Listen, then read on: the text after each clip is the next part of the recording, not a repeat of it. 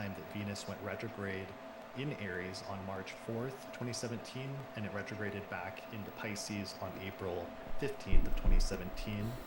By sign, Venus first went into Pisces on January 3rd, and then it departed from Aries for the final time on June 6th. So that gives you kind of like a broad range again, which is pretty similar to the one in 2015. So let's talk about some of the stuff that happened back then. One of the funny ones was the Academy Awards, when the wrong award was announced, and La La Land was mistakenly announced as Best Picture at the end of the night instead of the one that actually won, which was the movie Moonlight. And it created this huge fiasco and scandal because then they had to recall it, and they had to say, no, that's not right, and they had to call the correct movie crew up onto the stage, and it was this huge blunder and was very much the talk of the town for a while. Yeah, so cringe, as the kids say, so cringe. Yeah, so in terms of like major events in Academy Award history, that's like another example of that, of just like a major thing that is one of the most, certainly in my lifetime, like one of the most striking events I remember about the Academy Awards that you would still continue to remember afterwards, even once it's over. Yeah, for a show that has had streakers and protests and all kinds of things, that one really does just sort of land and never leave your memory. Quite the blunder. Yeah, for sure. Also in early 2017, as we talked about, Trump was inaugurated and he had his first 100 days under this Venus retrograde. Interestingly, there were these women's protests after Trump was inaugurated on January 21st, 2017, which was the 2017 Women's March. And this protest was massive. It was the largest single-day protest in U.S. history at that time, with an estimated 3 to 4 million participants nationwide. And what was interesting is that this was the largest protest in U.S. history at the time until 3 years later, when Venus went retrograde in Gemini and then the George Floyd protests happened. So, interesting connection in terms of Venus retrogrades there. Yeah, well, there was another Venus retrograde feature to it, of course. The women in this march, many of them were wearing a very particular hat that was a reference to a remark that Donald Trump was heard to say during the election, with reference to a woman's anatomy. And so this hat, I think, is this sort of demonstrable symbol of what this march was about, or what had triggered the size of it, if you will. Is interesting. It's there's also a Venus retrograde element to that. I mean, it is Venus retrograde in Aries after all, and it's a hat. Yeah, it was like the pussy hat, hat became a symbol of the march, and like also a powerful piece of visual art that was both like playful and defiant, which is a good Venus retrograde keyword. But there was then like this sea of pink hats that created this striking image that was widely shared and became instantly recognizable, which is interesting because it's kind of reminiscent of, I remember how when Venus went retrograde in 2023 and the Barbie movie came out, like pink became like the color of the summer basically, and everybody was dressing up in like pink to go see the Barbie movie and stuff. I sure did. Yeah, I saw it shortly after it came out. Well, because it literally described the Inanna story, the descent of Inanna into the underworld. I think still quite accidentally, like that archetype just happened to bubble up into the story on the part of the writers, with the director being born when Venus was like stationing retrograde, I think, right? Greta Gerwig? Yeah, she was indeed, and yeah, it could have all been an accident, but I mean, it is also that myth of Inanna is very closely tied to the cycle of Venus. And you never know. Maybe Greta Gerwig just Yo, True of Faith, what's up, man? really went What's up, into buddy? the weeds. Thanks, man. The Appreciate that, dude. and really knew exactly what she was doing. Appreciate that, man. Yeah, I'm we agree either way. We've just never had confirmation. changing my cutscene timing. Women's March. I'm watching the first cutscene now. Thanks, brother. Appreciate that, man. In some of the, not just some of the resistance to Trump that was emerging at that time, but also later that year, the Me Too movement. I don't know. I think it's a fucking. I don't know if it really does anything. That ended up um, Thanks, brother. becoming this entire thing as well as part of 2017 and the energy of that year. And so some of those things may start repeating again later in this year when Venus will again pass through the same degrees on the same days and have the same relationship to the sun that it did back then. So it'll be interesting to pay attention to. Yeah, you can see it sequentially going from Trump's remark in October 2016 to the march in January of 2017 to ultimately what emerged around, I believe, October of 2017. The whole Harvey Weinstein thing that erupted then. So yeah, I mean that was a sequence of things, and the march I think is a sort of fulcrum in the middle of it all, where everything sort of becomes possible. Right, for sure. So the other interesting thing at the beginning, of course, with Trump is that January 6th, 2017, U.S. intelligence agencies released a report concluding that Russia had interfered with the 2016 election in favor of Trump. And then a bunch of stuff plays out over the next few months. And then finally, towards the end of the retrograde time frame, on May 17th was when Robert Mueller was appointed as special counsel to oversee the Russia investigation, or the investigation into Russia interference. So there was some theme that was coming up all during this time in early 2017 of like the relationship between the US and Russia interfering in like US politics and elections and things like that, the relationship between Trump and Russia and other things. And this will come up sometime in the past, especially in terms of Russian history, as we get further back into these periods, that this retrograde is always very important for Russia. Yeah, consistently. All right, so February 5th, the New England Patriots won the Super Bowl with that historic comeback against the Atlanta Falcons. April 26, 2017, The Handmaid's Tale was released or started. That series premiered, and that was about this like dystopian future where women are like controlled and and it's pretty dark, but it became a very popular and like trendy thing that year, which is an interesting backdrop with all the Venus retrograde stuff. One last one, the disastrous Fire Festival happened April of 2017, and this was this thing where these promoters were promoting this festival on like an island, and they got a bunch of celebrities to promote it and endorse it, and a bunch of people signed up and bought tickets, but then when they got there, the organizers had mismanaged it and had spent most of the money, so it ended up being like really bad, and it was just an absolute disaster and like a huge fiasco and scandal. Yeah, people having to pay outrageous amounts for water and like baking and shoddy tents or something. I don't remember all the details, but yeah, it was a real mess, and there's a documentary I think that covers a lot of the details of it. Yeah, it was like widely documented on social media and in subsequent documentaries because like people had phones and they were documenting it in real time, just this absolute disaster of a festival. So yeah, that was a huge scandal. That was kind of an interesting one back then. There may have been other things, but I think those are the main things that I wanted to mention that seemed the most obvious in 2017 that stood out to me. Yep.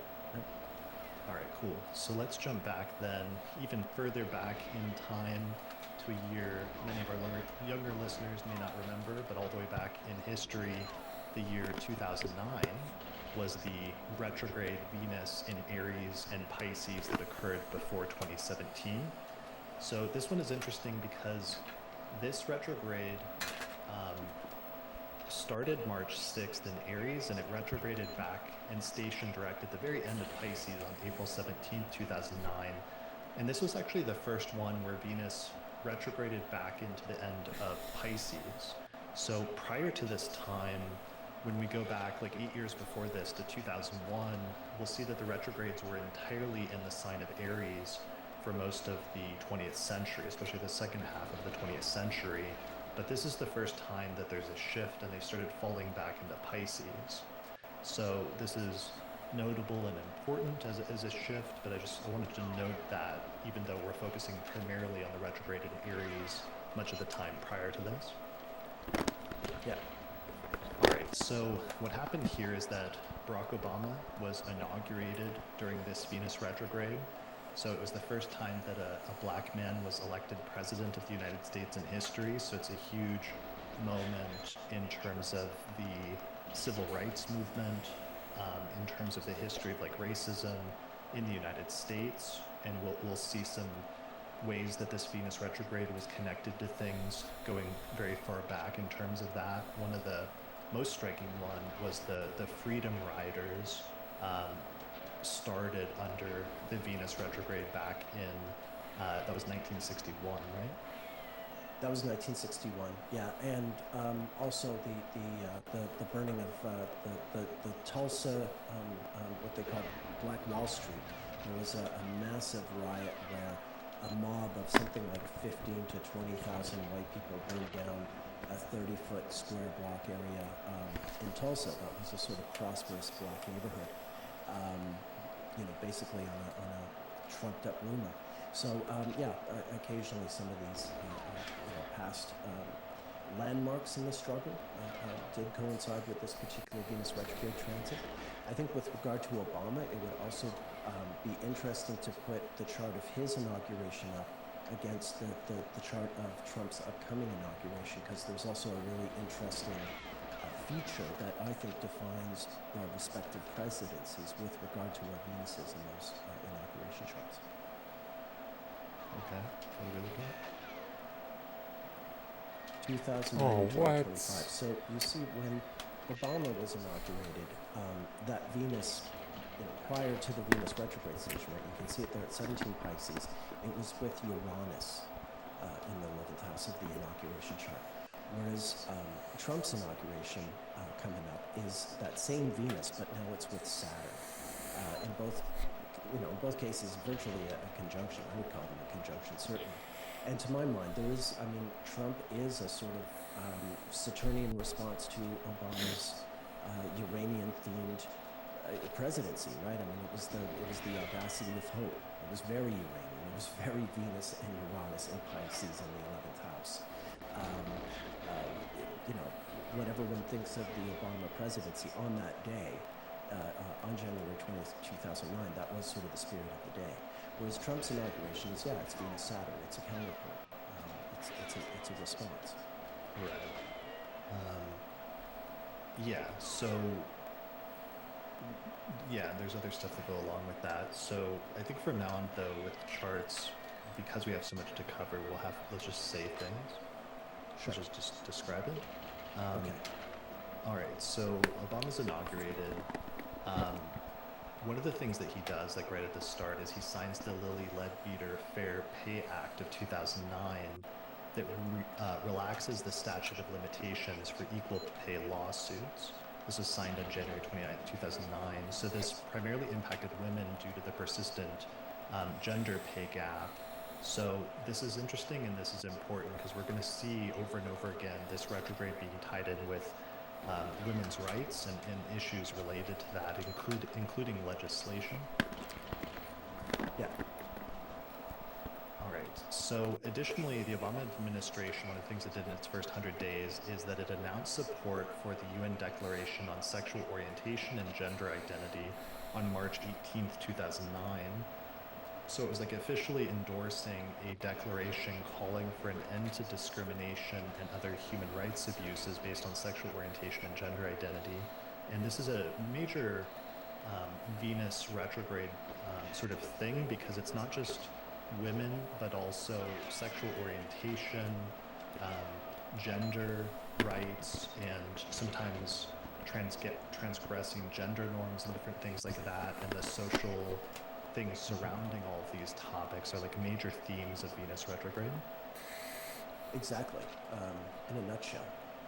Again, everyone having different ideas of what the standard is. What are the rules? What is done and not done? Some people want it to change. Some people want it to be as it is.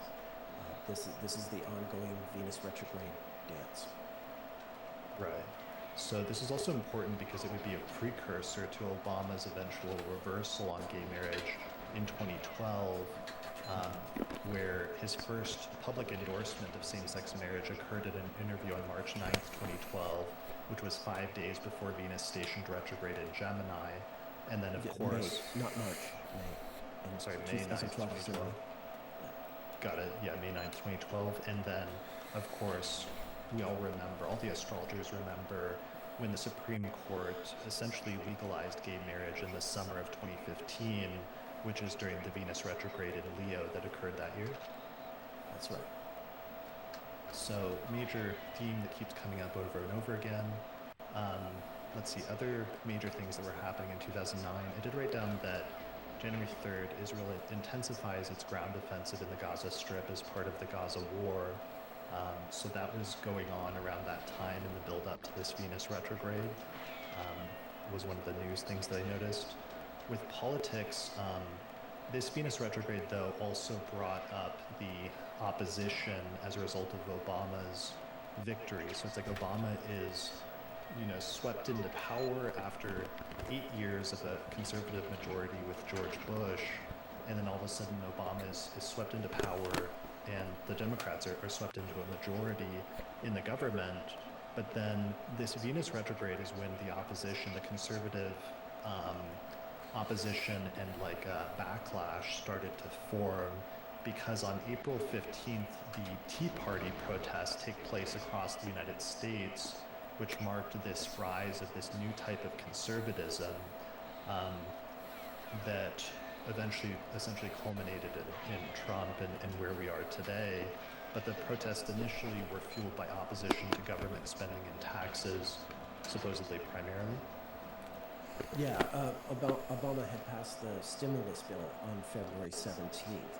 And so, a lot of it was sort of backlash to that, different ideas on how he should have handled the government response to the financial crash that was happening just prior to his election. You're absolutely right. It was during that Venus retrograde transit that all this sort of opposition to how he was handling this thing was surfacing. Yeah, and that was part of what he was doing, obviously, in that first 100 days. For example, in February, he signed the American Recovery and Reinvestment Act of 2009, which was a stimulus package to address the economic crisis. May 20th, also during the broader Venus retrograde period, the U.S. Senate confirmed Sonia Sotomayor, who is the first Hispanic Supreme Court justice. So that was like a major, important milestone, sort of like turning point in terms of the U.S. and race and different things like that. Yeah. And there was also, on the international front, we did promise that Russia would keep surfacing. On March 6th of 2017, Hillary Clinton, who is now the Secretary of State, met up with her Russian counterpart, Sergei Lavrov. 16? Yes, March 6, 2009, my apologies, in Geneva. Hillary Clinton met up with Sergei Lavrov, and she presented him with what was supposed to be a reset button that he would press, and this was going to reset relations between the United States and Russia. But it turned out that the word didn't say reset.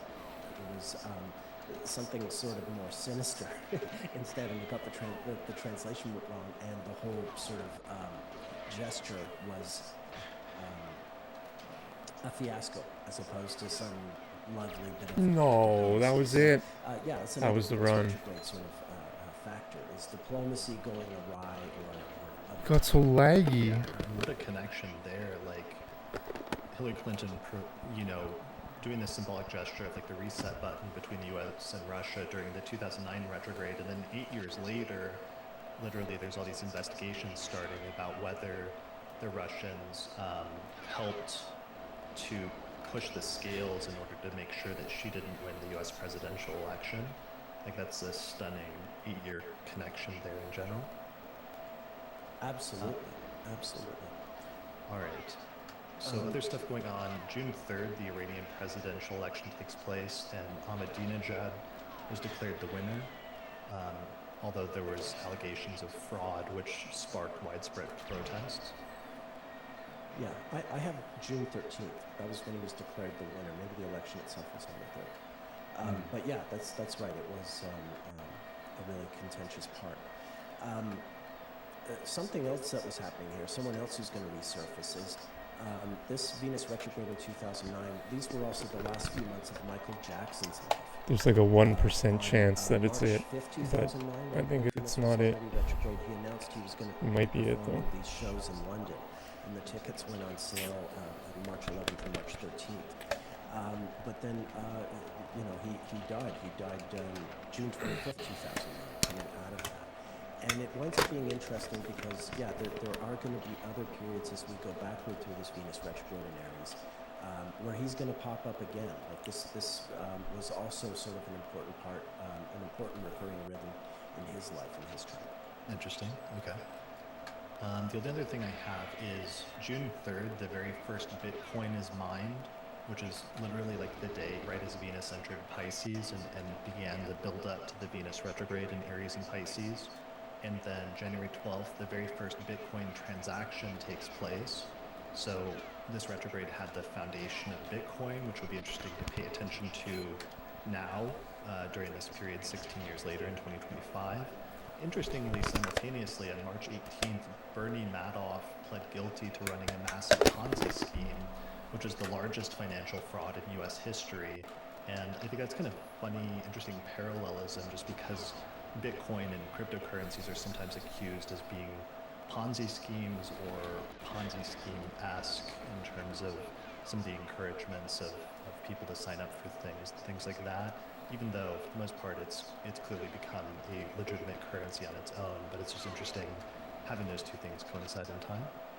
Yeah, well, I mean, also, I mean, cryptocurrency certainly is Venus retrograde-esque in the sense that it is sort of breaking out of the system, if you will. That it's subverting the system. There is something about it that is doing that. So I think right there, it absolutely applies. That makes sense. Yeah. All right. Well, that is all I got for 2009. Shall we travel even further back in time? Let's go back in time. All right, we're going to go all the way back to the year 2001, at the very beginning of the new century. This one is interesting because this is the last retrograde that was entirely in Aries.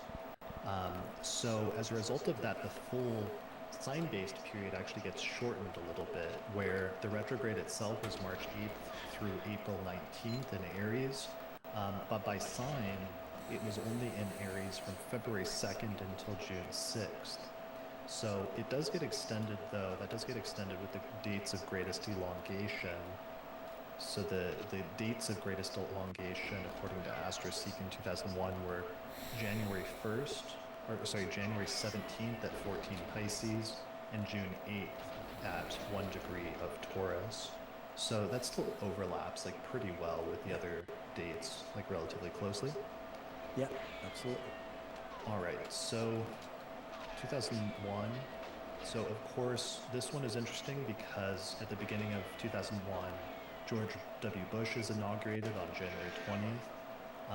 And Gore, as I said earlier, as the sitting vice president, has to attend his inauguration after losing in what some argued was like a stolen election because of issues with like votes in Florida, with what happened with the courts, even the Supreme Court and other things like that. And like Harris in 2025, Gore's role was to oversee and oversee and announce the winner in Congress on January 5th, 2001, um, which is right after it went into that sign. Yeah. All right, so that one's striking. Other events, what's your favorite one of 2001? Well, the one good one was there was also the Grammys on February 21st, 2001. Eminem was really big at this time, and he was very controversial because of the sort of perceived homophobia on his part, or an expression of in his music that seemed to reveal homophobic attitudes. And as a sort of counter to these criticisms of him, he appeared with Elton John and did a duet of the song "Stan." It was a really sort of moving and sort of brought this whole sort of controversy to a cooling point, I suppose, with this gesture, this appearance on the Grammys. So that was a pretty good one. Hmm. Yeah, that is good. That was a really memorable moment with Elton John. Yeah. Um, yeah, there were other ones. Uh, oh yeah, Bridget Jones's Diary was the big movie at this time, and I think it's also quite Venus retrograde. In the theme, the sort of being in the middle of choosing men and all that. The plot of the movie, I suppose, was just a reflection of that particular transit. Um, and yeah, what else was there?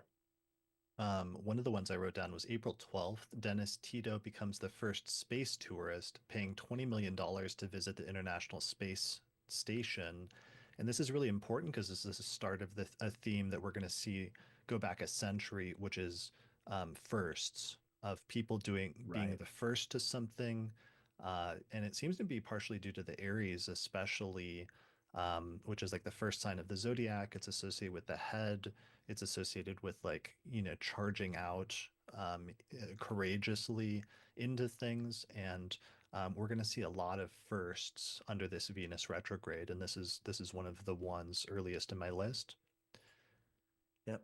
Um, let's see other things that happened. There was like a March 11th, the NASCAR race at Atlanta Motor Speedway is marred by a fatal Mm, crash, killing driver Dale Earnhardt Sr.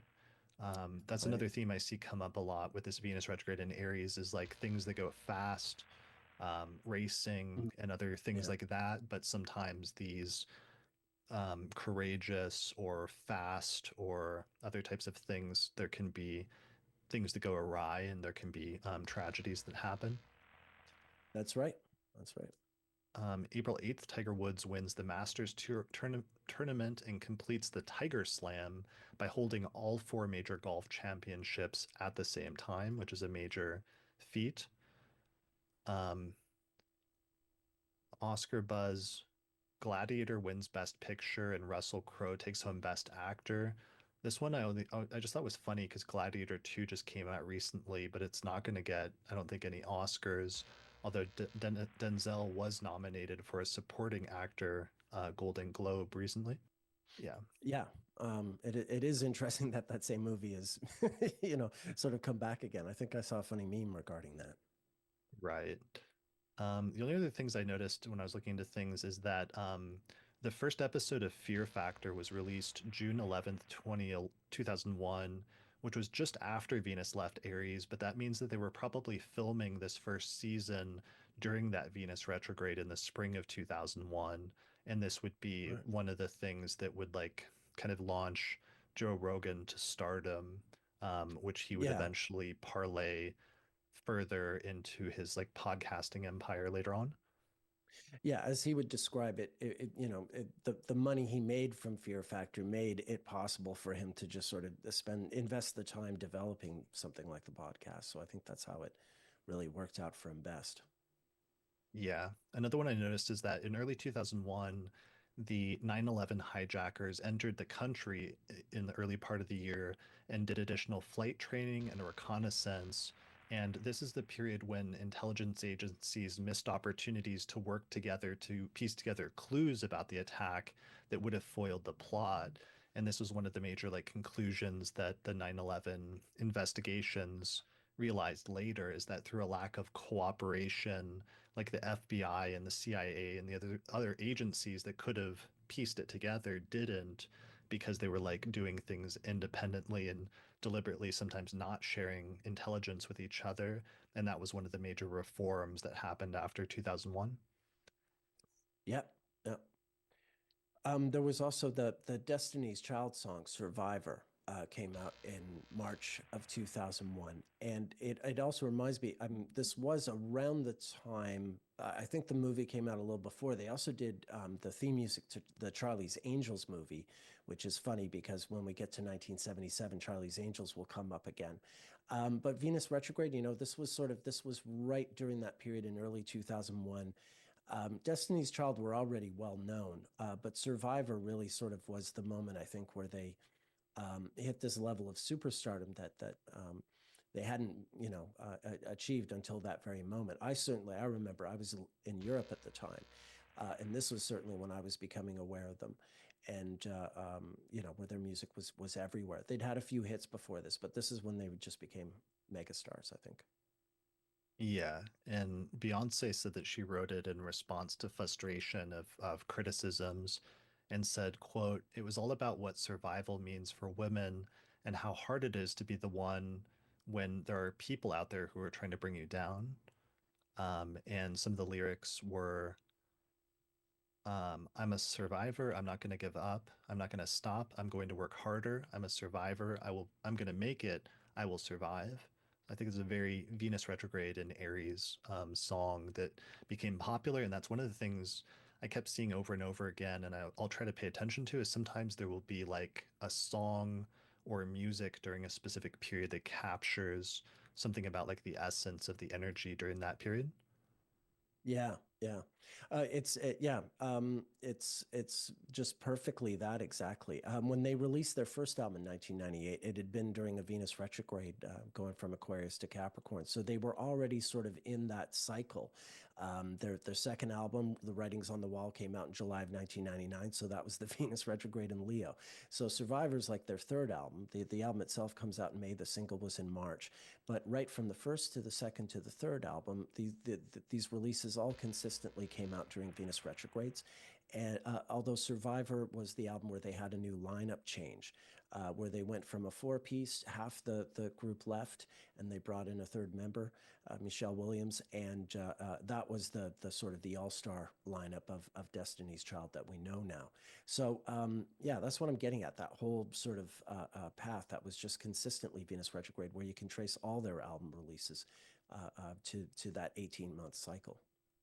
I forgot that was actually one of my 2017 ones that I didn't mention was that in February of 2017, Beyonce announced that she was pregnant, and this was like a huge like media announcement and Right. sensation and an important turning point in terms of her life. So I think that she's very tied in with this particular Venus retrograde cycle. So we'll have to keep an eye out on what happens over the next few months.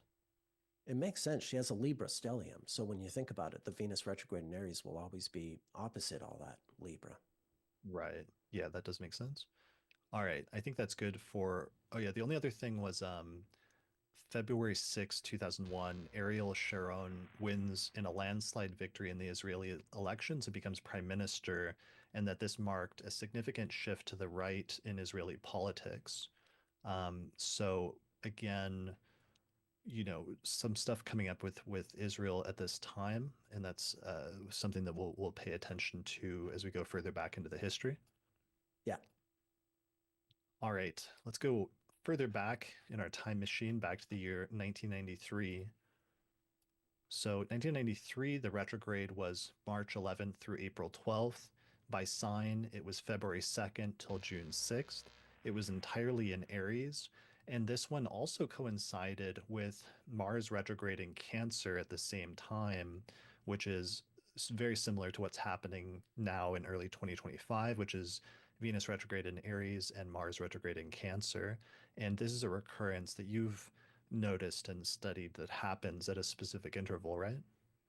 Yeah, that's the fascinating thing about Venus, especially the way we're following it in this episode, because while the Venus return is every 8 years, there are different parts of that cycle, different multiples of eight, where the cycle of Venus will line up with the cycle of another planet or another point. Um, 24, if we had thought about it, when we were looking at 2001, not only was Venus retrograde in Aries, but Jupiter was in Gemini, or going from Taurus to Gemini. No, it was in Gemini.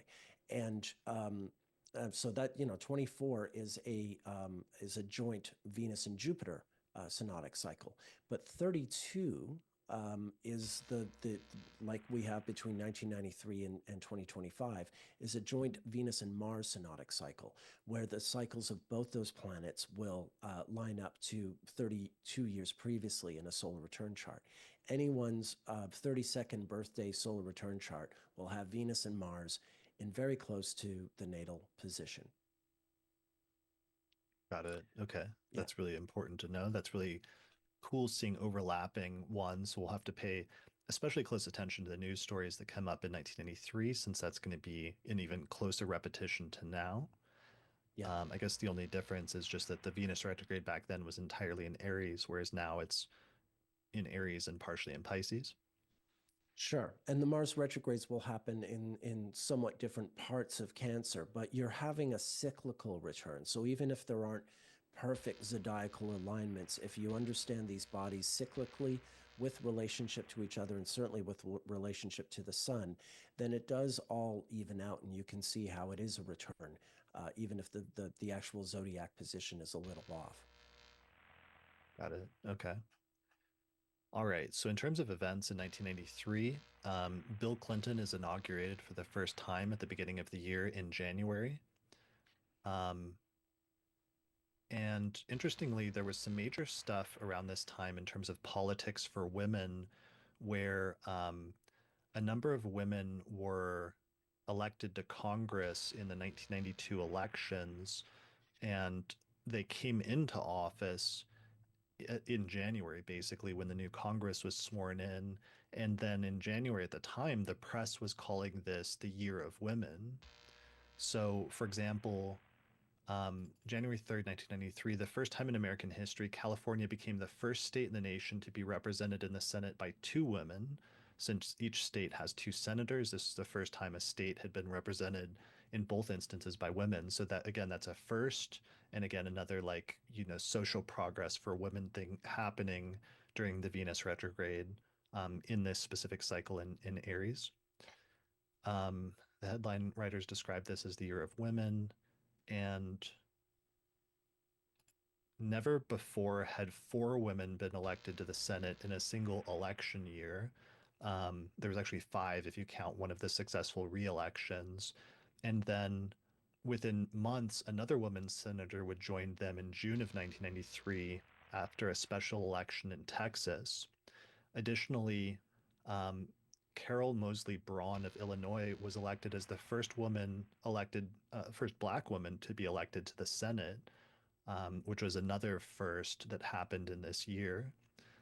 Additionally, during the Venus retrograde on March 11th, Janet Reno was confirmed by the Senate as Attorney General, and this was the first woman who became the Attorney General of the United States. Yep. And the new Secretary of State, Madeleine Albright, was born during this Venus retrograde and also became Secretary of State at this time. And I neglected to mention when George W. Bush became president 8 years later, his Secretary of State, Colin Powell, also born during this retrograde. So we had a series of Secretaries of State born during this retrograde and who were getting their jobs at that time. Sorry, he was Secretary of Defense, Powell, not State. Right. And didn't he come in under Clinton? No, Powell came in with Bush. Did he? I thought he was a Yeah. carryover. Maybe I'm wrong. No, no, Um, he was a Republican. okay. So let's see, Janet Reno. So the Secretary of State, though, did she come in at the beginning of Clinton's term? Because that might have been one I overlooked. Madeleine Albright, I believe so. Yeah.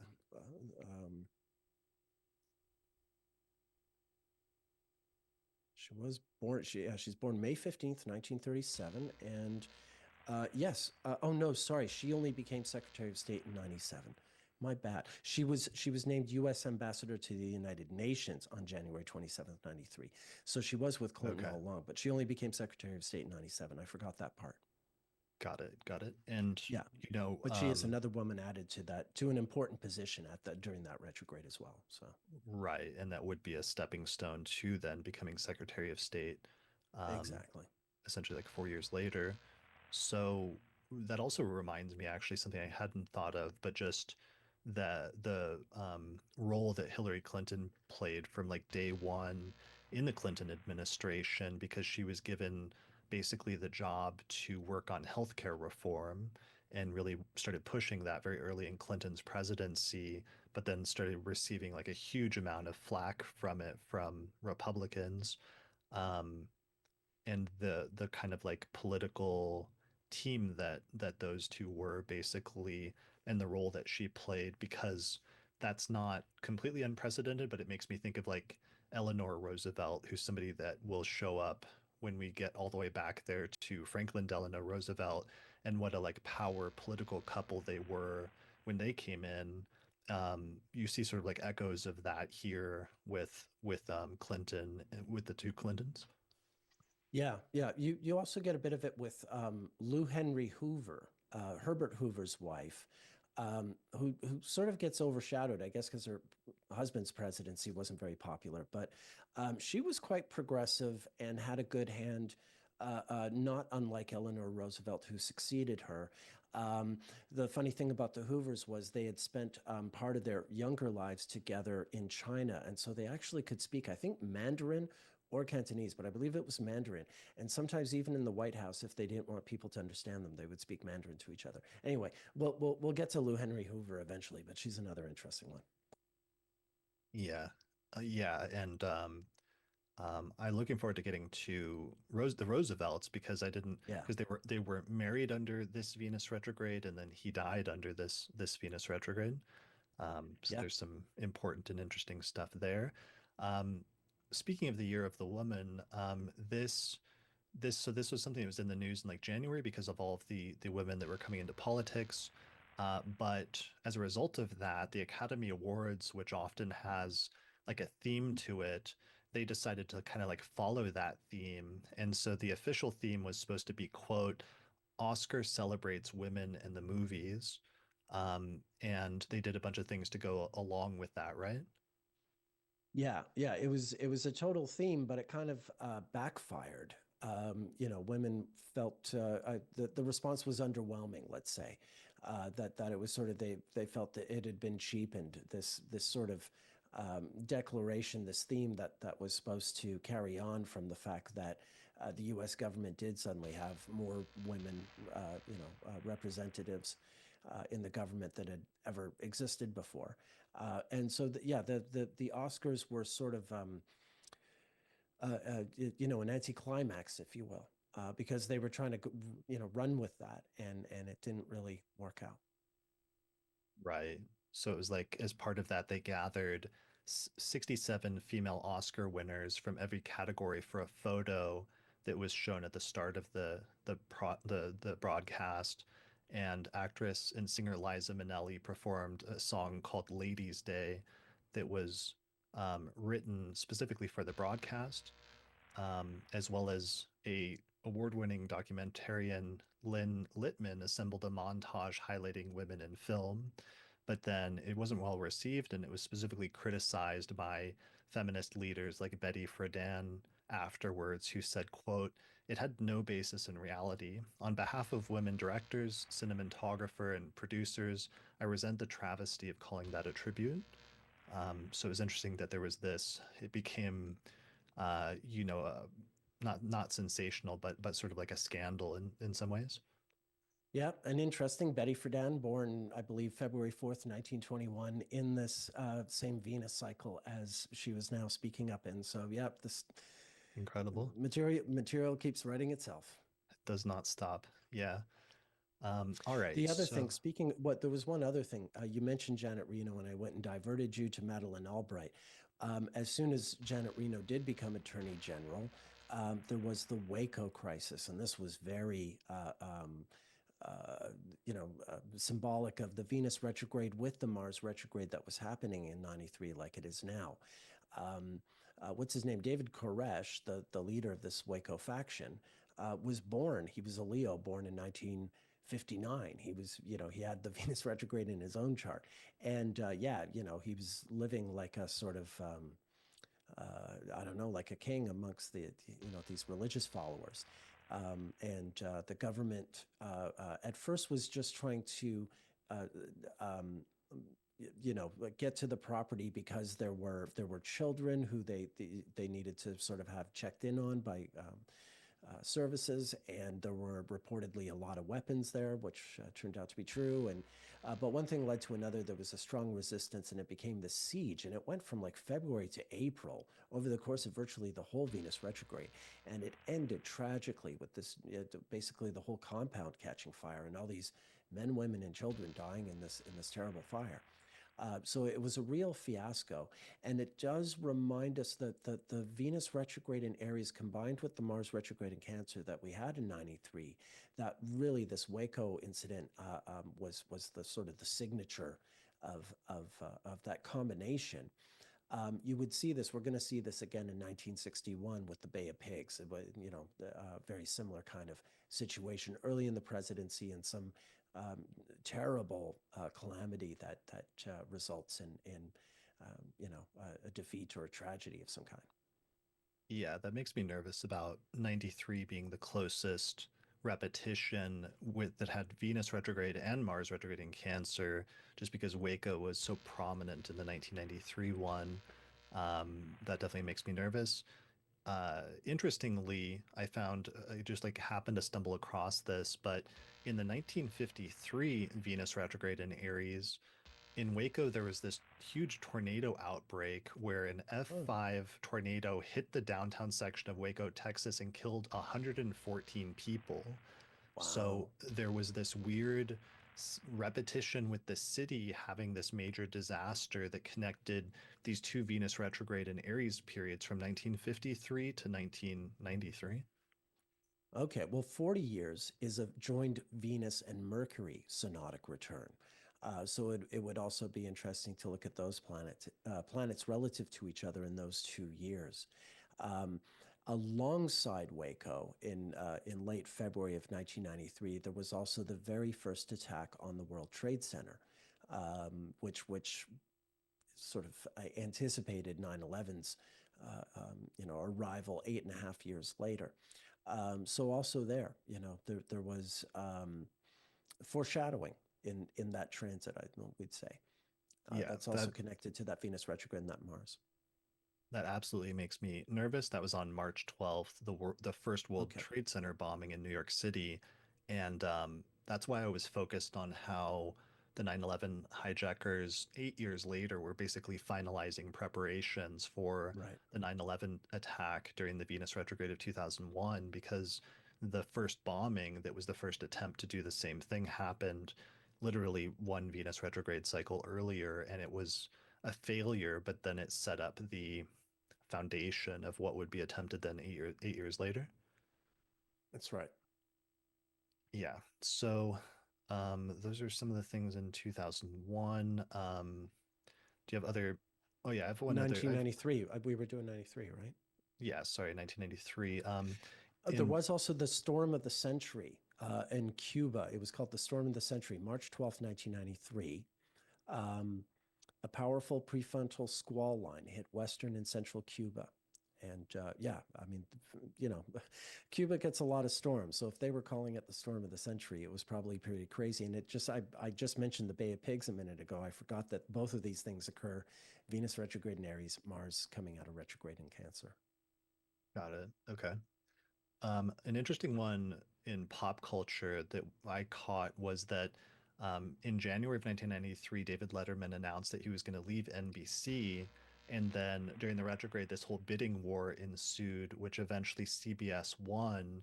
So his last show on NBC ended up being June 25th, 1993. So the retrograde was like him wrapping up his time there and getting ready to move to CBS, where he would stay for the rest of his television career, basically. Yeah, Interestingly, in connection with that, then they needed to find a replacement for Letterman on NBC. And on April 25th, 1993, Lauren Michaels chose Conan O'Brien to replace Letterman. And Conan was just this obscure writer for The Simpsons at the time. And what's funny about this is I found this headline from the New York Times yesterday that was like very unenthusiastic. It just said, NBC has picked an unknown writer to replace Letterman. And that, Conan has the sun and Jupiter in Aries. So this was his Venus retrograde story, is suddenly he gets lifted up out of obscurity to suddenly become like a household name virtually overnight. And initially everybody was just like, who is this guy? And it was kind of a little bit of an awkward transition. It was Um, even worse than that. It was like, who the hell does he think he is? It was more like, right. but he warmed our hearts. He warmed our hearts. Yeah. Yeah. But he He had a rough, yeah, no one believed in him. But it was impressive. He totally won everyone over. Yeah. So he was undergoing like a series of auditions and like screen tests and stuff during the Venus retrograde, and then eventually he gets announced. But I thought this was a nice parallel with like Lady Gaga, where during the Venus retrograde in 2009 that goes over her Aries stuff, she gets lifted up and suddenly um, is just becomes this huge worldwide singing sensation. And similarly with Conan, during this retrograde, he gets lifted up and becomes a household name virtually overnight. And he got really lucky. I mean, he got really lucky Yeah. that he was chosen for that role by Lauren Michaels, who saw something in him. And sometimes I think that's a good keyword for Venus retrograde when it's hitting personal stuff in your chart is it's lifting you up, it's bringing you into greater prominence and brilliance, and sometimes you're getting really lucky basically as well. Yeah, and it's funny too because I've heard Conan talk about this period in his life, and he was a comedy writer. He'd written for The Simpsons, he'd written for Saturday Night Live. He was a proven comedy talent behind the scenes. But in terms of choosing him for to be an on-camera talent, which he didn't have that much experience at, Lorne Michaels said the reason he chose Conan is that he's very likable. That people like he just knew like, yeah, no, you're a good, decent guy. That's why you're going to be good. Sure, you know how to write comedy, but lots of people are funny. But he also chose Conan because Conan's like a good, decent guy, which I think is also interesting with regard to the concerns of Venus. This was at the tail end of this was already the April part of the Venus retrograde where it's emerging as a morning star. So there is this sort of like young, youthful, pure sort of figure, who's going to regenerate the show and get the ratings back up and win us over gradually. Yeah, in terms of pop culture, there were some very curious times, even sort of behind the scenes in terms of like origin stories.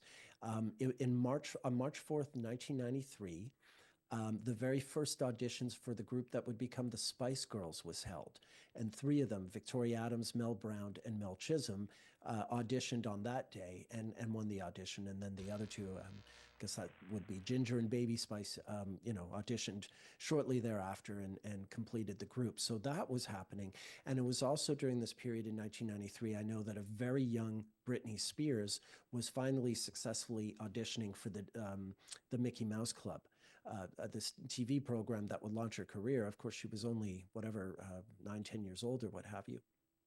I guess she was 11, my bad. But this is where she'll meet Justin Timberlake for the first time and Christina Aguilera for the first time. They're all going to be on that show as kids. So, yeah, even just in terms of the upcoming talent getting their big breaks, down the road, that Venus retrograde was also a big one. That's brilliant. I just went and I forgot to look up Conan, how the rest of his story played out with this. I forgot that his last show of that series of Late Night with Conan O'Brien happened on February 20th, 2009, 2009. Yeah. Yeah. which I was was going to mention that too. Yeah. Yeah. Also the Venus retrograde. Yeah. the 2009. So he got the job. He got the job basically when Venus went retrograde there in 1983, and then he ended that job of that specific show in early 2009 in a subsequent Venus retrograde. Yeah, yeah. And I mean, he's got a podcast now and he's still hilarious. If anything, I find him funnier today than I even did back in the 90s. And I did eventually, even though I was amongst his cynical, doubters at the very beginning. I became quite a fan. I always have been. But his podcast is just, as good as anything. I just Yeah, going back to that. I was a huge Conan fan in as a young millennial in the late 90s. And I think one of the greatest like millennial wounds is what seeing what Jay Leno did to Conan Hmm. in the whole debacle with the Tonight Show that happened later on. But then like it's been so amazing seeing his rise and comeback over the past 5 or 6 years, because I feel like he ended up all of that ended up happening. It was really terrible in his life that that happened, but then it set him up to be in such a good position now where he's actually way more relevant like right now than I feel like he would be if he was just hosting late night, shows or something and maybe would have retired by now. But instead he's in the main format that everyone's paying much more attention Exactly. to, which is podcast. Yeah, it's a total blessing in disguise. I mean, it was certainly upsetting for him at the time. He did wind up getting this other show on I forget the network, but he had a very good talk show after that, that he did for a while until yeah, like it's a format that isn't really that doesn't have the same sort of spark in it that it used to. And podcasts are the big things, and he transitioned to that, and he's doing great. It's a really good, really funny podcast. So more power to him.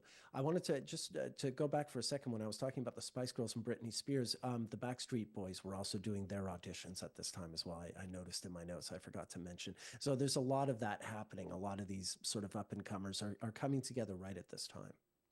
That's really interesting because that's a theme I saw was that in the Venus retrograde in Aries especially, there's a lot of like putting the final touches on preparing something. It's like preparing Yes. for something or retooling something and getting it ready for prime time and getting it ready to like fully debut.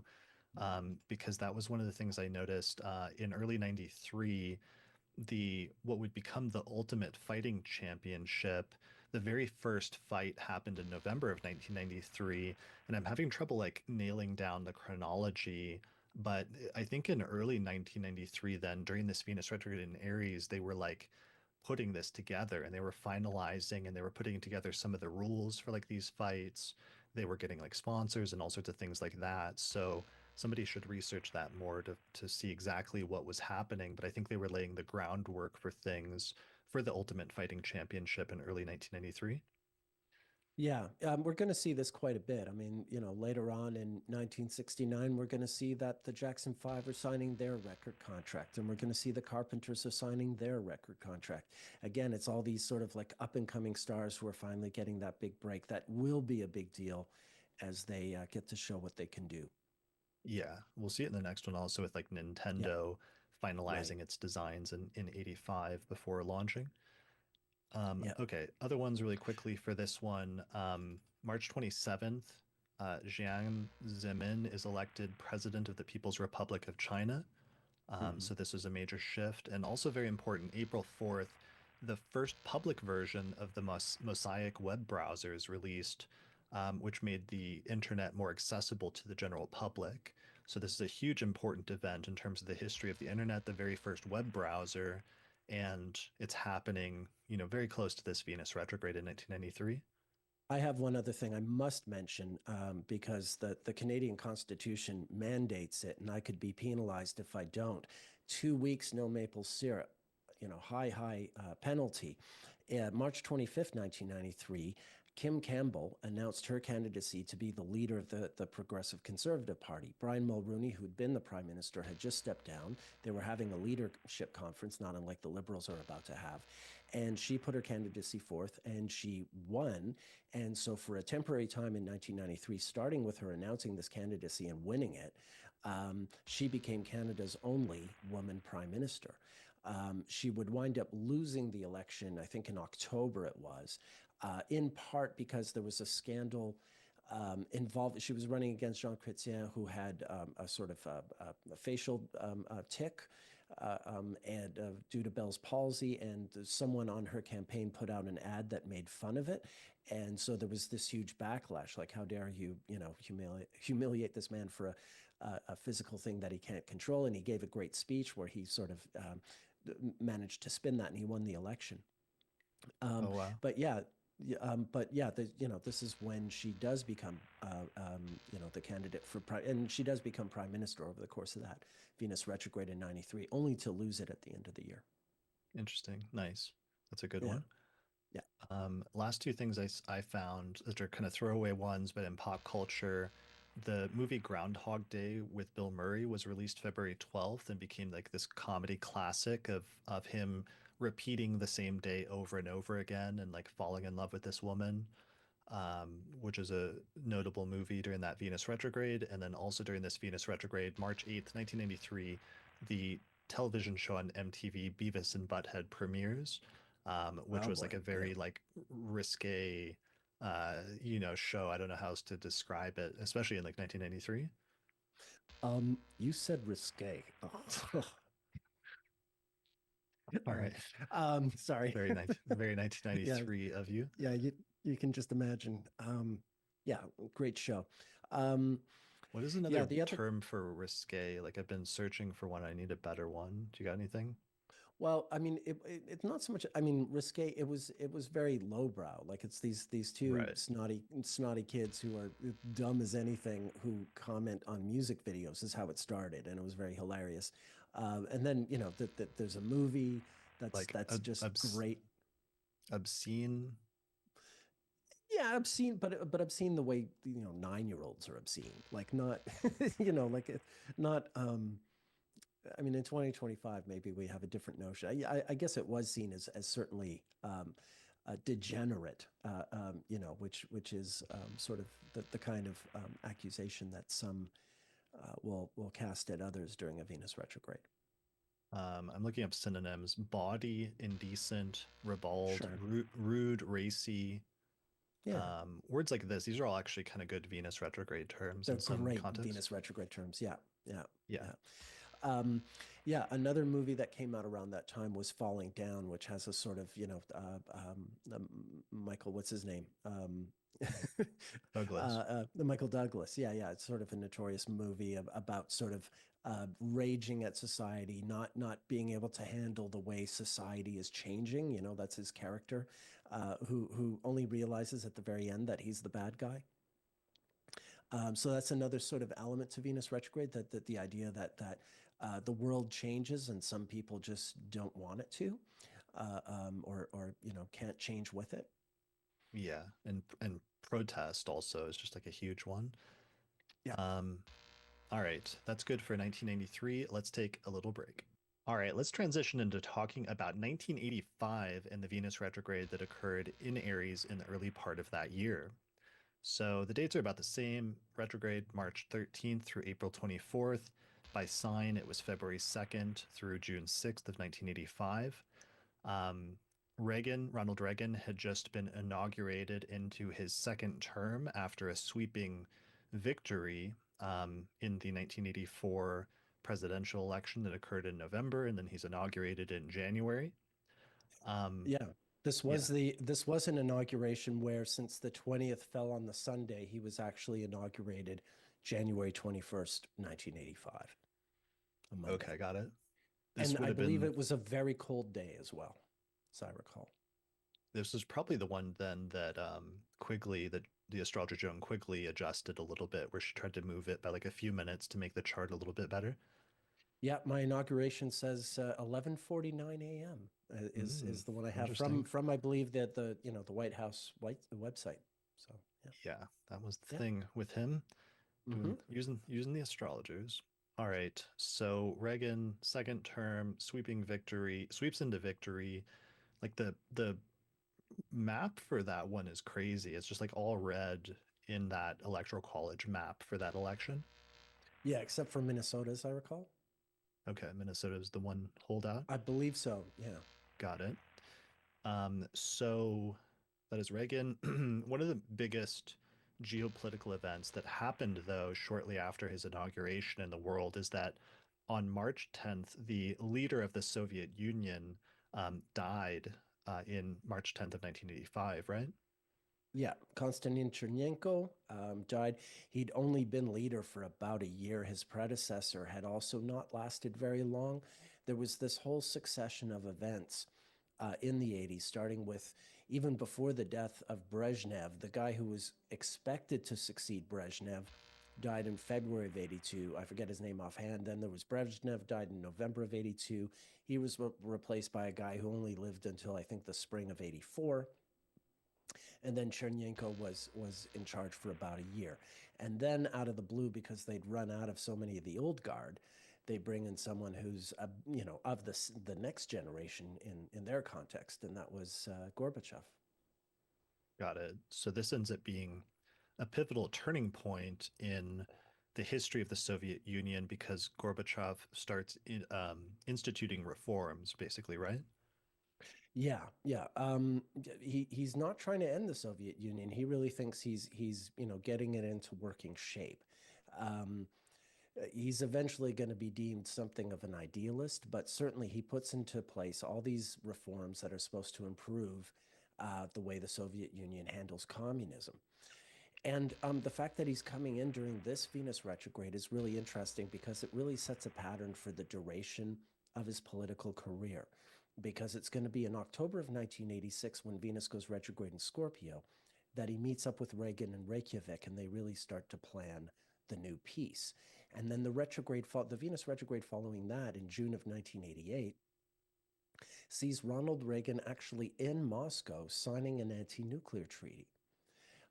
And then finally, certainly in August of 1991, there was an attempted coup against Gorbachev. One last attempt of the old Soviet Guard to sort of stop his dismantling ultimately of the Soviet Union. I Hmm. was in East Berlin the day that happened, actually, and it was a very interesting place to be. Um, so yeah, this when Gorbachev is coming to power in March of 1985, the sort of the landmarks of how that's going to unfold and lead to the fall of the Soviet Union is really marked in very interesting places by the periods where Venus is retrograde. Okay. So this was Gorbachev coming to power as kind of like the beginning of the end of the Soviet Union in some ways, and would certainly like lead to that over the course of the next decade. Yeah, I mean, there are other forces at work, but his is the most sort of deliberate and done on the part of the Soviet Union, as opposed to just sort of external circumstances contributing to everything unfolding the way it does. Okay, got it. All right, so that's very important. And that happened, it's important also because it happened so close to the Venus retrograde, because, he died on March 10th, 1985, and Venus stationed retrograde on March 13th. So it's really very closely tied in with that specific retrograde, and we'll see many other instances of this retrograde showing up at important turning points in Russian history, including in 1953, right? Yeah, 32 years earlier. So another one of these Venus-Mars joint synodic returns. I believe it's March 2nd, 1953. I could be off by a day or two, is when Stalin dies, just after Eisenhower was inaugurated president in January. And that also leads to a real sort of tumultuous period in the Soviet Union that is very reform minded, even if it doesn't sort of lead to the dissolution of the Soviet Union the way 1985 does. So there are some parallels just between 1953 and 1985, certainly because of that joint synodic Venus and Mars return and the fact that the leader of the Soviet Union is dying. And as a result, there's going to be some reform movement that follows. Okay. All right, so we'll come back to that later. One of the major things I saw that came up in the 1985 Venus retrograde that made me laugh is that April 23rd, 1985 was when the new Coke formula is released by the Coca-Cola company, where they did this really controversial change where Coke was losing market share to Pepsi during the course of the early 1980s, and Pepsi was sweeter. So the Coca-Cola CEOs decided to reformulate Coke to make it sweeter, which is honestly a hilarious Venus thing because Venus has always traditionally been associated with things that are sweet, and they actually tried to Mm-hmm. reformulate something, which is very retrograde, to go back and revise something and make it sweeter, but it completely like backfired, and the public did not like it, and within months they had to start walking it back until eventually they brought the original Coke formula back that summer. Yeah, I remember it well. It was a total flop, and yeah, they did. And then what happened was really funny. Then they did figure their thing out, and some people even thought this was the plan all along.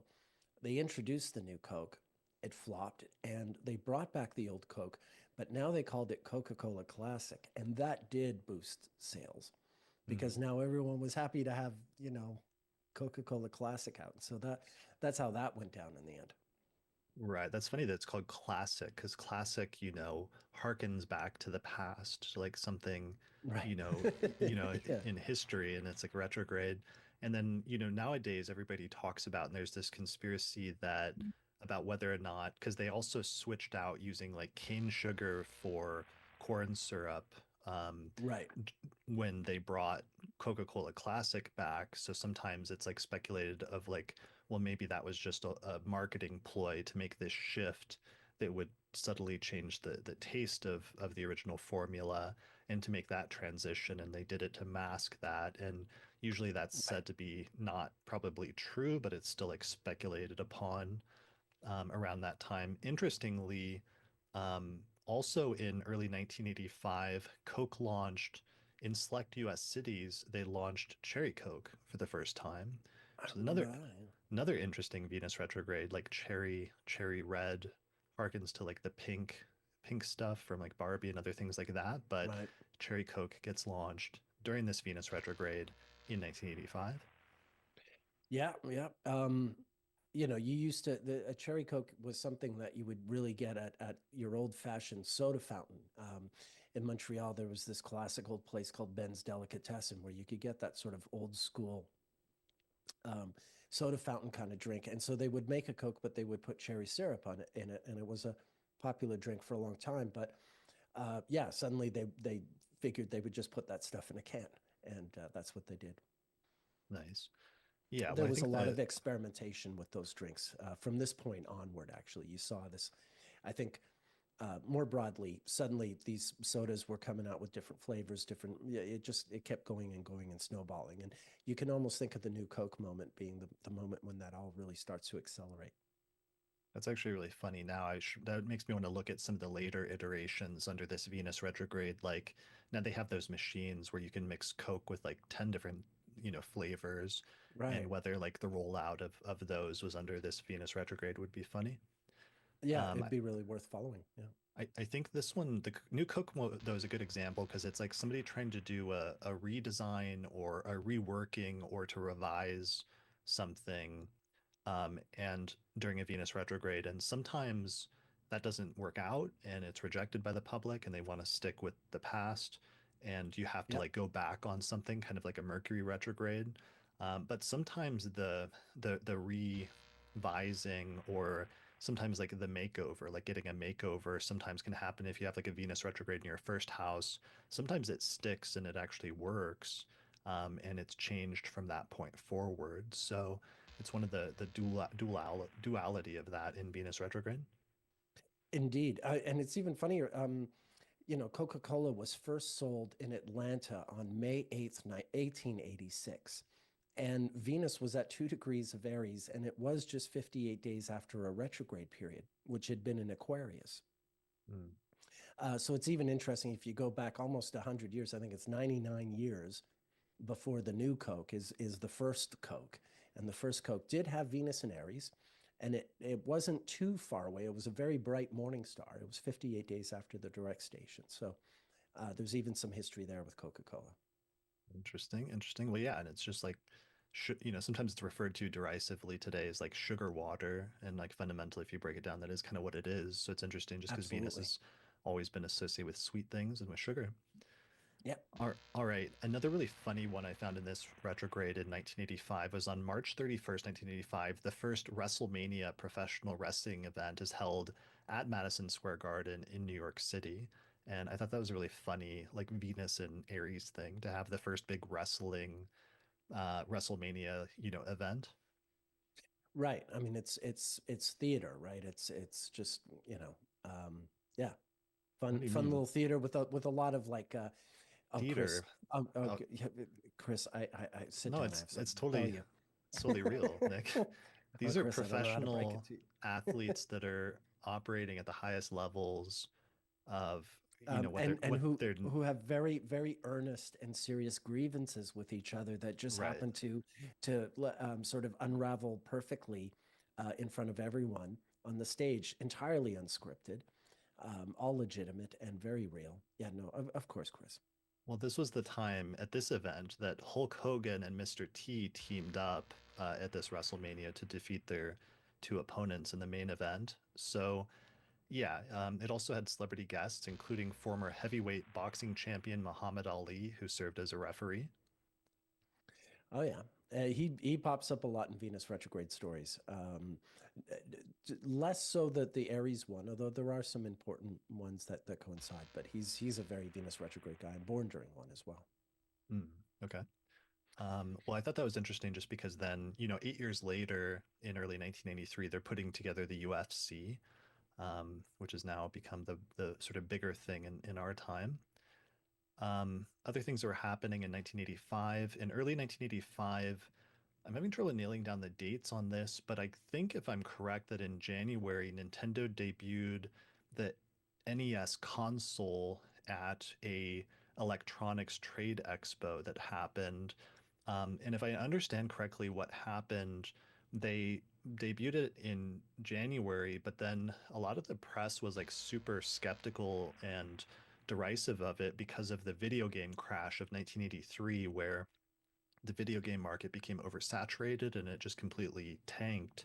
So Nintendo was like coming up with this new home console, and a lot of people were skeptical it would take off because it was in kind of like a dark period for home consoles. And if I understand the dates, because I was having trouble confirming and researching this, but I think they rolled it out in January at this first expo with one design. But then by June, towards the end of the Venus retrograde on June 5th, there was another trade expo and they had rolled out a redesign of it where they made it instead of loading the game from the top, where you load the game from the side.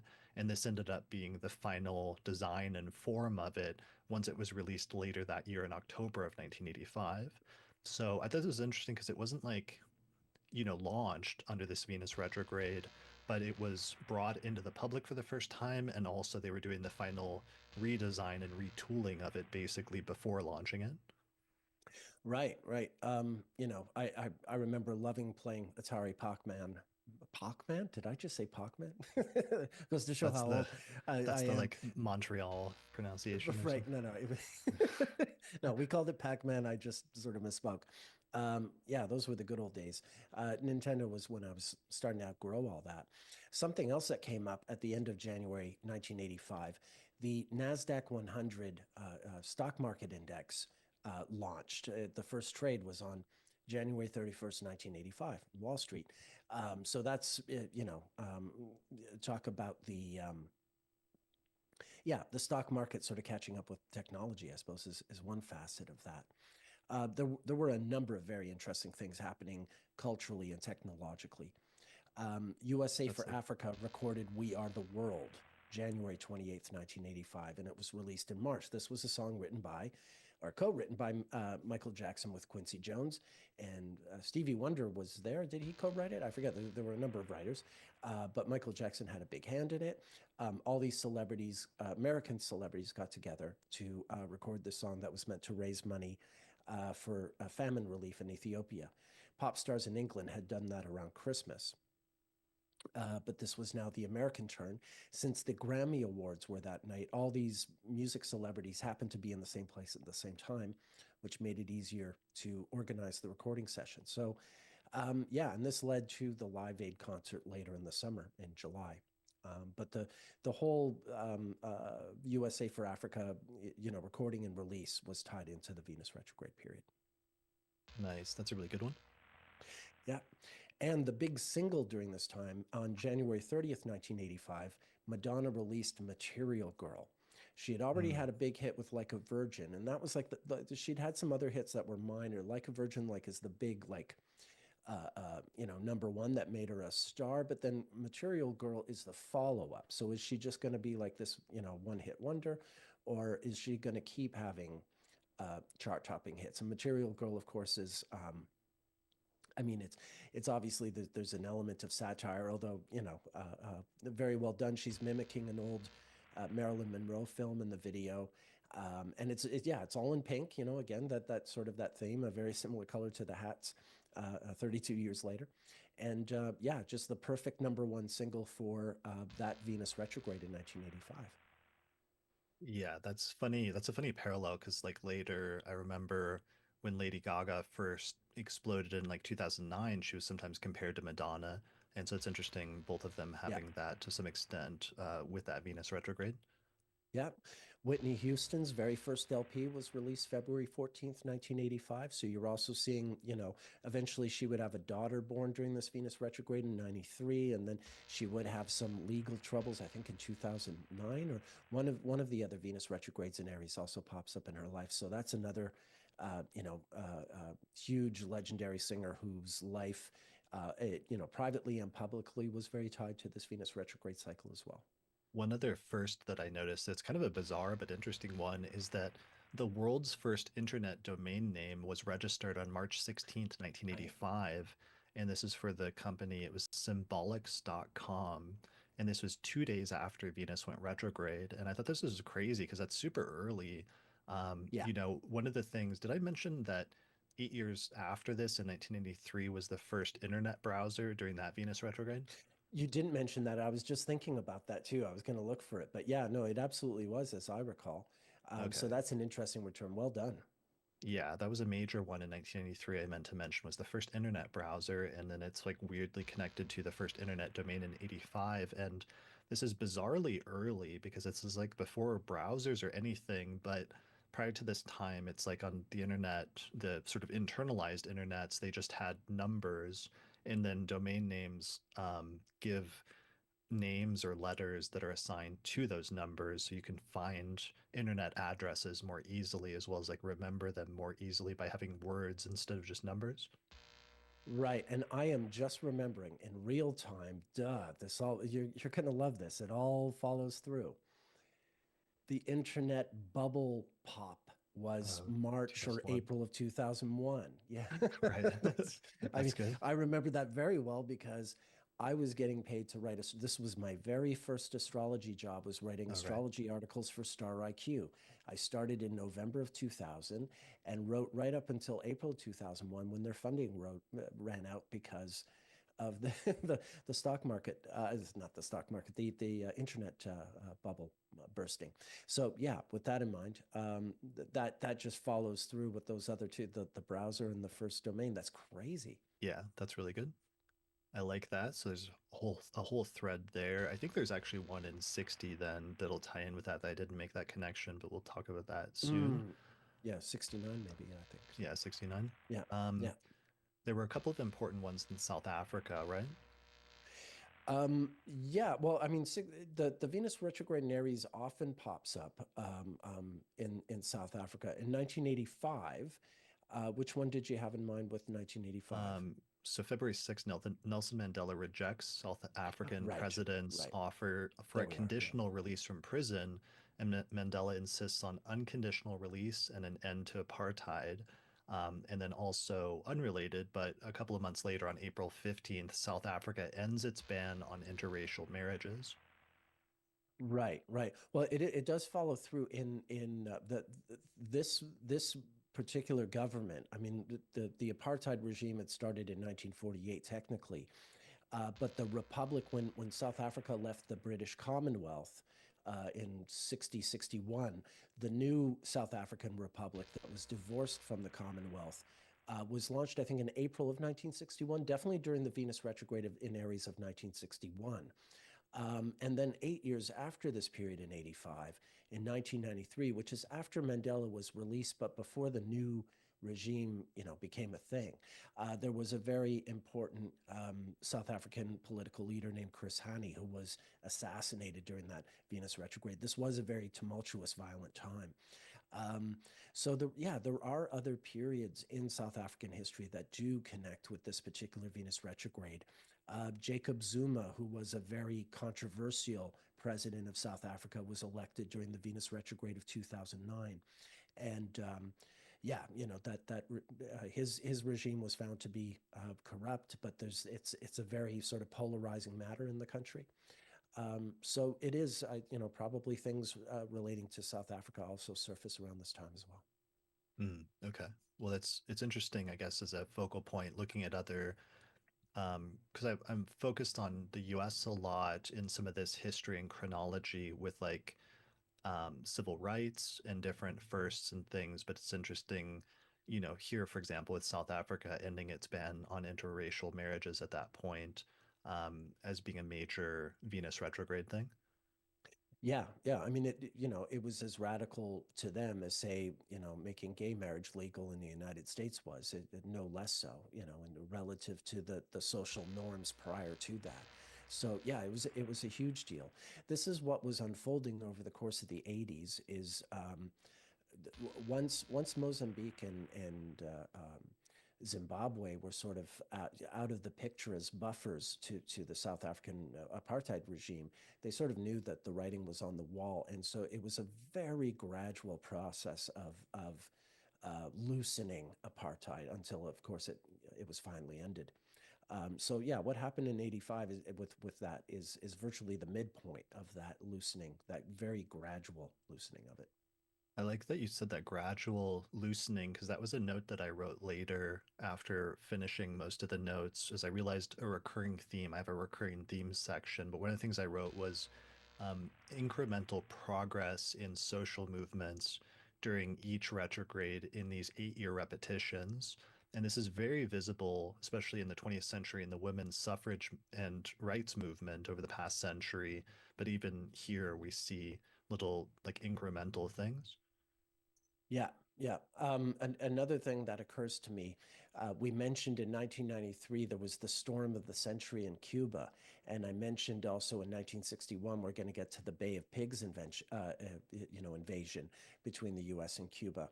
Well, excuse me, on May 20th, 1985, the U.S. government launched Radio Marti, which was a propaganda radio station that they would broadcast to Cuba, advancing the American propaganda position against communist Cuba.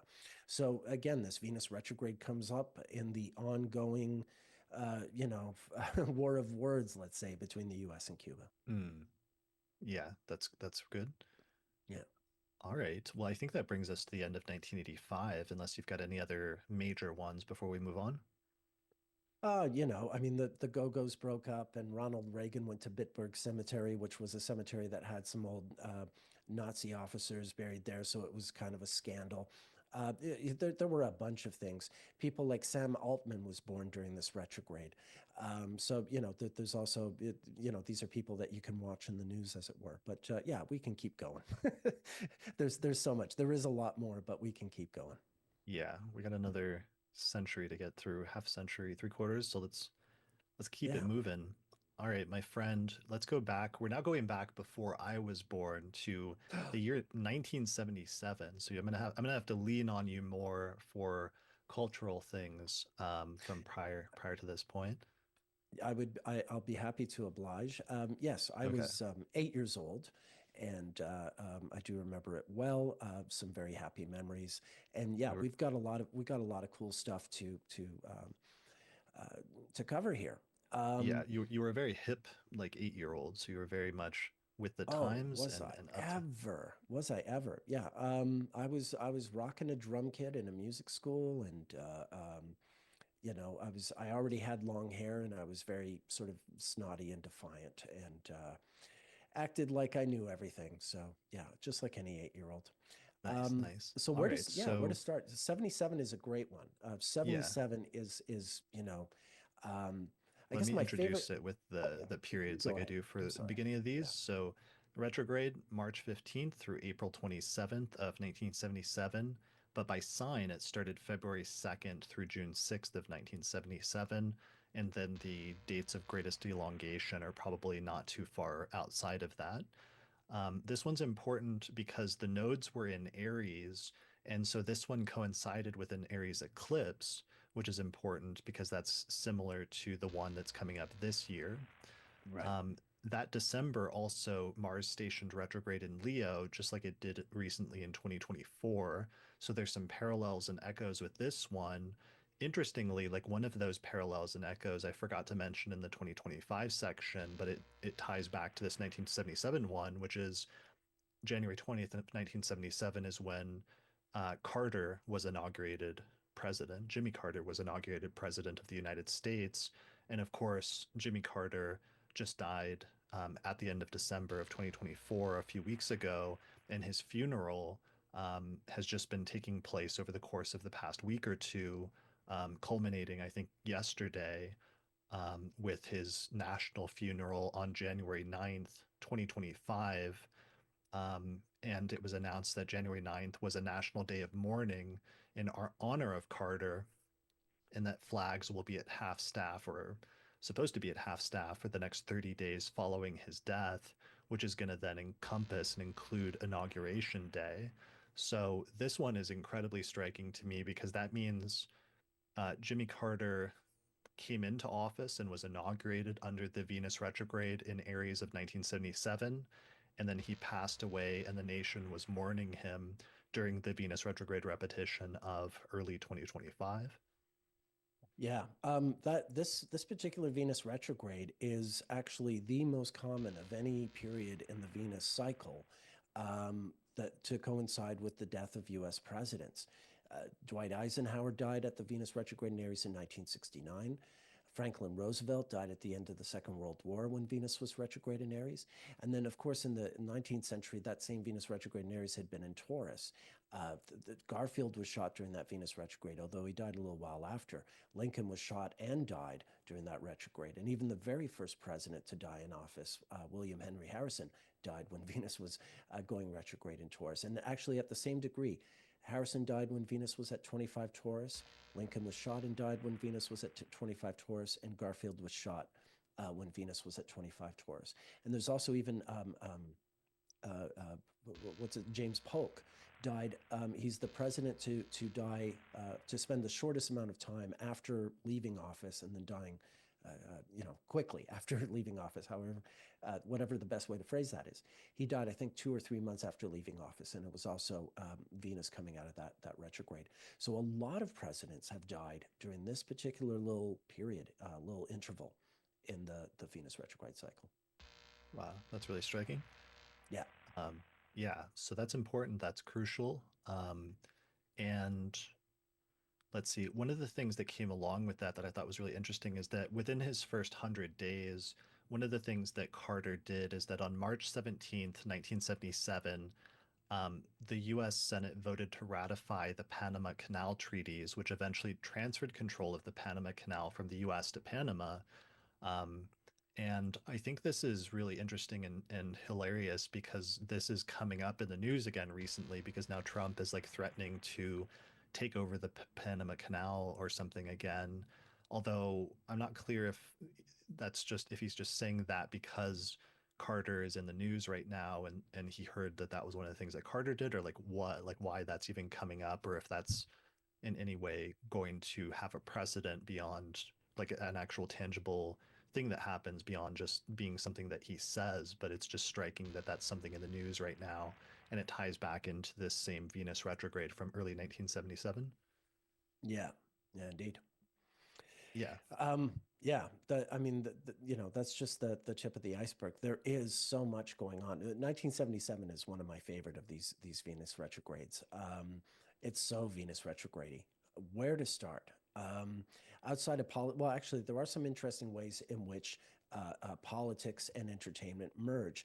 We already discussed the fact that Justin Trudeau's father and mother were breaking up, and that his mother ran off with the Rolling Stones, as another member of the Rolling Stones was being arrested for drug possession. So there was all that going on in Canada, but over in England.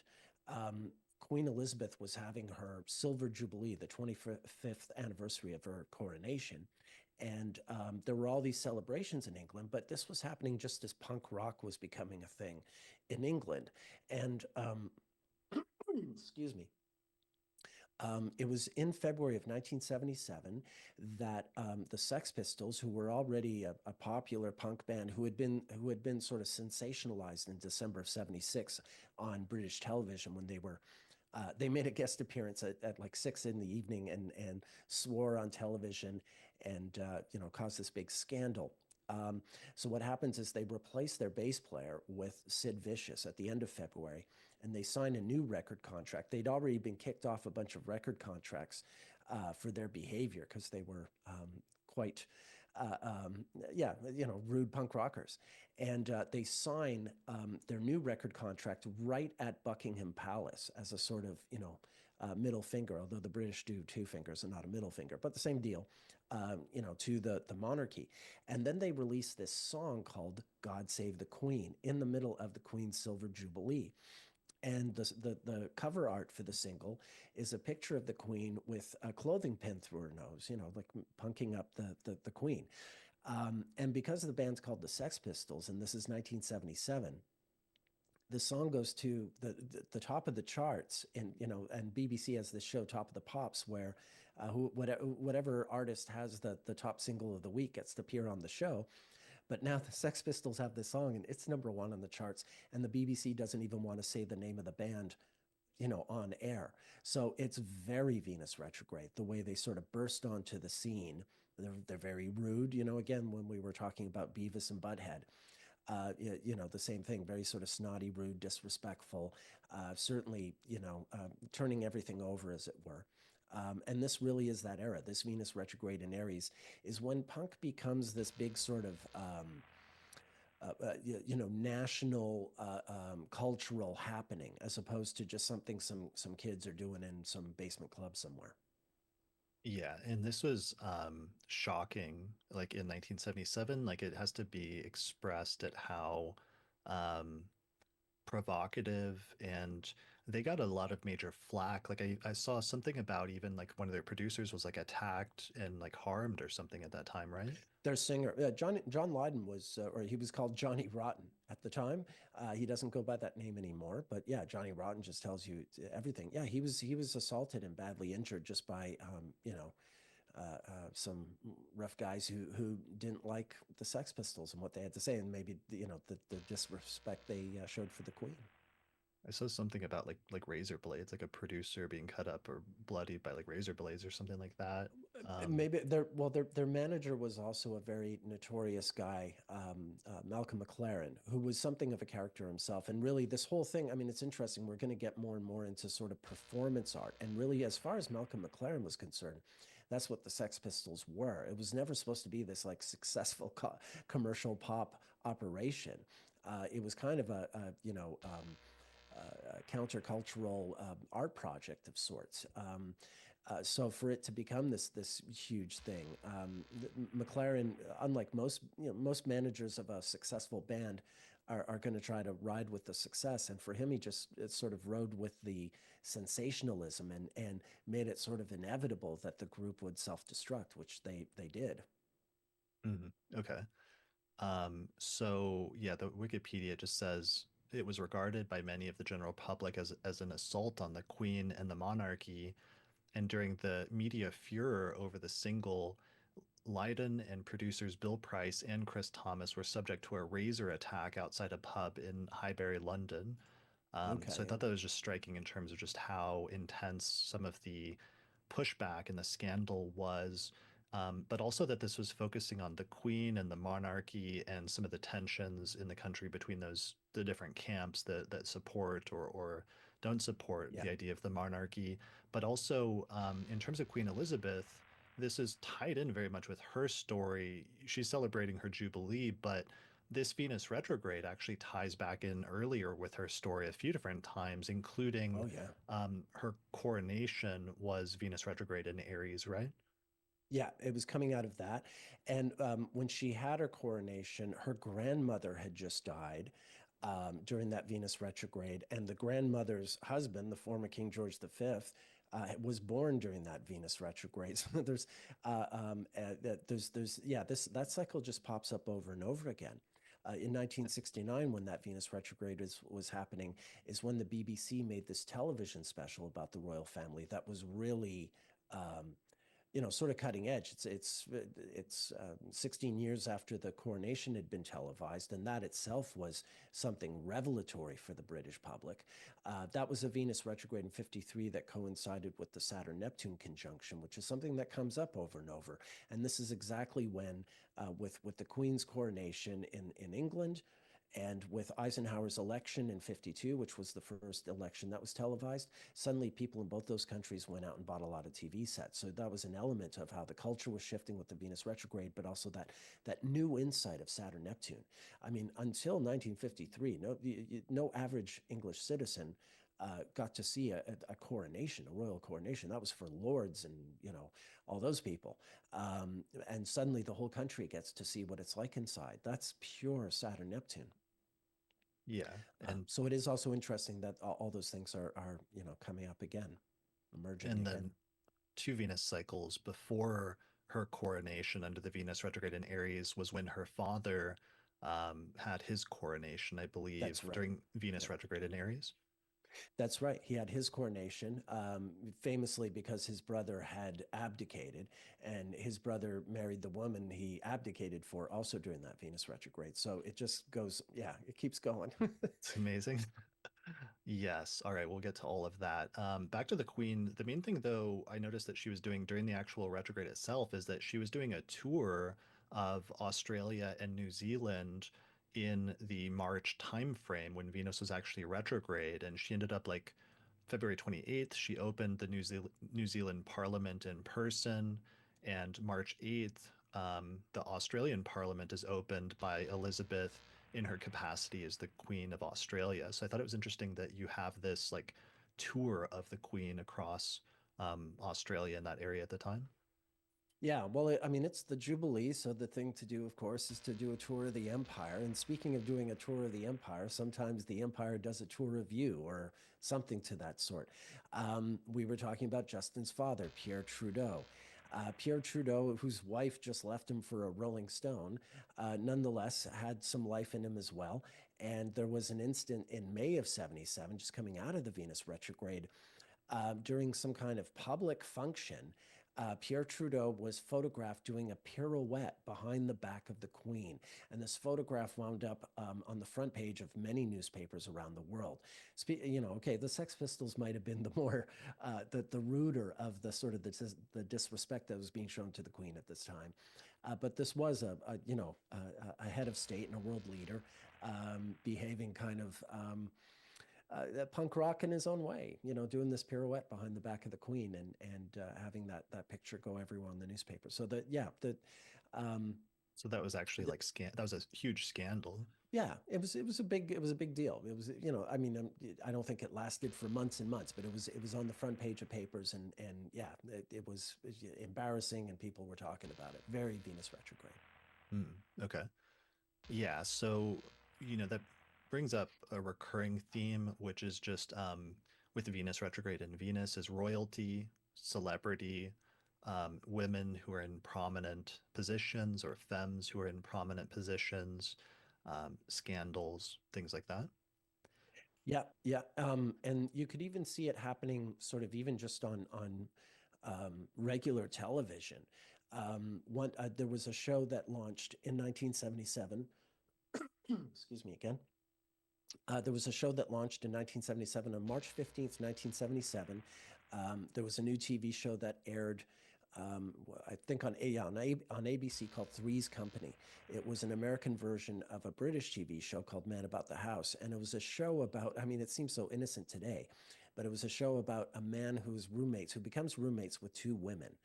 And, the shenanigans that get up to when you have a sort of when you're merging the sexes in a non relationship setting, living under one roof. And the whole premise of the show is that the man has to pretend to the landlord that he's gay in order to justify him living with the two women. So there's this whole comic premise of, yeah, men and women living together out of wedlock, a straight man pretending to be gay, et cetera, et cetera. And this was for the Moors of the time. Yeah, it's sort of the kind of thing that wouldn't have been on television up until 1977. This idea of men and women living together out of wedlock. During the same month of March of 77, I mentioned Charlie's Angels earlier. And it's funny, this sort of also anticipates what's going to happen to Three's Company down the road. In March of 1977, Farrah Fawcett Majors leaves Charlie's Angels. Charlie's Angels was this huge TV show. These three glamorous, gorgeous women who are solving crimes and mysteries and karate chopping the bad guys and flying helicopters and stuff. It was a very, very popular show. And Farrah Fawcett Majors left the show, and it was, I think she was trying to advance her career, but it more or less sort of sank her. And then, interestingly, Farrah Fawcett would die on June 25th, 2009, the exact same day as Michael Jackson would. So there's even a connection between the two of them in this Venus retrograde period and the one that happens in 2009. So yeah, there were these kinds of things happening, and just in The the biggest world. Oh, the sorry. biggest Go ahead. Yeah. biggest entertainment one that I associate this Venus retrograde with is the release of Star Wars. So the first Yeah. Star Wars movie came out on May 25th, 1977, and I think this is the one that most people would still Naturally. be familiar with. And it's interesting to know that this came out shortly after Venus Station Direct. And what was interesting is that we were talking about this last night and we figured out that they were finalizing the film during the actual retrograde. And you told me that James Earl Jones recorded his Darth Vader dialogue in March of 1977, and that John Williams recorded his famous music score between March That's right. 5th and 16th of 77. That's right. Yeah. James Earl Jones recorded. I mean, it's so funny. I mean, it's such an iconic performance. He spent, I don't know, barely a day's work on March 1st, 1977. Excuse me, on March 1st, 1977, recording all his dialogue for Darth Vader, as people know. Um, it was another actor in the Darth Vader suit, but James Earl Jones provided the voice. So yeah, final little touches like that, the things that really make the movie such a tight production, like the Darth Vader voice or John Williams score being recorded that month. These are all very Venus retrograde sort of touch ups to what was becoming a really perfect movie. That's also funny because he has a Capricorn rising with a Capricorn stellium, so that means Aries is his fourth house. So that means the Venus retrograde was in his fourth house, and he's, the man behind the voice, but he doesn't Right. appear in the film himself, and he's not the actor in the suit. That's a very good point. That's a very, very good point. Very astute. It's also interesting, like for Star Wars to come out during this Venus retrograde, it also has this ongoing relationship to George Lucas in his life. Um, his first marriage was during the Venus retrograde of 1969. And ironically, his second wife was also born during the Venus retrograde in Aries of 1969, although obviously he married her much, much later. And Kathleen Kennedy, the woman who he sort of handed his empire, no pun intended or pun intended, over to. She was born during the Venus retrograde in Aries of 1953 during that period. So certainly the women around him, either by the birth chart or by, the wedding dates, they all sort of fall into this Venus retrograde in Aries as well. Nice, that's brilliant. I have written down that on May 1st, 1977, the first public screening of Star Wars was held at the North Point Theater in San Francisco. And this was just 4 days after Venus Station Direct in Aries. So, just to give you some idea of that. And, one of the things that's funny about this being Venus and Aries is this theme I keep seeing come up in other areas is like things that go fast and like racing and Right. speed and cars and stuff like that, and flight especially keeps coming up over this century. And it's Right. funny because that was such a huge element of Star Wars, and it's part of his element, having Mars in the third house is just like he liked to race cars. And then in Star Wars, like the fast spaceship battles was like a major part of it. Yeah, yeah, absolutely, absolutely. And yeah, Star Wars obviously, is the really big treat is the all the spaceship fights at the end, between the TIE fighters and the Empire ships. A lot of that edited by George Lucas's wife, who of course he married during the Venus retrograde. So she's also a sort of a partner in that speed, if you will, in creating Yeah, it, that her pacing. editing. Yeah. Who won? Was it John Williams that won Academy Award for the score, or she won for editing, right? The first one? Yeah. Yeah, she shared it. The film was edited by three editors, but I Okay. believe she's the one who did like the fight scenes, if I remember correctly. And so the editing Academy Award was shared by her and her collaborators. And I think John Williams won. I'm not always the best at retaining that information, but if he didn't win, he should have. But I'm pretty sure he did. You can double check that if you want. John Williams won an Oscar for his score for the 1977 film Star Wars, because that's one of the funny things is that George Lucas never won an Oscar for Star Wars, despite it Right. being such a huge blockbuster.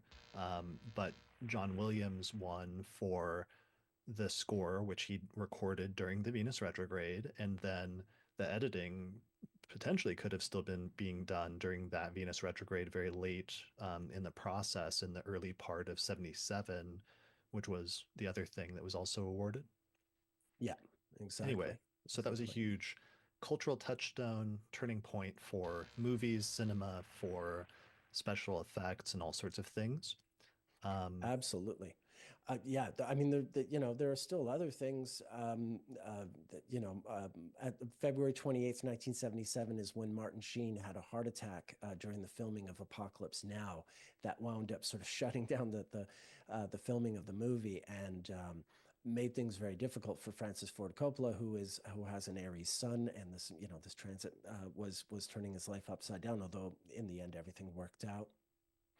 And there was another important one. Oh yeah, One of the most interesting on ones that you wrote, you turned me on to is Studio 54 opening. right, yeah, yeah. Studio 54 opened on April 26, 1977. Classic Venus retrograde place. I mean, my God. Um, you had to line up to get in, and you either had to be really famous or either very good looking or at least very sort of special looking at the very least. So it was a very exclusive place. There are all these famous stories of like a newlywed couple going and the bride gets in and the groom doesn't, and she goes in, and it's total decadence behind there and all kinds of sex and drugs and disco Right. going on behind the doors. So yeah, I very. thought that was interesting that there's a paradox there where on the one hand it was very exclusive and people would be turned away at the door based on things like how they look, which is a very, or not being Yeah. famous enough, which is a very Venus thing. And yet paradoxically it was also a very like free and inclusive space when it came to sexuality, sexual orientation and race. Yeah, yeah. It was a sort of a spark, a very short-lived thing. The club owners, I think, were found for tax evasion or something like that. They spent some time in jail. But then Steve Rubell, one of the co-founders of Studio 54, wound up opening a new club when he got out of jail in the spring of 1985 during the next Venus retrograde. So, you can see it even, ongoing in his life, even after Studio 54. So that indeed is a good one. I think So that for those not familiar with it though, it was just like this huge nightclub in New York when disco became huge, but it became this focal point for celebrities because tons of celebrities would go there and become regulars there, but they would get their pictures taken that would show up in the newspapers like the next day, and it became part of a growing trend towards celebrity culture and eventually like paparazzi type culture in terms of people that were getting photographed going to the club. So that one of the founders, I found a quote where he said, there was a paradigm shift away from reading about crime and sports heroes. People became fascinated with celebrities. It was the beginning of the age of celebrity. We were there at the right time, and we wrote it all for what it's worth.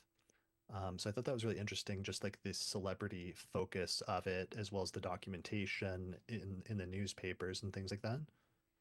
yeah, yeah, it was a very, very notorious place.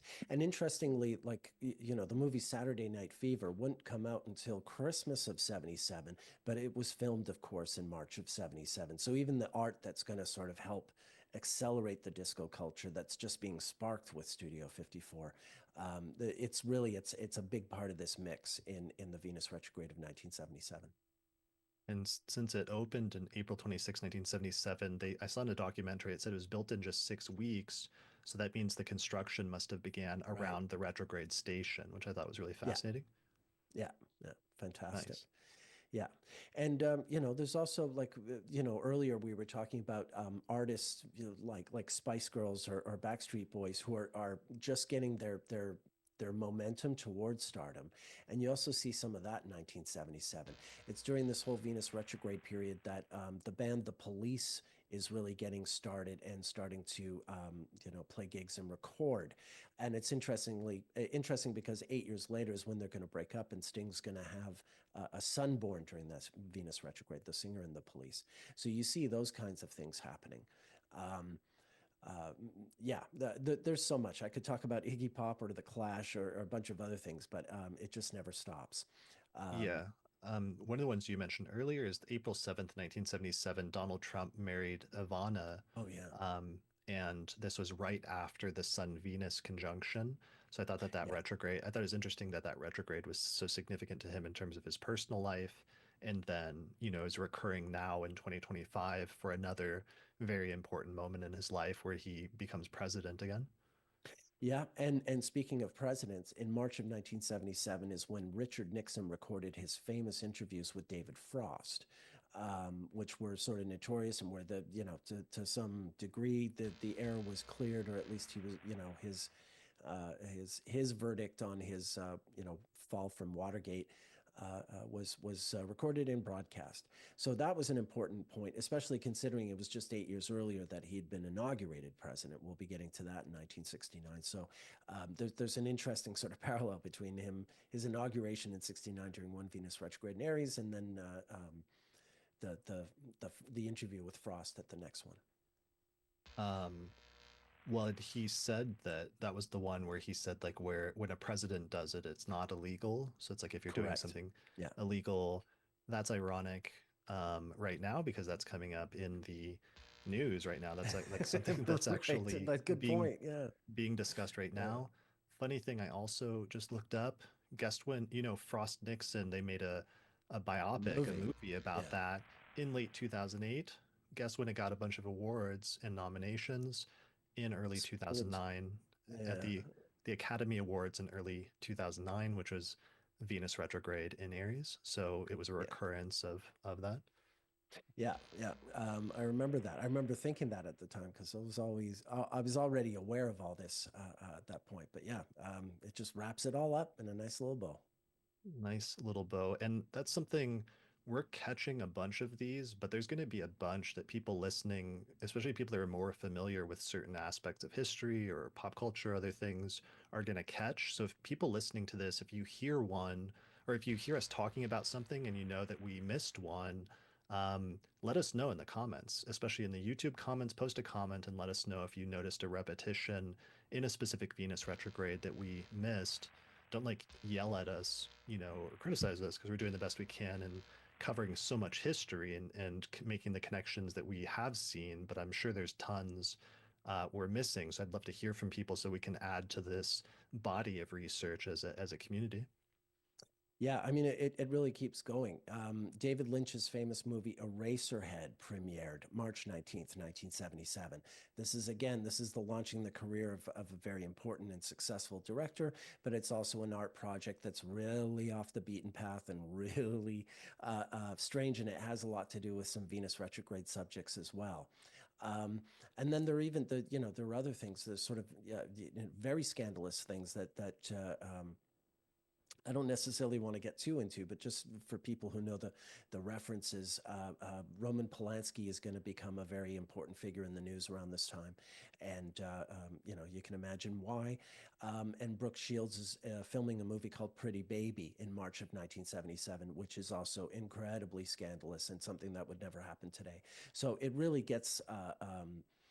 It goes really into the weeds, this Venus retrograde. Some of the most extreme elements of 70s decadence, I suppose, is one way to put it, or certainly 70s liberalism and permissiveness is really sort of reaching this major peak in the spring of '77. Okay. Yeah. Um, I noticed there was a disaster that sometimes comes up. The deadliest accident in aviation history happened on March 27th, 1977, the Tenerife airport Oh disaster, yeah. where there was 583 fatalities. which is pretty crazy. And at first, when I was going through the Venus retrogrades and seeing disasters occasionally, I wasn't writing all of them down because I was having trouble determining which ones to include and which ones stood out. But if there was one that was like a first, then I would note it. And as I went further and further back progressively from the present to previous times, I kept seeing major disasters. Then I started writing them down more, the big ones, because I started realizing that that it was a thing, that there were sometimes major disasters that happened under Venus retrogrades. I mean, it is something you see often enough that, like that storm of the century we saw in 93. It certainly does come up. It often, again, I think it has a lot to do more with the way people respond in these instances. I think that's a big part of the Venus. Maybe part of it is that it's like a heartbreaking tragedy. And that's also part of the Venus angle as well. Mm, sure. Um, all right, other stuff. Um, there's another disaster actually. February 18th, um, there was a farm fire that started on the Chinese New Year when a firecracker ignited wreaths, and it killed 694 people, mostly children, and it remains the deadliest fire in the history of China. So I thought that was a striking one. Also on May 17th, the Likud party wins the national elections in Israel.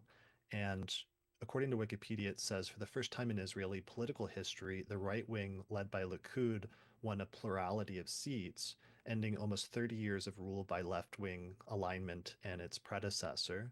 This dramatic shift in Israeli politics caused by the outcome, it led it to become known as the revolution. So this election saw the beginning of a period lasting almost 2 decades where the left and right wing blocs held roughly equivalent numbers of seats in the parliament.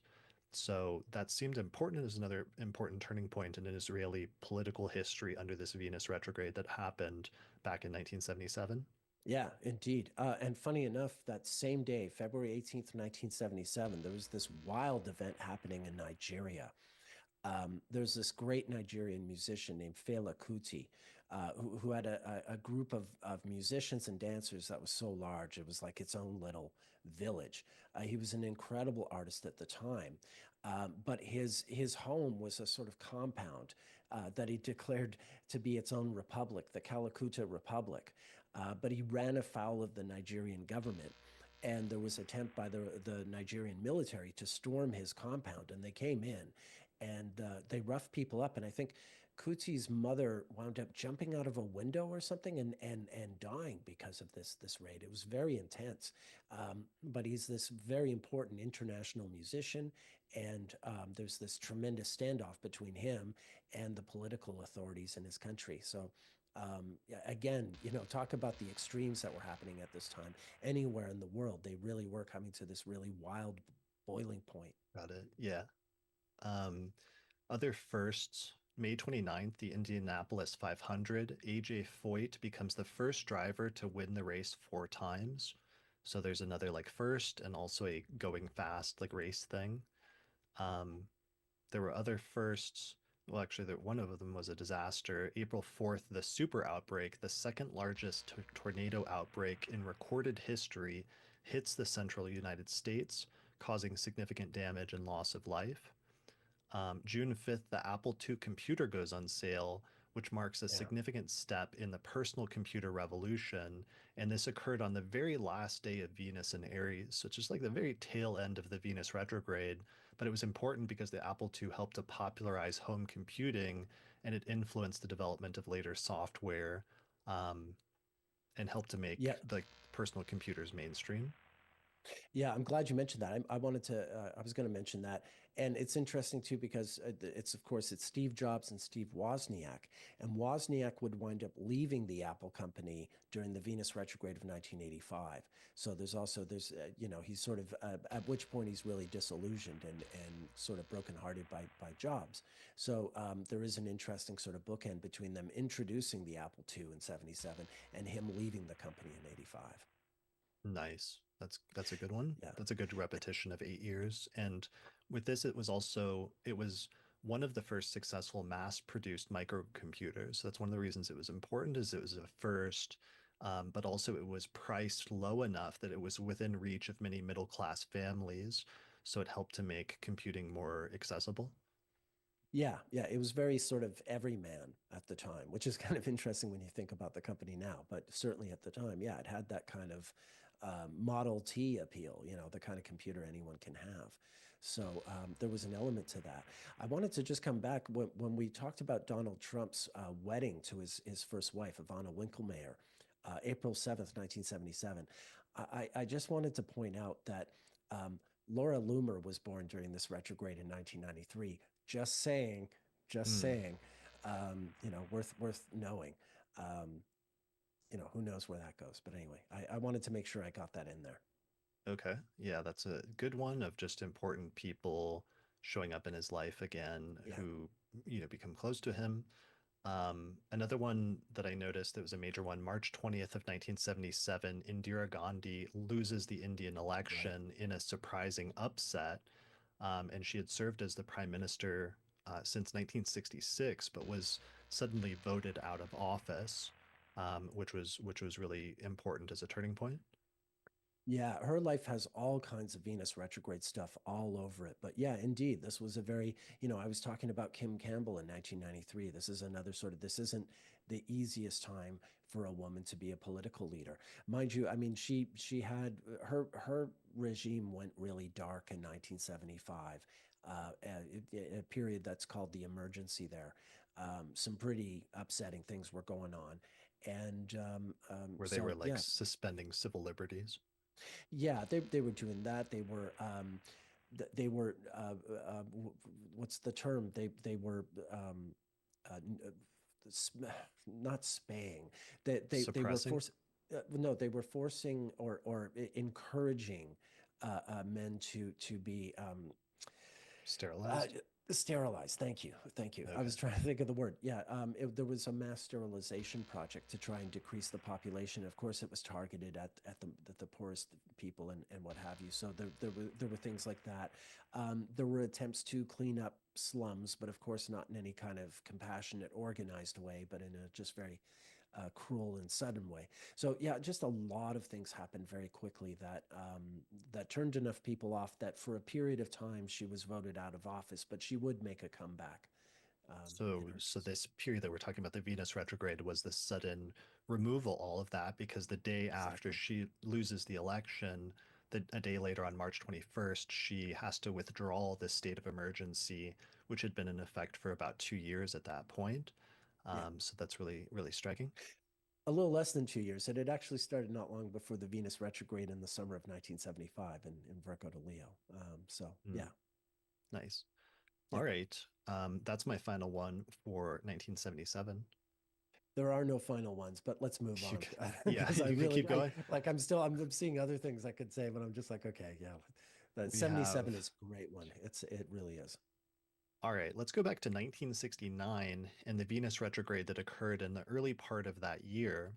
So the retrograde started March 18th and it lasted until April 29th of 1969. But by sign, it started February 2nd and lasted until June 5th when Venus finally departed from Aries. So at the very beginning of this one, um, is politically starting with the presidents. Richard Nixon was inaugurated for the first time on January 20th, 1969. So this is interesting because he had become the vice president under the 1953 Venus retrograde in Aries when Eisenhower became president. So this was an interesting repetition for him in terms of his Venus retrograde story. Yeah, and as we already covered, 8 years from now, he's going to be explaining himself in the David Frost interview. So yeah, it keeps happening, but it's all the more poignant because yeah, he was vice president under Dwight Eisenhower, and as I mentioned earlier, Dwight Eisenhower died during this Venus retrograde. He died on March 28th, 1969. 16 years after his own inauguration, and and of course he had been the general, the U.S. military leader on the European theater in 1945 during the Venus retrograde that saw the end of the European part of the Second World War. So yeah, the three things that Eisenhower's peak as a military leader, his ascension to the presidency, and then his leaving the planet. All these things fall into that same Venus retrograde cycle. And Eisenhower himself was born during a Venus retrograde cycle, the one that used to go from Sagittarius to Scorpio. Okay. Yeah, so that's another good example of like a president dying under this Venus retrograde, like what just happened with Carter. And we have Eisenhower dying during this Venus retrograde in Aries in 1969. Um, Going back to Nixon, Nixon is inaugurated president in 1969, and this is a repetition of Venus because 8 years earlier, of course, in 1961, he loses to Kennedy, and he's having to, as vice president, certify the vote to the guy that he lost to or that he feels like stole the election, even. So this was an interesting comeback for Nixon politically, where it seemed like he was kind of like finished, or he could have been like over in after 1961, but somehow 8 years later, Nixon makes this striking comeback and is inaugurated under this Venus retrograde. Yeah, it gets even Venus retrogradier than that when you consider, yes, he had to hand over the victory to Kennedy in 1961 as that Venus retrograde was happening. But then he ran for governor of California in 1962 during the Venus retrograde in Scorpio. And when he lost that, that's when he gave the famous speech, "You're not going to have Richard Nixon to kick around anymore," which makes his eventual comeback all the more ironic because he literally declared himself, out of the political world forever. Right. So So even that even keep he thought he was done. Oh, in 1962, well, at least he, if he didn't, I don't know why he would say it to, a whole press corps in public with cameras rolling. So, yeah, one presumes that he did, but eventually he changed his mind. So So there's that, but there's also there's this other undercurrent. When Eisenhower became president in 1953, one of the first things that happened was since Eisenhower appointed the Dulles brothers, he had John Foster Dulles as his Secretary of State, and then Allen Dulles was running the CIA. This is when the CIA starts to become the institution that has the greatest reputation, let's say. The MK Ultra is introduced. It's a program whereby they're going to try and test LSD as a weapon, a psychological weapon, and this is created during the Venus retrograde of 1953. In 1961, when Kennedy takes over, I mentioned the Bay of Pigs. The Bay of Pigs invasion was supposed to be an operation that was conducted under a President Nixon, who it was hoped would win the election against Kennedy. So Kennedy winds up getting this, CIA-led operation to fight Castro's Cuba, and he doesn't know much about it. But Nixon knew all about it. It was something that was supposed to happen with him in charge, and that had been developed with Eisenhower in charge. So when Nixon finally becomes president, 69, that Cambodia is bombed secretly, which will emerge later on. But it's always like, I mean, that's one pattern with this Venus retrograde in Aries, because it always follows a presidential inauguration. It happens with every second presidential inauguration. It just so happens that whatever sort of peak shenanigan, if you will, is happening. That's sort of like when it comes to the U.S. government, this Venus retrograde in Aries is some outrageous shenanigan that happens right at the beginning of the administration in the first 100 days. And in some way, you can tag it to virtually everyone who does get inaugurated during this one. right. And this one's also interesting and important because it ties back to last year. Because last year we were noting all of these repetitions that were happening between the 2024 US presidential election and the 1968 presidential election.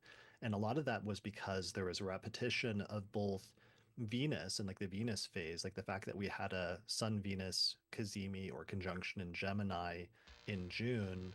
And then Venus was just like tracking and repeating exactly where it was all of 2024 back to where it was in 1968, but there was also the nodes were in the same place and the eclipses were also repeating in Aries, just like they had in 1968. So we had all these parallels.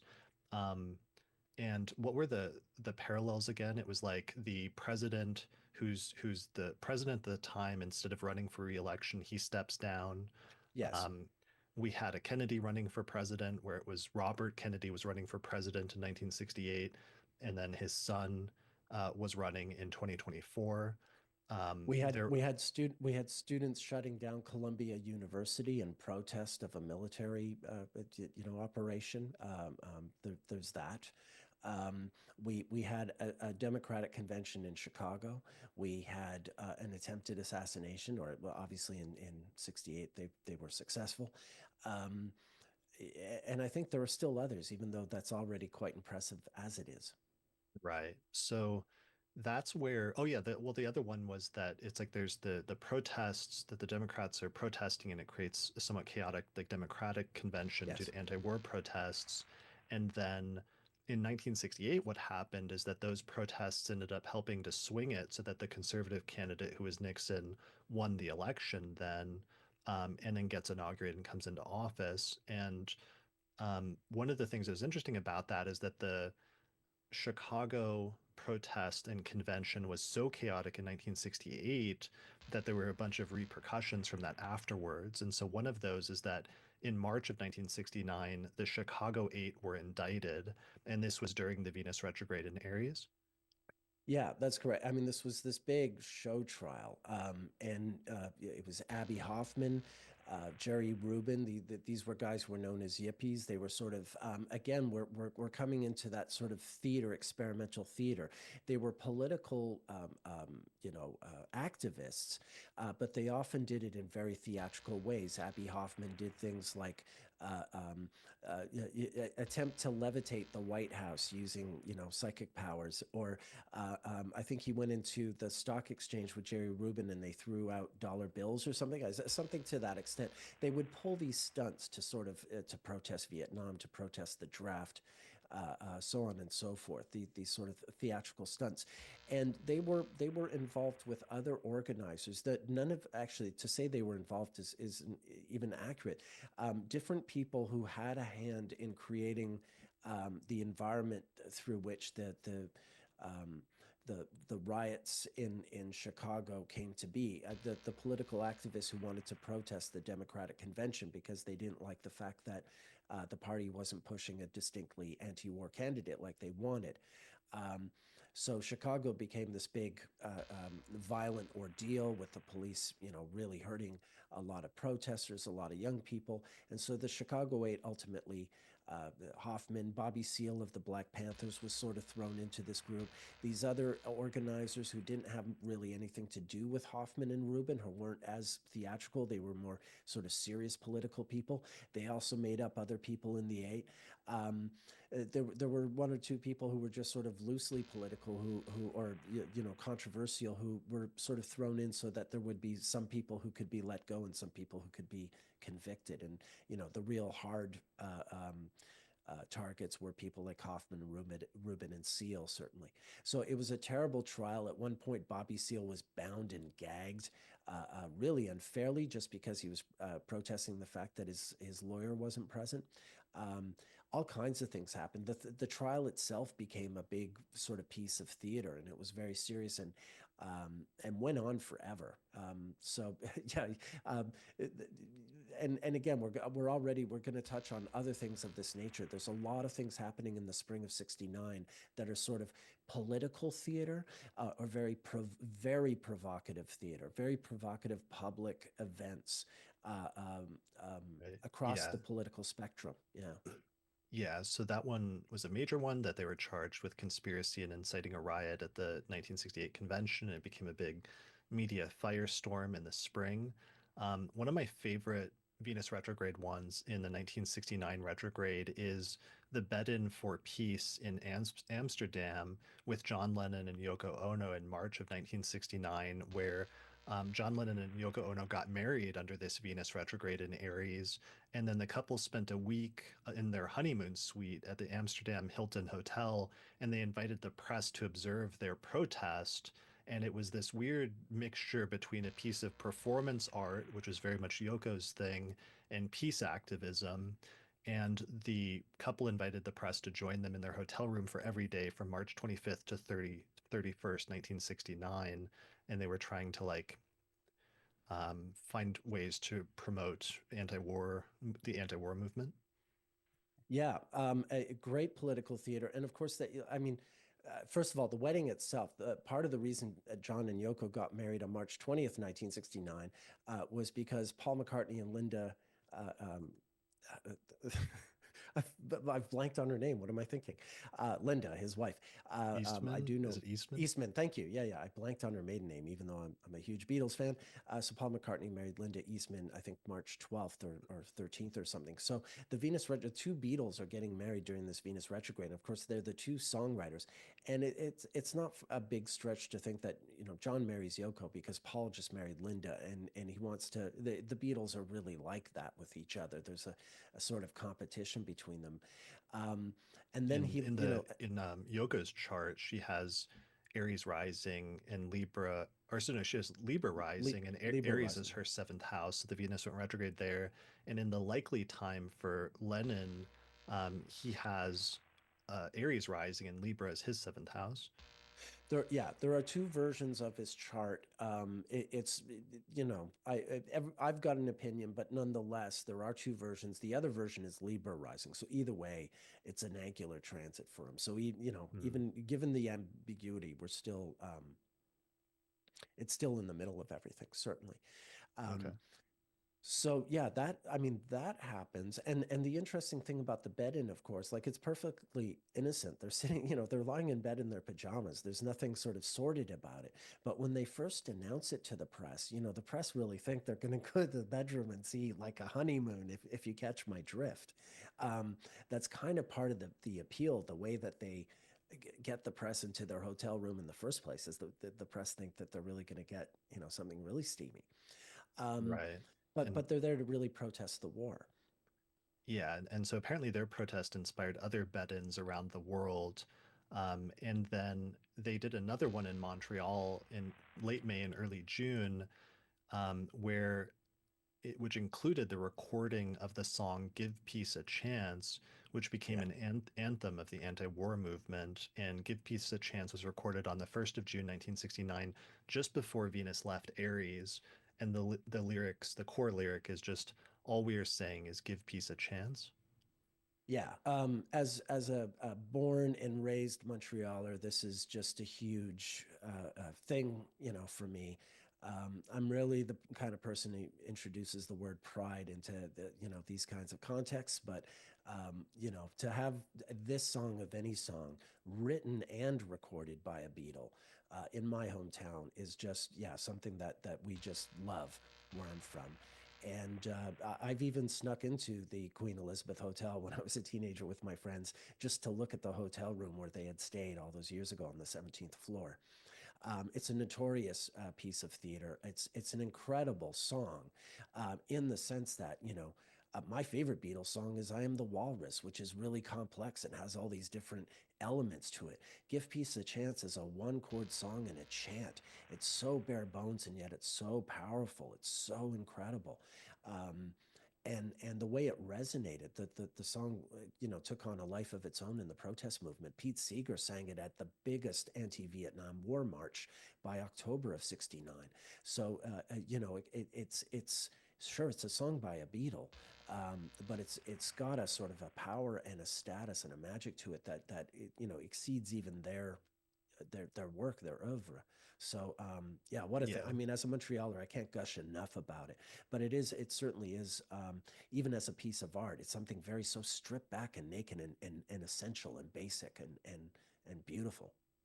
Yeah, I feel like if we had to do like a top 10 list, then this would be probably somewhere in my top 10 of just most striking Venus retrograde examples, just because of the way that it comes out of their marriage, like the marriage between John and Yoko, and the complexities surrounding that, and then her background with performance art, and then them doing this, peace stuff with the bed-ins, and that trying to be like another expression of like the sit-in protests, And then finally, the song itself, Give Peace a Chance, is like an expression of Venus retrograde in Aries.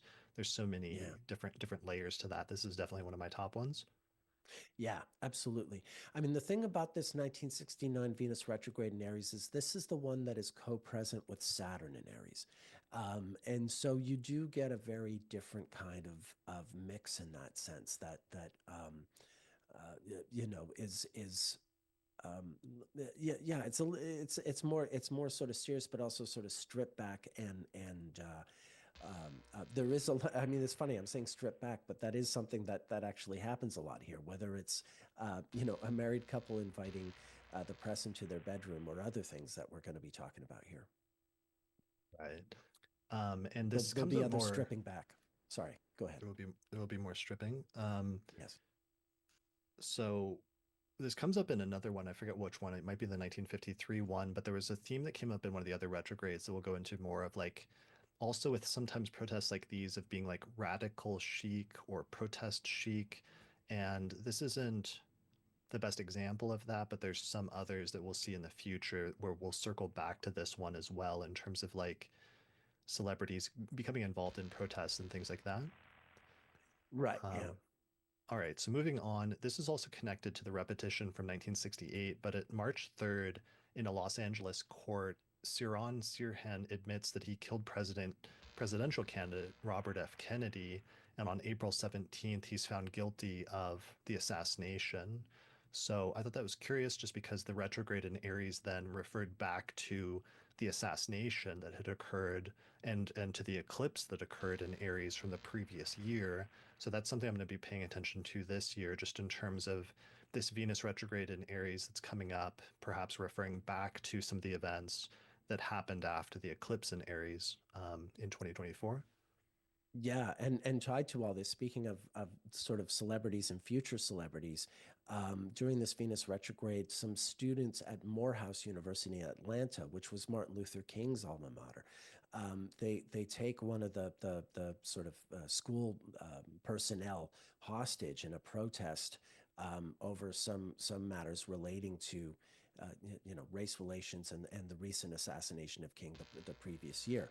And one of the students in this action where they take this hostage is none other than Samuel L. Jackson, the actor, as a young student and as part of this militant action where they take a hostage in a protest.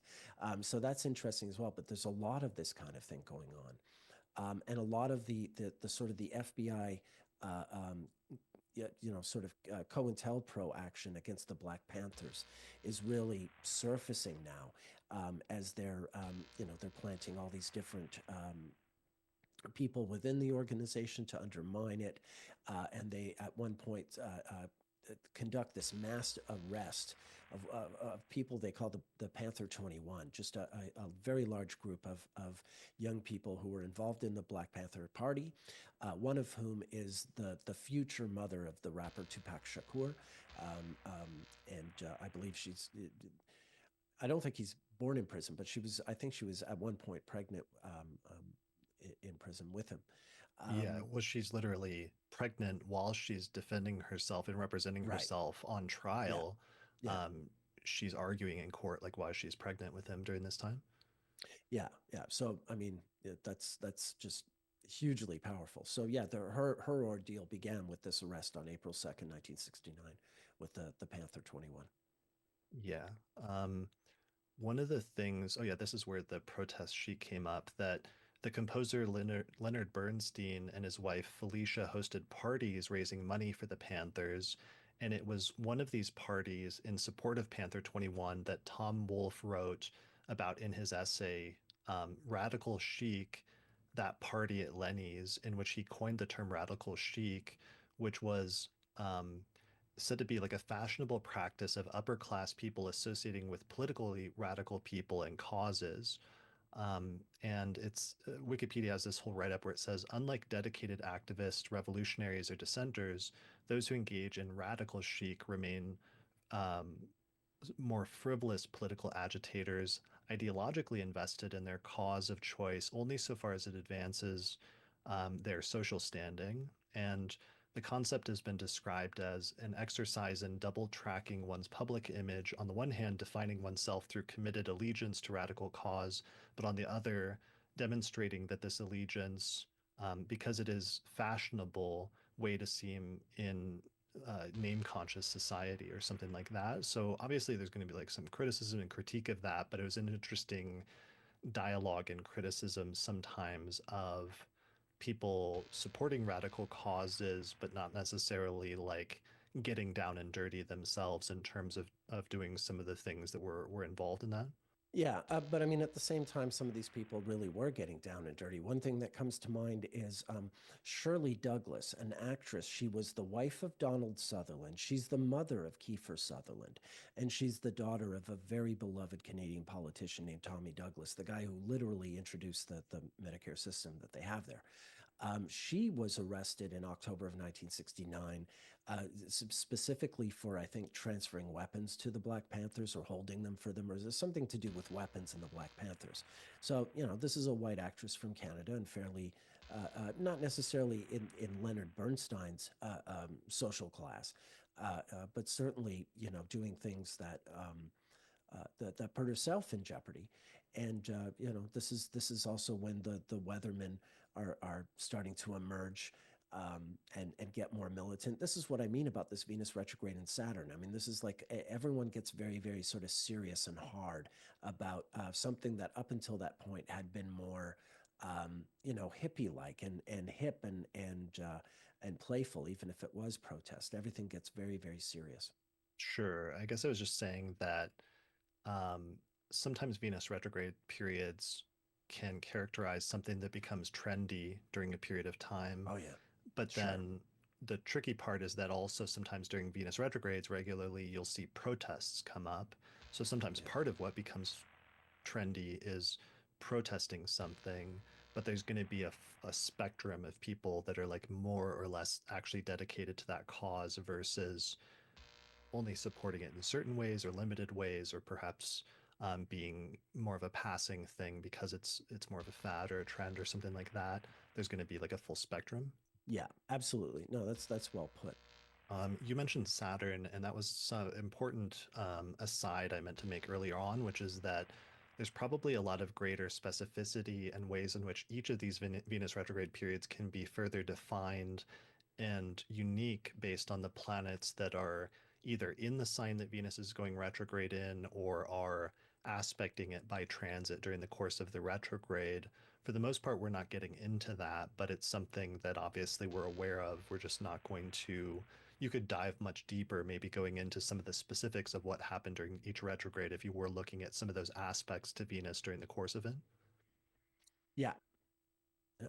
as well as like overlapping alignments, which you've mentioned in passing a few times, like the Saturn Neptune conjunction that coincided with one, or other various alignments that are happening at the same time. We're just isolating one alignment and trying to get as clear about it to see if we can see the patterns and the repetitions in it as we can. Yeah, I mean, these both these things are true at once, because you are getting this regular Venus rhythm, if you will. There is something consistent and related between each 8-year return. At the same time, indeed, everyone contains its own variant, something that's unique to that particular period that isn't present in all the other returns. Like, for instance, the Saturn being also in Aries in 1969. Right. Yeah. All right. So let's hit some other ones. I got a bunch for this one. March Oh, so do 17th. I. March 17th, Golda Meir becomes the first female prime minister of Israel. Again, I thought that was a very important political turning point in Israel. We keep seeing with this Venus retrograde, and I'm mentioning that just because I'm anticipating this upcoming one being important as well. There were a number of other firsts that occurred under this Venus retrograde. One of them, for example, was April 4th, Denton Cooley implants the first temporary artificial heart, which I thought was striking. April 22nd, English sailor Robin Knox Johnson becomes the first person to sail around the world solo without stopping. More depressing first, May 15th, an American teenager known as Robert R. dies in St. Louis, Missouri, United States, of a baffling medical condition. And later on in 1984, it will be identified as the earliest confirmed case of HIV/AIDS in North America. So that's a really striking and important Venus retrograde one. Mm. Yeah, yeah, big time. Um, let's see, other things. May 16th, the Venera program, the Soviet space probe Venera 5 lands on Venus. And um, this is really important because it gathered data and helped engineers to design future Venus missions, ultimately leading to the first successful landing on Venus with Venera 7 in 1970, shortly after Venus stationed direct in Scorpio. Yeah. Yeah. They always send probes. If they're sending any probe or what have you to Venus, it's always during the retrograde because that's when it's closest to Earth. I've got a whole book about, every single thing they've sent there, and it's always during the retrogrades. It's funny that way. It makes sense. I mean, it doesn't have to travel as far. Yeah, I'm glad you mentioned that because I think that's part of the astronomical significance of why the Venus retrogrades are so important and why Venus becomes so prominent during these periods. It's because Venus is actually closer to the Earth during this time when it's retrograde. Yeah, exactly. So that's why it appears to be going backward, is because it is so close, and why it just appears to stay in the same area for so long. Right. So this is at the what's called the inferior conjunction, which is the retrograde conjunction with the sun. Venus is on the Earth's side of the sun, Yeah, and yeah, it's that the that's closest to that's us. why. Yeah, that's why I like the term interior as opposed to inferior, because it's even more sort of specific and descriptive of that basic fact. It's inside, it's in between us and the sun. Right. Yeah, May 18th, the Apollo program, Apollo 10 is launched, and it's the full rehearsal basically for the moon landing. So think that's actually really important. They stopped 15 kilometers short of actually reaching the lunar surface, but this was basically like a dress rehearsal for Apollo 11 later that year when they actually landed on the moon. And this is another instance I saw of like almost like prototyping or putting the final touches yeah. on preparing something before the full like show time that happens later in the year. Yeah, absolutely. Absolutely. And speaking of which, there's another important start that happens that same week. On May 11th, 1969, in London, there's a meeting at the BBC. An executive there has brought together six different comic writers and performers who are interested in possibly starting a new show.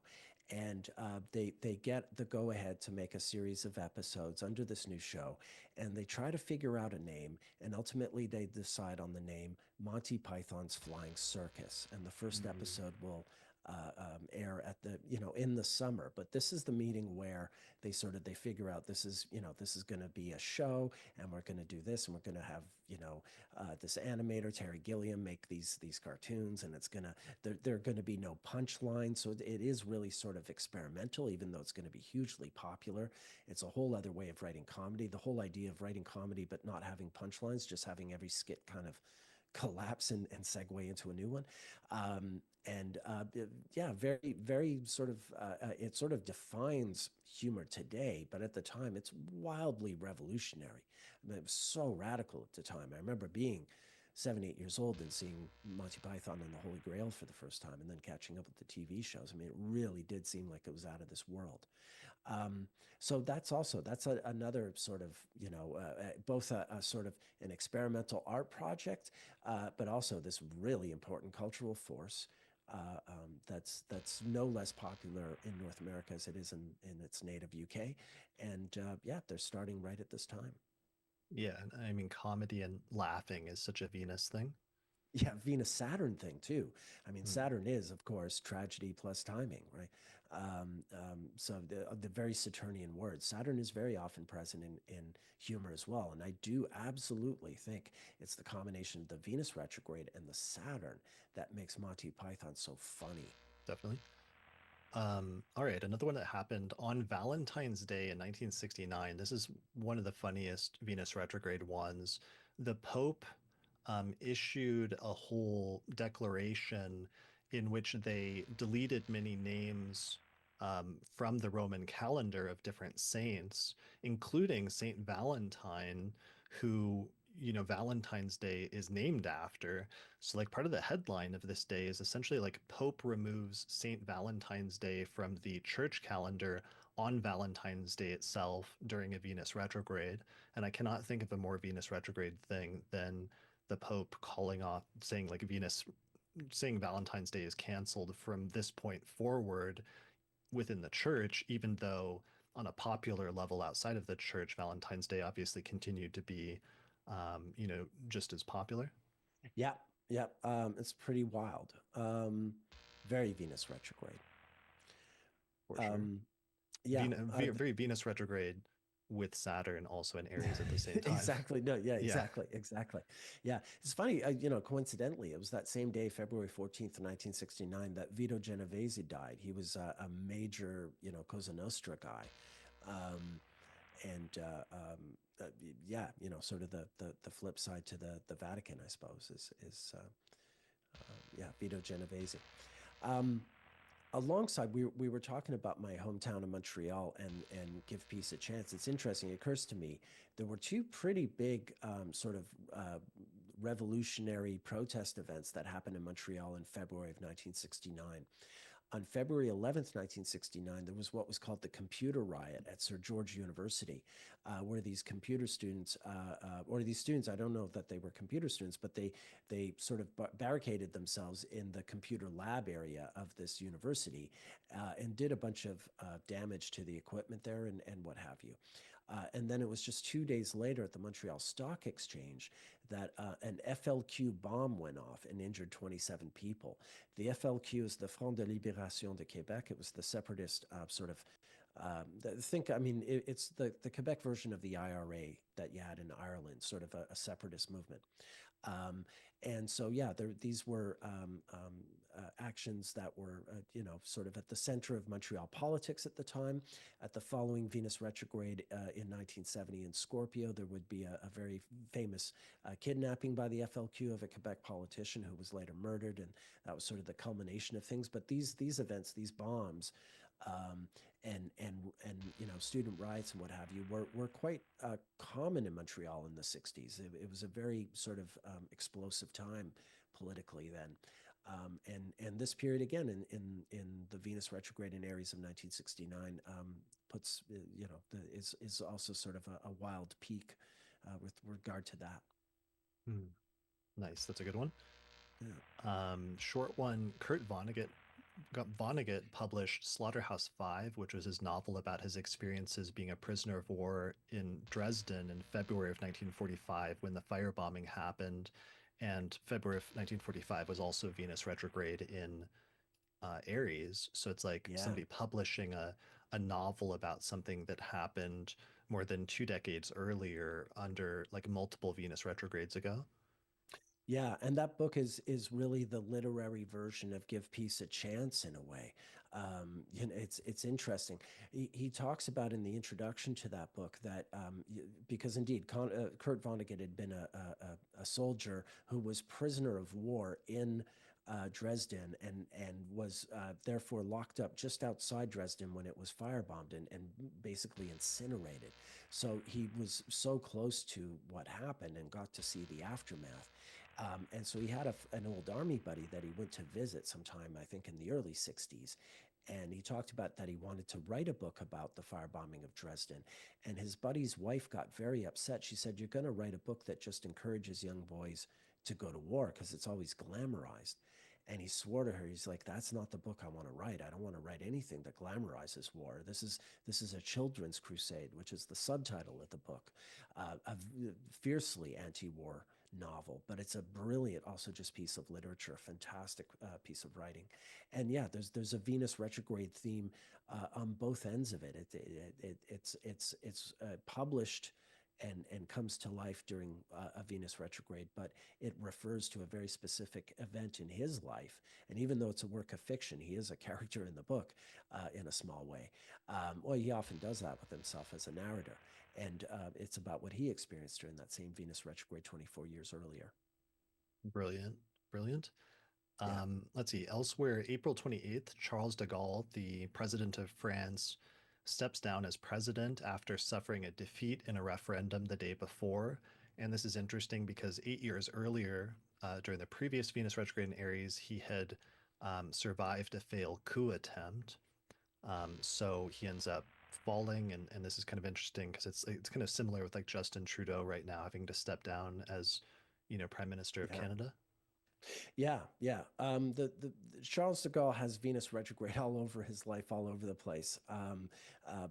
Obviously we won't go into every single one, but indeed he resigns from office during this Venus retrograde, and the previous one in Aries was the one when there was an attempted coup because it was in the middle of the whole civil war with Algeria, who were fighting for independence. And de Gaulle had really been chosen as a political leader because it was expected that he would help France hold on to Algeria, whereas in the end, he ultimately was realistic enough. He was a very sort of sober guy, I suppose. Realized it was impossible for France to hold on to Algeria, and so he engineered its independence, and there was a backlash because of that. And so there was this military coup in 1961 that was attempted against him. It was quite serious and nearly succeeded, conducted by these four high-ranking military leaders who wanted to hold on to Algeria at all costs. So yeah, that there is a resonance between that. And de Gaulle was born during a Venus retrograde, the same one as Eisenhower. Actually, he's an Eisenhower were born fairly close together. Eisenhower is a Libra sun, and de Gaulle was born when the sun was at the last degree of Scorpio. So they're born whatever a month or 5 weeks or whatever apart. And so they're both born with that Venus retrograde that went from Sagittarius to Scorpio. And de Gaulle would die just shy of the age of 80 during that same Venus retrograde in Scorpio. So he would be born and died in the same Venus retrograde interval, the one in Scorpio. So Hmm. that's also interesting that all sort of follows through. And years earlier in 1921, he married his wife during the Venus retrograde that went from Taurus to Aries in those days. So even, going back there in his personal life, that Venus retrograde is really important. So that's like parallel with like Trump, for example, who marries his first Right. wife under Venus retrograde in Aries and then Yeah. later FDR. becomes, Yeah, oh yeah, FDR married Eleanor during the Venus retrograde in Aries. Yeah, right. uh, well, we were speaking about Hitler last time. Of course, just before he took his life, he married Eva Braun during the Venus retrograde That in was Aries. the So a most lot of those. romantic one, right? Oh yeah. What a charmer that one. So yeah, like so many of those World War II people are totally Venus retrograde. Churchill was also born during a Venus retrograde, but he's literally the only one of these leaders who didn't die during one as well. He did die during a Mars retrograde, but all these other guys, De Gaulle, uh, um, uh, The president Eisenhower, FDR, yeah, Eisenhower, FDR, etc. Stalin, of course, right? Mussolini, yeah, they all died during Venus retrogrades. Yeah, so it is something wild there. That's always intrigued me. Yeah, Good times. Yeah, good it's something. times. There's something about. Well, one of the things I'm noticing with Carter right now is there's this huge outpouring of remembrance of the good things of the public support. Like there's an element of that sometimes when sometimes when people die of memorialization and visibility and things like that. Sometimes when a person passes away, and just their prominence as their story like comes to an end at that point. Yeah, yeah. Yeah. All right. So there was two airplane things, which keeps being a recurrence in the 20th century, but one of them was February 9th. The Boeing 747 jumbo jet makes its first commercial flight, revolutionizing air travel. It was the first wide body aircraft ever made, and it began like the jumbo jet era. So this did a bunch of things. One of the things it did is it drastically increased the number of people who could travel by air at once because it could carry over 350 passengers. But that also meant that it would lower costs because more passengers meant lower cost per person, making air travel more affordable and accessible to the middle class, which democratized flying. Um, it also opened up new possibilities for long haul routes and nonstop flights across continents and oceans. It made air travel more spacious and comfortable, including, interestingly, increased amenities, where airlines introduced new in-flight entertainment, better meals, and even lounges on the upper deck that made flying more enjoyable. And the last thing about that is that the Boeing 747 earned the name the Queen of the Skies for its graceful design and dominance of long-haul air travel. So I thought that was a good Venus retrograde, the Queen of the Skies. Yeah, definitely. Similarly, March 2nd, the Concorde, the supersonic jet, made its first test flight, and this is a major technological advancement and a symbol of progress, as well as just one of the keywords of Venus retrograde in Aries seems to be zoom, things that go fast. So that was an interesting one. Other one of your favorites is like a scandal that happened in this Venus retrograde with Jim Morrison. Oh, yeah, but wait, I just want to continue on flights and then we'll get to him. Okay. Another thing relating to flights in this Venus retrograde area is hijackings. 1985, 1969, and 1961 all have very notorious airplane hijackings that occurred during that Venus retrograde in Aries. Um, so yeah, it's interesting. The one in 85 was really notorious, but in 1969 there were some pretty serious ones. And one of the first ones, it kind of became a phenomenon in the 60s, particularly flights to Cuba. And yeah, May 1st, 1961, there's a knife wielding Cuban who hijacks an airliner and forces it to Havana, and that almost becomes like, they didn't have memes in the 1960s, but hijacking a plane and taking it to Havana became a sort of 1960s idea of a meme. It was like a punchline, I suppose, as you'd say, something that kept happening. Mm. And it sort of starts around that time as well. So that's another thing pertaining to flights that I find interesting. I mean, Um, ironically, that was also what was happening in early 2001 was they were putting the final preparations and they were all taking yes, flying classes in order to plan exactly. that what ended up being the largest like terrorist Yeah. attack involving planes in history. Exactly, exactly. So yeah, it comes up a lot. You see it in like I said, 69, 61, 85, and certainly 2001. Yeah, absolutely. So yeah. Hmm. All right. Now, yes, So Jim Morrison. let's do a brief Um, brief version of this one. Well, I mean, this does become a really big ordeal because it sparks all this other stuff. It's part of what sparks the sort of the right wing pushback against decadent, hippie culture, if you will. So what happens is it starts in Los Angeles. There's this group called the Living Theater, and again, it's experimental art. It's this theater group that breaks the fourth wall and speaks to the audience. The people in the actors in the Living Theater will get naked and they'll yell at audience members and say really terrible things to them and be very confrontational. So it's really this very provocative form of experimental theater. And Jim Morrison, the singer in The Doors, goes to at least one of these living theater performances. I think he goes to several, and he's really inspired. Now, Jim Morrison himself is a really amazing performer. At least he has been, but he's also wrestling with alcoholism. And on March 1st, 1969, the same week that he's just attended, I think even the night before, just a few nights before he had been to a living theater performance, the Doors are playing a concert in Miami. And Jim Morrison gets very drunk and he starts berating the audience. Like if you know the context of the living theater, you get that like he's drunk and he's trying to do a living theater thing, but he's also just like a drunken maniac, berating an audience that paid money to see his band. And the recording, you can hear it on YouTube. It was bootlegged. It's not very good sound quality, but you can hear everything he says to them. And, a lot of it is not stuff I would want to repeat here. And then it all culminates with him basically threatening to expose himself, and he may have exposed himself. He also, many sort of the closest witnesses say is that he didn't actually expose himself. What he did do was stick two fingers through his fly and sort of, intimate that he was exposing himself. Whatever the reality of it was, it led to this huge outcry. He was charged and arrested later. I think he surrendered to the FBI technically, but he was charged and indicted. And even at his death, I think there was an appeal. There was still the possibility he would have gone to prison for this. But then furthermore, the whole thing sort of sparked these rallies that were for the rallies for decency, and this marked the ascendancy of this woman Anita Bryant, who actually I think just died this week.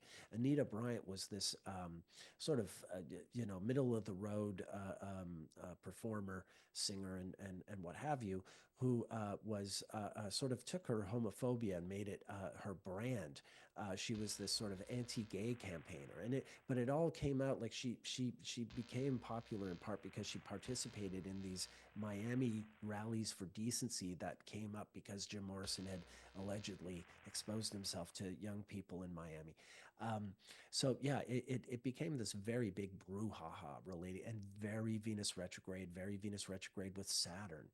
Not just the outrageousness of the act, but also the pushback and how that snowballed in its own way. And again, we're seeing this experimental art that just keeps coming up when we're talking about it. Whether it's the bed-in or the living theater, all these things that are very yeah, not conventional art. Really trying to change the rules of art. It's very Venus retrograde. Right. Provocative, but also like a scandal, like a public scandal involving a celebrity. Yeah, very much, very much. Yeah. That's a good one. That's a good one. Speaking of provocative art, there was a exhibition that occurred at this time that was like a major turning point in terms of art history. Um, Sorry, I'm trying to find my notes on it. I somehow lost track of. There it is.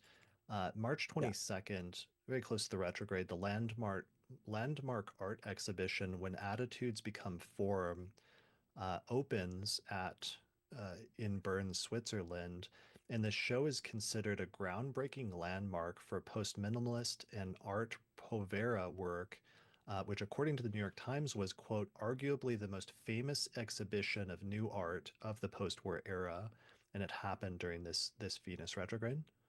yeah, yeah. Starting in March 22nd at the Kunsthalle Bern in Bern, Switzerland.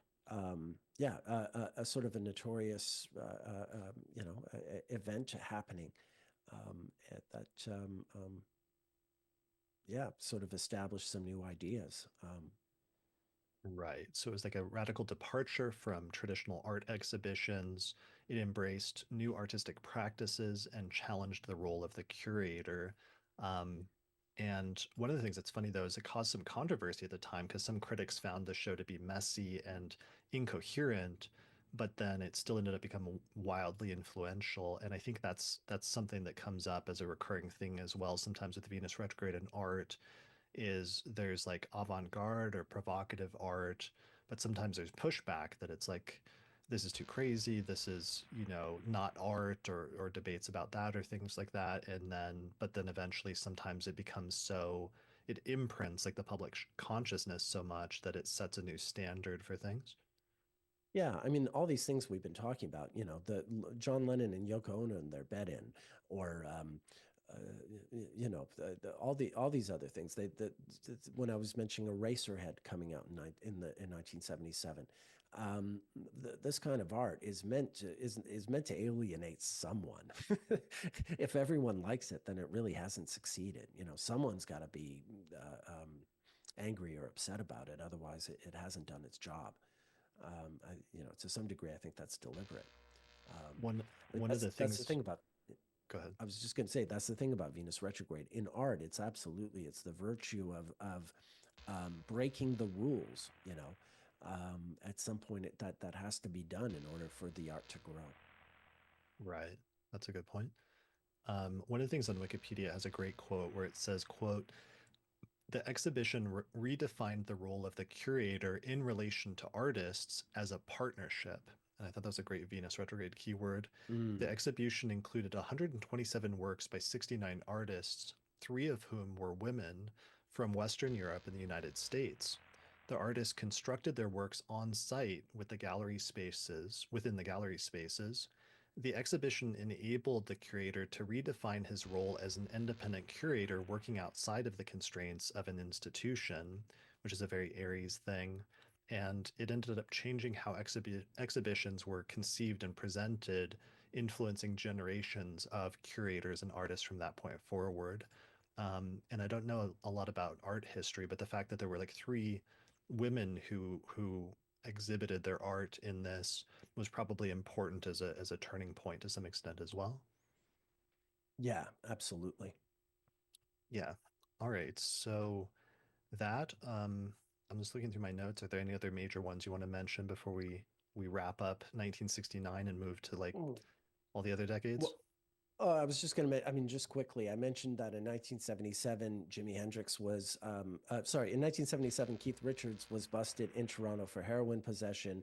In May of 1969, Jimi Hendrix was busted in Toronto for heroin possession. And they were both Sagittarius suns as well. So I guess there's that. Mars was retrograde in Sagittarius in 69, just after the Venus retrograde in Aries. But anyway, yeah, there's yet another rock musician being busted for heroin in Toronto. But that's what you get for going to Toronto Yeah. instead of Montreal. Right, instead of Montreal. Yeah. Um, There was one other first I noticed. Scott Momaday became the first Native American to win the Prize for Literature on May 5th, 1969, for his novel Housemaid of Dawn, which is considered a landmark work in contemporary Native American literature. This is recognized pretty widely as a significant moment for Native American authors. So I thought that was an important first that occurred during this Venus retrograde. And also, there were two major political events that happened. One of them, February 4th in Cairo, Yasser Arafat is elected the leader of the Palestinian Liberation Organization. So Hmm. that ends up becoming important because he ends up rising and becoming a long-standing world leader. And Hmm. then also on January 22nd, there's an attempted assassination of the leader of the Soviet Union, but it ends up failing. Yeah, Leonid Brezhnev, and we're going to see a lot of it. I mean, we've already seen Chernyenko die when he's leader of Russia in 1985, and there's going to be a bunch more. We hinted at Stalin in 53, for instance. Yeah, there was an attempt on Brezhnev in 1969, just before Venus went retrograde, and he survived. He would be in power and die in November of 1982, actually during an exterior or superior conjunction of Sun Venus in Scorpio. But Brezhnev had natal Venus retrograde. He had natal Venus retrograde, I think, in Sagittarius or Scorpio, one of those. Hmm. As do a lot of Soviet leaders. More of them do than don't, actually. Gorbachev is one of the few who doesn't. Chernyenko did as well. So they're all over the place. But Nice. there's another important political event that happens during this time. May 22nd, 1969, the Vienna Convention on the Law of Treaties is adopted. So again, these sort of diplomatic, which is another very sort of Venus word. This is Venus just after the retrograde, so it's station direct. It's a morning star. It's still close to Saturn, and yeah, this is an important convention in terms of how people are treated. Another, United Nations treaty that started in 1949, but this is a sort of a revision and sort of centralizes how treaties are expected to function in diplomacy. Nice. That's a really good one, especially because the United Nations would be formed in 1945 under previous retrograde. Yeah, those first meetings, yeah, yeah, in the spring of 45, just as FDR died, even though it was kind of his brainchild. Yeah. Hmm. All right. I think that's good for 1969. Why don't we take a little break? All right, we're back from break, and now we're going to transition to talking about 1961 and the Venus retrograde in Aries that occurred during that time. So, 1961 is important because this is the first retrograde that was entirely in Aries. Prior to this point, the Venus retrogrades were still starting in Taurus and then retrograding back to Aries, but this is the first one where it starts the retrograde in Aries and it ends the retrograde in Aries. And the dates involved were it stationed retrograde March 20th of 1961, and then it stationed direct on May 2nd. By sign, it was retrograde, or it moved into Aries the first time on February 2nd, and then departed from Aries the final time on June 5th of 1961. So this is 1961. The very first thing at the very top of the list at the beginning of the year is that President John F. Kennedy was inaugurated as president. As we said before, he beat Nixon, and Nixon, as vice president, had to certify the results of the election in Congress, which is a repetition of what just happened with Harris in 2025 and Gore in 2001. Um, let's see. You've talked about the Bay of Pigs fiasco, which is one of the first big things, which was planned to happen under Nixon because the previous administration assumed Nixon would win, and they got this whole plan ready basically to invade and take over Cuba. But then this happened during the Venus retrograde.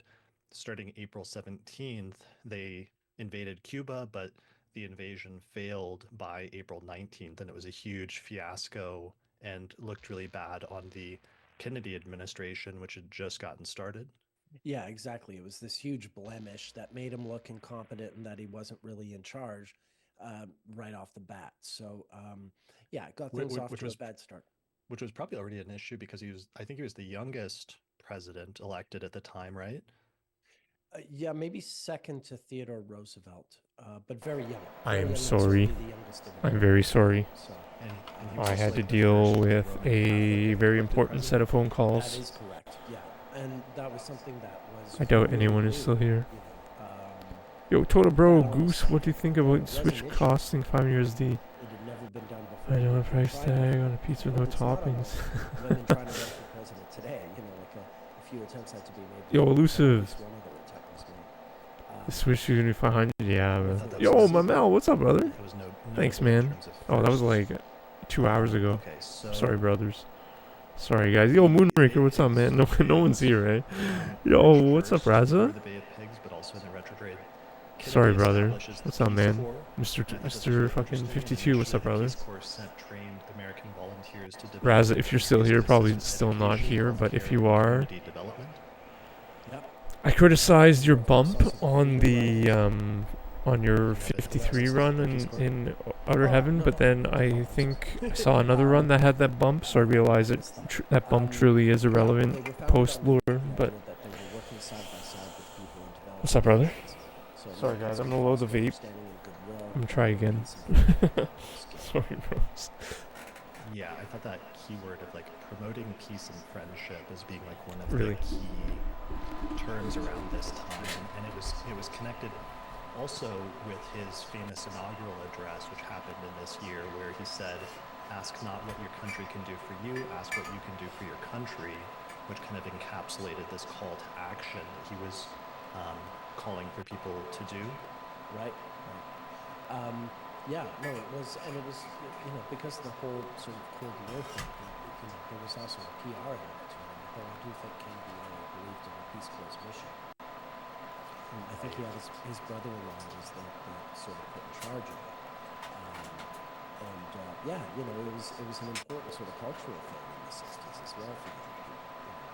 Considering that in a few years' time, the men they would start drafting the men to go off to fight in Vietnam. You contrast that with this, and it's quite the it's kind of how the 60s turned out. Started out very idealistic and peacefully, and ended with cynicism and everyone and the loss of innocence, I suppose. Yeah, I thought that from a like a international standpoint is interesting because it was focused on winning hearts and minds, and it was seen as a form of soft power and a way to win the hearts and minds of people in developing countries and build positive relationships with them. And supposedly it was motivated because Kennedy recognized that military force alone could not solve the world's problems. So this was like presenting a different approach that was focused on development and cooperation. So I thought those are very Venusian themes to come up during this Venus retrograde when Venus is closest to the Earth. Absolutely. So in not as Venusian themes, the Freedom Rider protest was also like a major thing that got started during this Venus retrograde that was very significant. Yeah, it was a movement of anti-segregation activists to integrate all the different Greyhound stations in the South. So they were riding Greyhound buses, and they wanted to defy, of course, the seating segregation laws, and they wanted to challenge the stations, the segregation laws inside every Greyhound station. But this turned ugly. Counter protesters came out and would attack these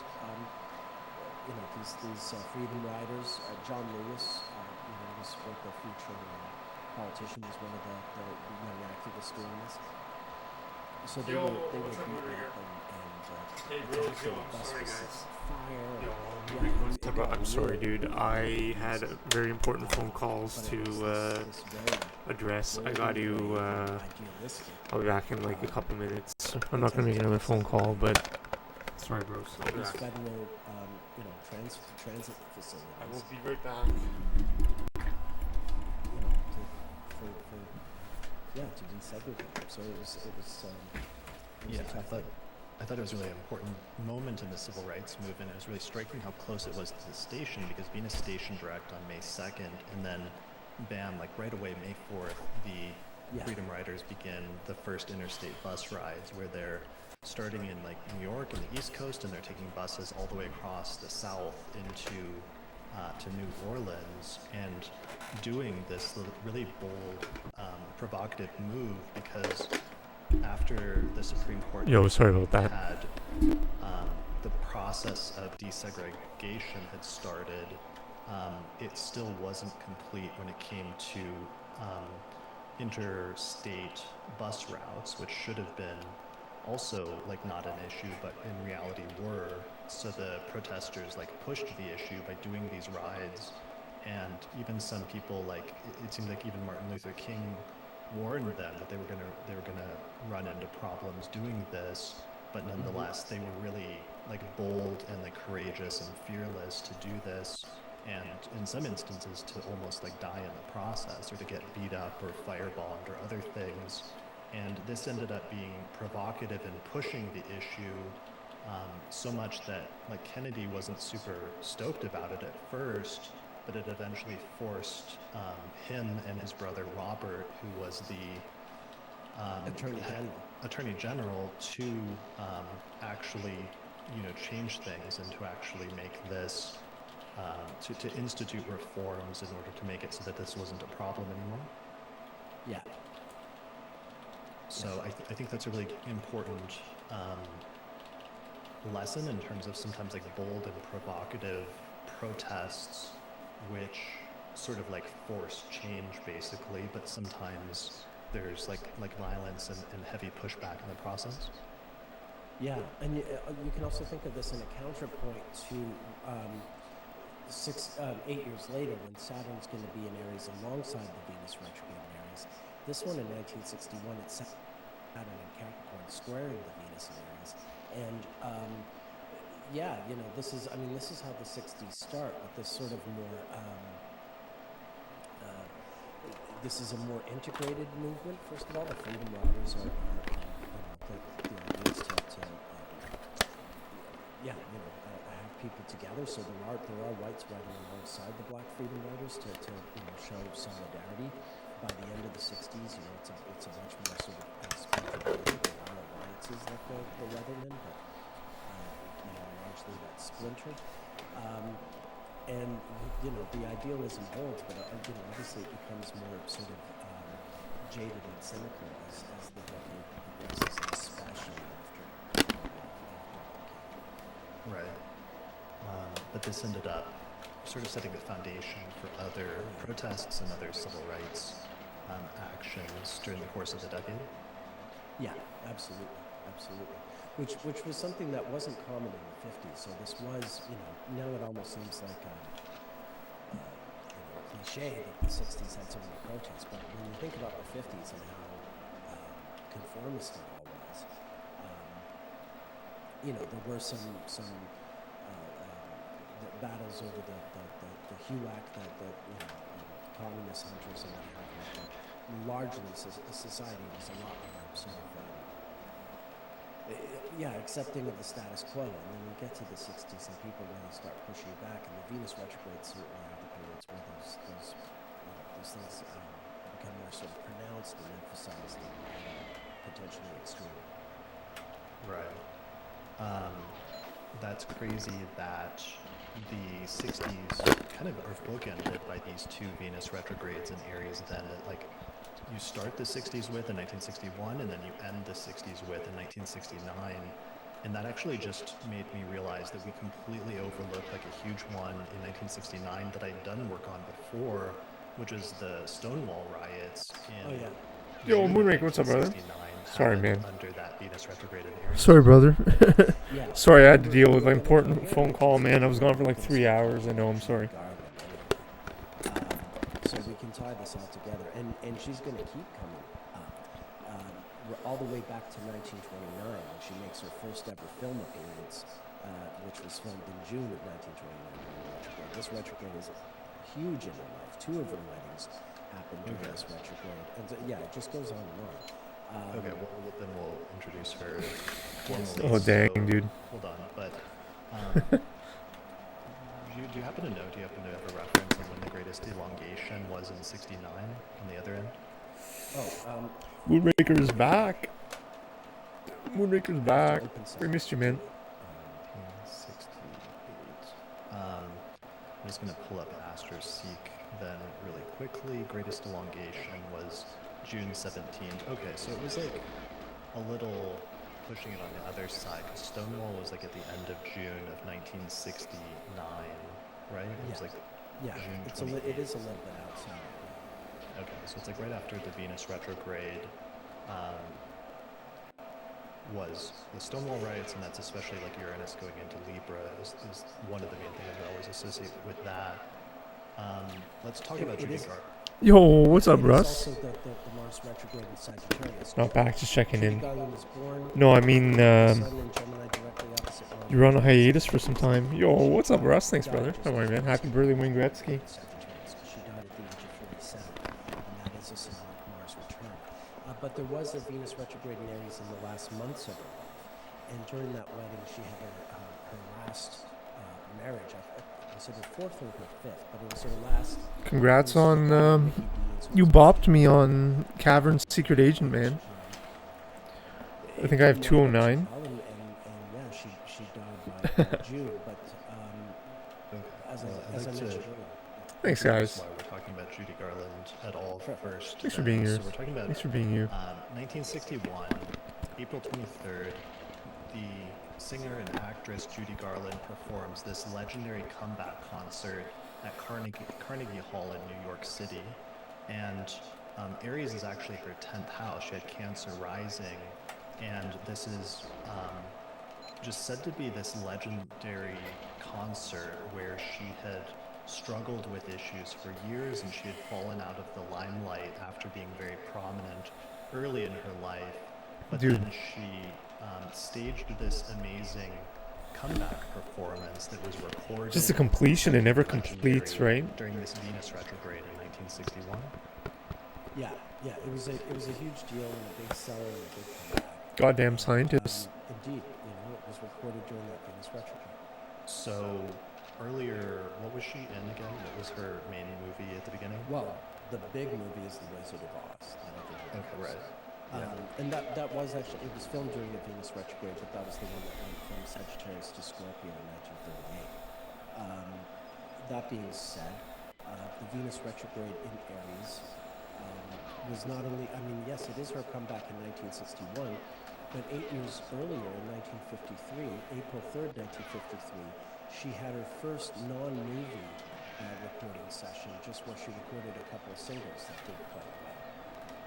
And that was her first session Nice. outside of the movies. Yeah, I hear what you're saying. So that was a comeback. She was coming back to the record market outside of just being a film star in 1953. So that the comeback in 61 is very notorious, and it really was dramatic. But overall, this Venus retrograde in Aries does tend to be a period where she renews herself in some way. Right. Which I think is really important, because it's like she's only 38 years old at this point, but because she had been a child star and she had struggled with issues with like addiction, with career setbacks, and with other health issues, this was her like coming back and delivering this powerhouse performance that showcased her vocal range and showcased like emotional depth and stage presence. And then they ended up recording it, and it was released as Judy at Carnegie Hall as a double album, which ended up being a massive critical and commercial success, and it won 4 Grammy Awards, including Album of the Year, and remains one of the best-selling live albums of all time. So this is a huge deal, and it was recorded. It happened under this Venus retrograde in Aries. Yeah, that's absolutely true. And Nice, man. You know, Nice, buddy. also this year she filmed her role in the movie Judgment at Nuremberg, which came out at the end of 1961, and she was actually nominated for a Best Actress Supporting role in 62 for that film. So even the comeback at Carnegie Hall also sort of reintroduced her film career. Nice, man. Yeah, it looks sick, dude. But quite It looks really nice. Judgment at Nuremberg is a really big movie of the era, and she's alongside Burt Lancaster, Spencer Tracy, Montgomery Clift. You know, they're all in this movie. So it's a pretty big deal. Yeah. And yeah. So it's a comeback. So this becomes like a career highlight of like her entire career. But then during this Venus retrograde, but then 8 years later, she dies in 1969, and that Venus retrograde in the early part of 1969 ends up being like her final months of her life, and she ends up getting married during that time. Yeah, she gets married for the 5th time, like I said, to a young guy, and it doesn't work out very well. This guy Ricky Deans, and yeah, I mean, she's nice, brother. Really that's cool, bro. Glad you're here. And, just so fragile. It doesn't take much else to take her away. But you know, if you go back, like in 1937, during that same Venus retrograde. This is when she started doing movies for MGM and starts doing her first recording sessions for them. And then 8 years before that is when she is first on the scene as a really small kid, when she's just turning 7 years old. So this Venus retrograde in Aries, from the beginning of her career, or at least her film career, to the very end of her life, that Venus retrograde in Aries is always timing something very important. She marries Vincente Minnelli in 1945 and Mickey Deans in 1969. So, sure, she was married 5 times, but 2 of those were during the Venus retrograde in Aries. Okay. Yeah, so it's really, really, really prominent. And then you combine that with the Mars retrograde in Sagittarius, and then it really gets interesting. Right. I think that in terms of this, and in terms of, so this was April 23rd, 1961, and just in terms of her chart, because she had Cancer rising, she has Cancer rising, so this Venus retrograde in Aries was in her 10th whole sign house.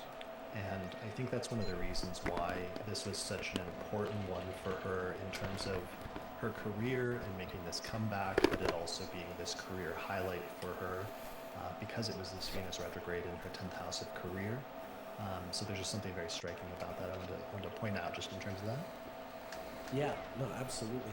I was just going to mention two people who were born during that Venus retrograde in Aries period who had an important impact on her life.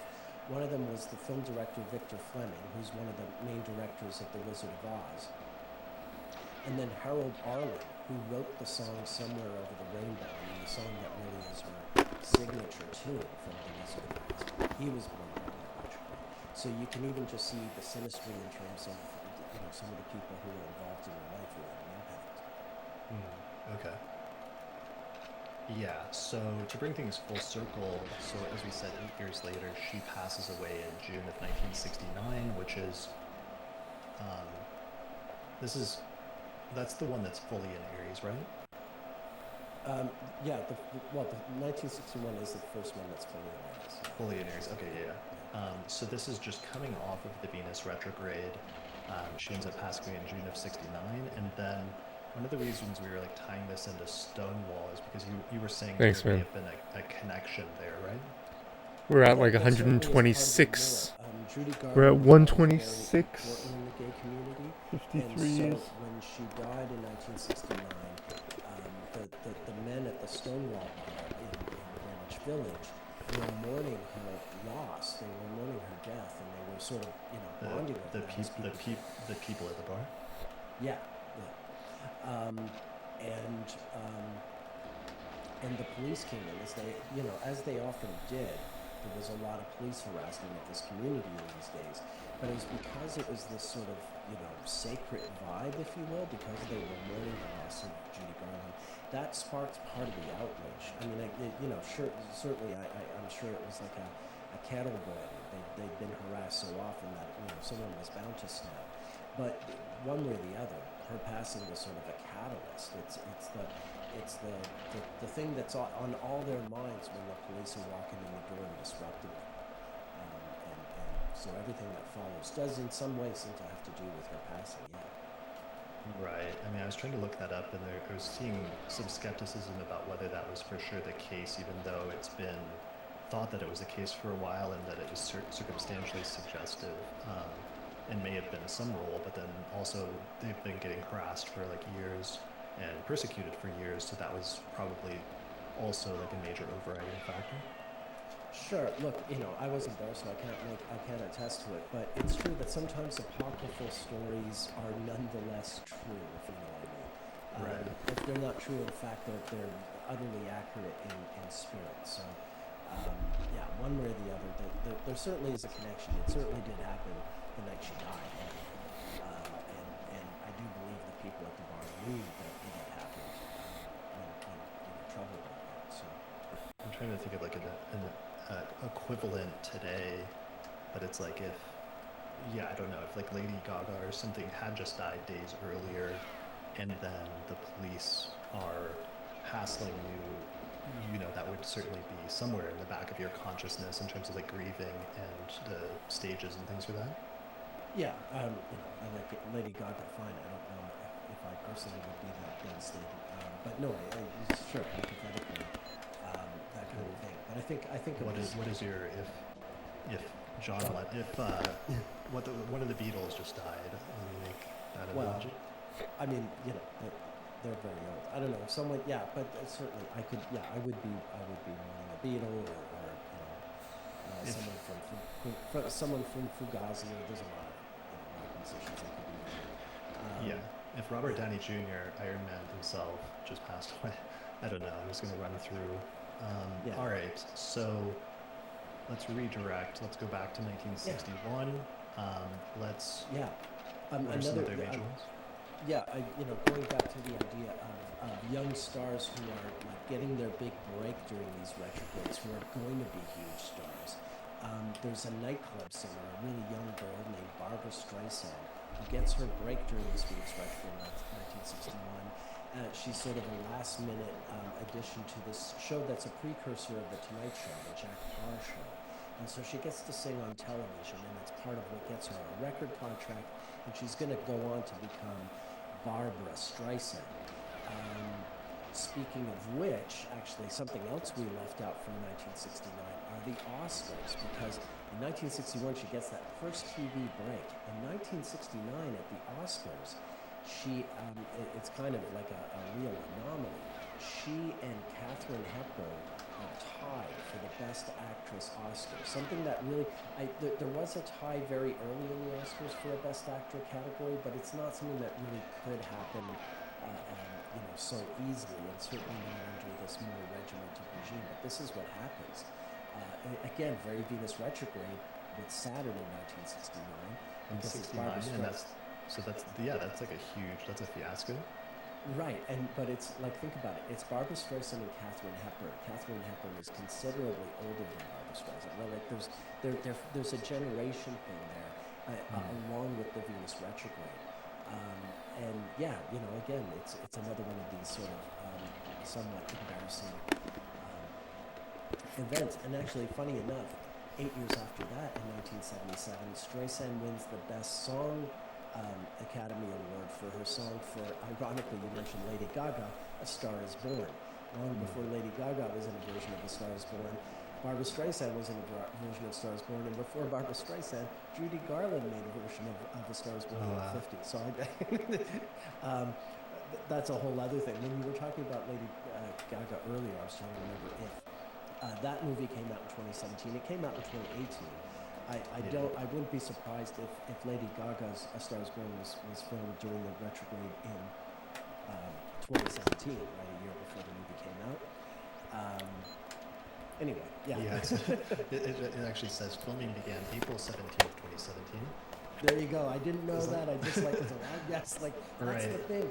You can You can start to, yeah, you know, eventually you just know. It's like what I said about the German woman running, you know, for president in March. It's like, oh yeah, of course that's going to be in it. Like eventually this stuff writes itself and it becomes very obvious.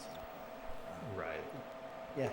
You can start to infer. You can start to infer past events. So I have to read that after 1 sec, brother. But then you can also start to infer future events that are going to happen as well. Exactly. Yeah, it becomes really it becomes a really handy tool that you can use, and always some kind of like shorthand that is very useful in so many different facets of using astrology, mundane and client readings, anything like that. You know, and Moonraker was here for my first one of your most 53 like 2 years ago. That was impressive is you can also use it for rectification.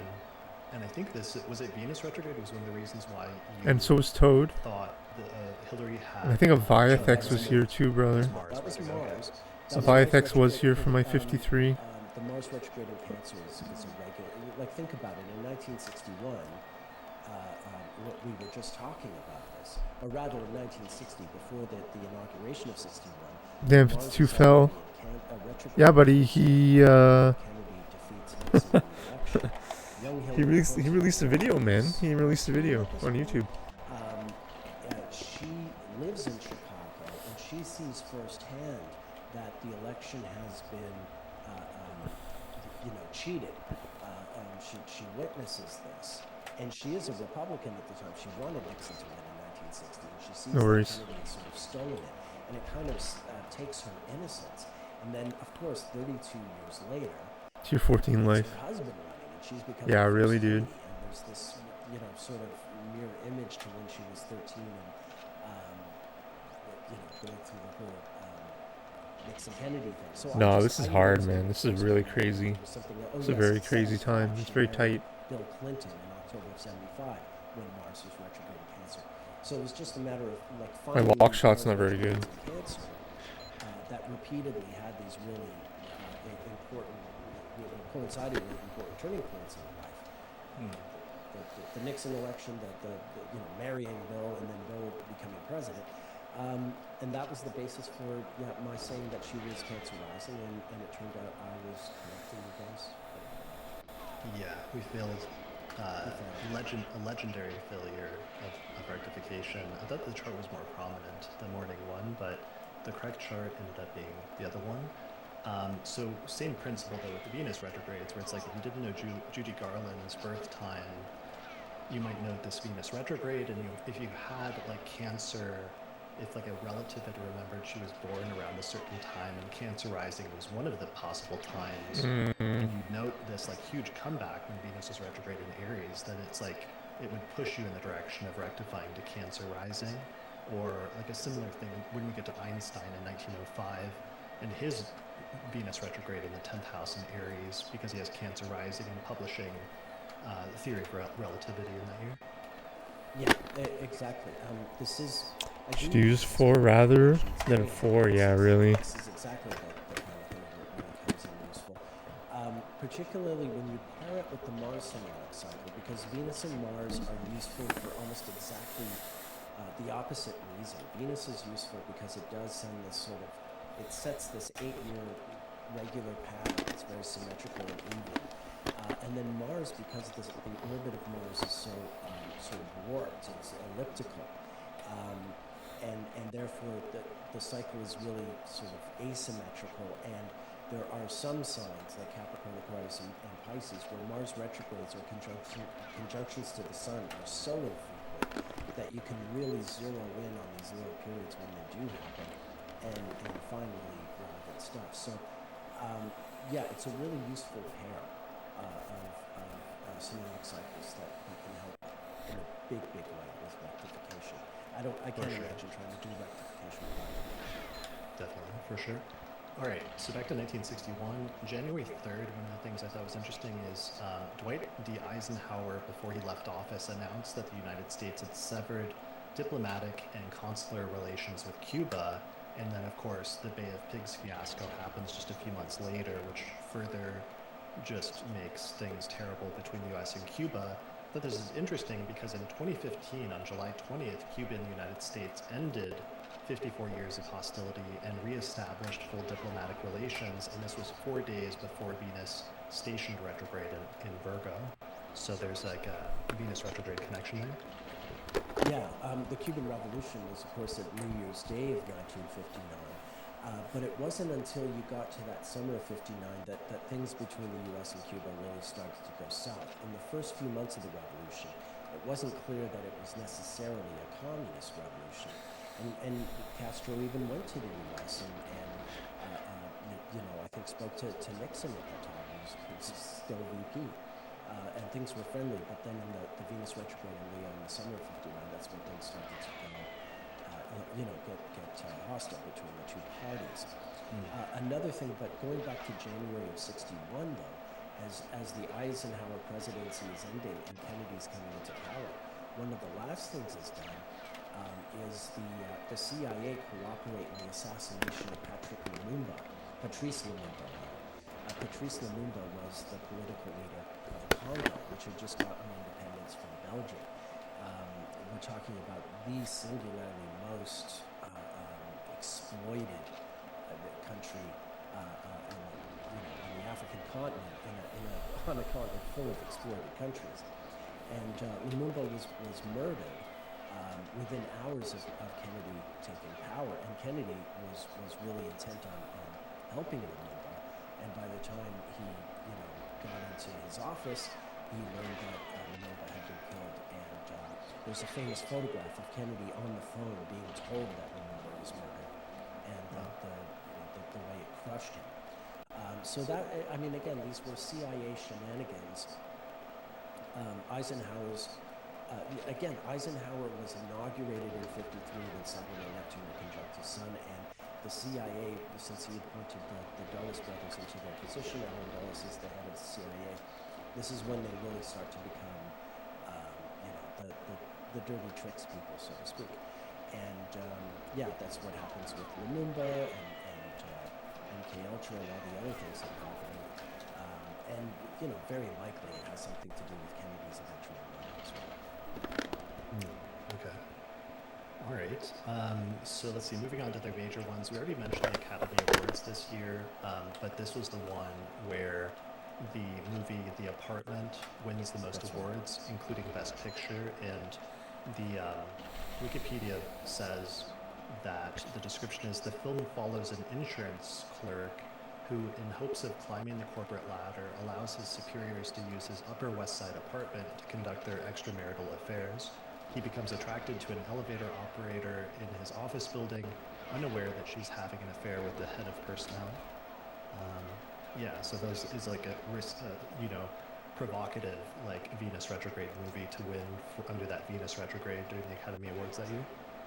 Yeah, exactly. And of course, I already talked about Elizabeth Taylor winning the Oscar for Butterfield 8, where she played a compound, etc. We covered that. And then this year we'll see what ends up winning Best Picture this year during this Venus retrograde. Yeah. Moving on March 11th, big news, Barbie got a boyfriend when the Ken doll is introduced into the United States for the first time, just 8 days before Venus stations retrograde in Aries.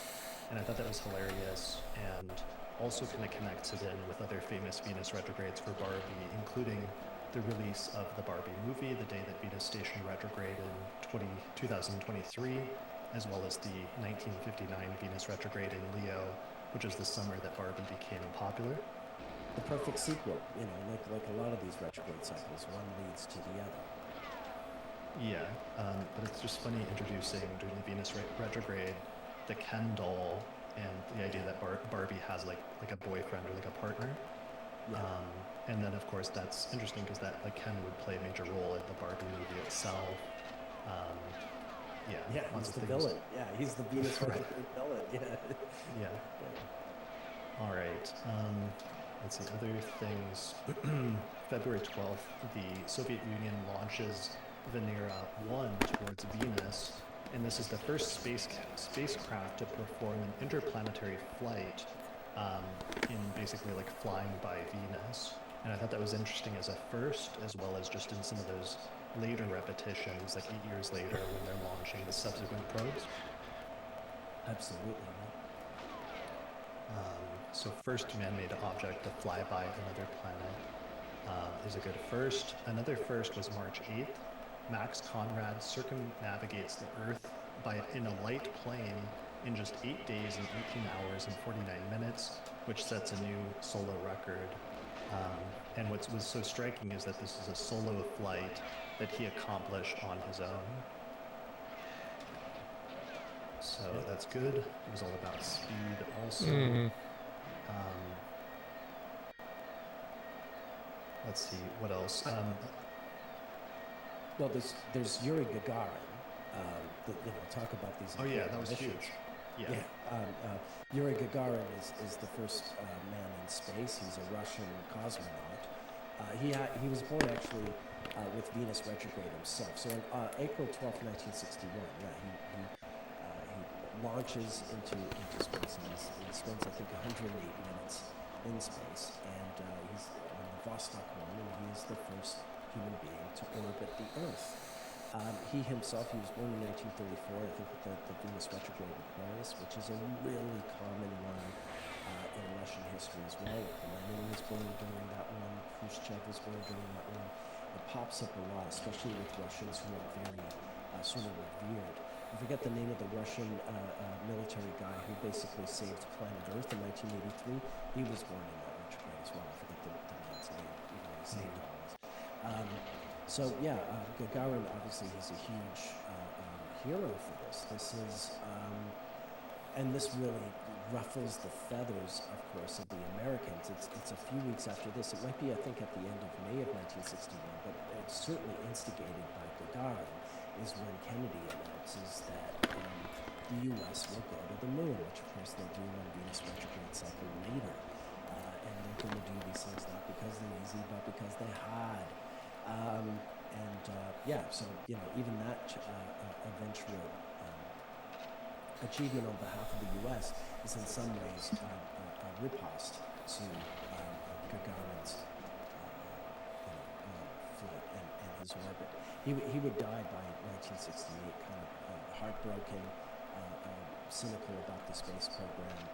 Friends of his had died, and then I think he had a plane crash himself when he was testing the plane. It didn't work out well for him, but this was a very triumphant moment. Yeah, so that means during this Venus retrograde in Aries, the very first person launched into space happened, and then as a follow-up that Kennedy announces that they're going to put a man on the moon by the end of the decade, which they barely pull off in 1969, shortly after not too long after the next retrograde in Aries. That's right. Cool, that's a good one. I have another one. You remember in 1969 was when Monty Python and Monty Python's Flying Circus was formed. Well, 8 years earlier in England, one of the inspirations for Monty Python was a group of a British comedy somewhat experimental, group. They were called Beyond the Fringe, and they had their theater debut May 10th, 1961 at the Fortune Theatre in London. Dudley Moore, you might have heard of him. He was one of the group. Peter Cook, who was quite well known as a comic talent in those days, and really, really funny. Jonathan Miller, and there's the fourth, Alan Bennett. They all became sort of household names in comedy in their own right. Dudley Moore became a bona fide movie star.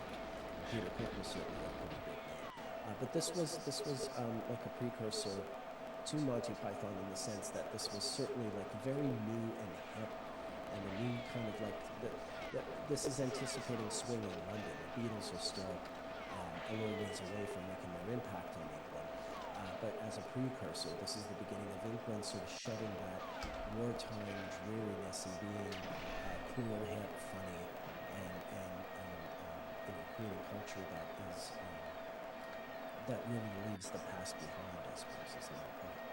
Right. Isn't this the one where the Beatles themselves come back from Germany? Yeah. The Beatles went to Germany from August to November of 1960.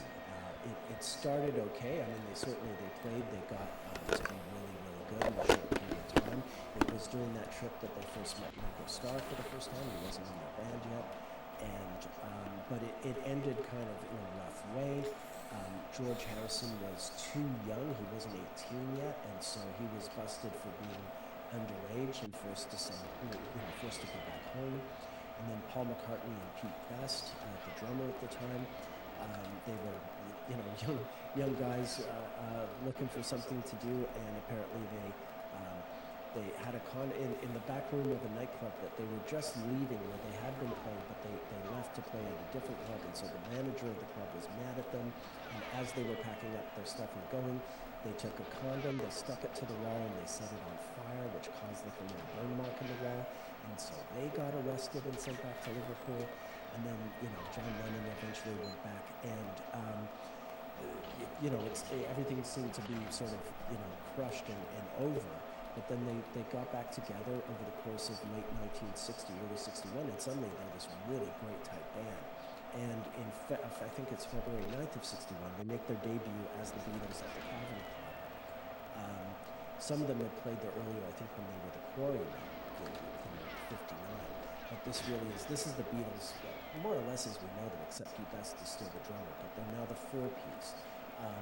They had been a five-piece. This is the first time they used that name, the Beatles, at this specific bar. Yeah, they had. I think they became the Beatles just as they were going to Hamburg, back in August. But also they're a five-piece. Stu Sutcliffe is their bass player, but because he meets this girl, Astrid Kircher, the woman who changes their hairstyle, creates the famous Beatles hairstyle, he stays back with her. And they're going to get engaged to be married, although he's unfortunately going to die by April of 62. But this is also, you can think of not only are the Beatles playing in Liverpool under that name as this newly reformed band, but this is also, Paul McCartney has now moved over to bass, and they're the four-piece Beatles that we start to recognize as the Beatles that we think of when we say the Beatles, as opposed to like the five-piece outfit that had been playing in Hamburg the previous autumn. Right. So this is the say final retooling thing before basically hitting it big, because they start playing at the Cavern during this Venus retrograde. They build up a fan base there over the course of the next several months, and then that's where they get discovered by their manager, Brian Epstein. Yeah, Brian Epstein finds them in November of 1961. I think exactly the day that Uranus makes the first ingress into Virgo. And these guys, the Beatles are very much all about the Uranus and Virgo era. So it's really interesting because Uranus makes two ingresses usually into the sign. The first ingress of Uranus into Virgo is in November of 61 when Brian Epstein discovers them in the basement of the Cavern. And then the next Venus retrograde ingress into Virgo is in August of 62, just as Ringo Starr is replacing Pete Best, and they're about to record their first single, and really becoming famous. So, yeah, the astrology and all of that is very interesting, but I think the Venus retrograde thing, in this case, yes, it is about their new image in Liverpool, what they had been thought of as a sort of a fifth-rate band, and that they weren't taken very seriously, but because they got so good, because they're returning home. That's what it is. Exactly. They're returning home, but people. Yeah, they're returning home, but people would think like that they're from Germany. They're so good. Who are these guys?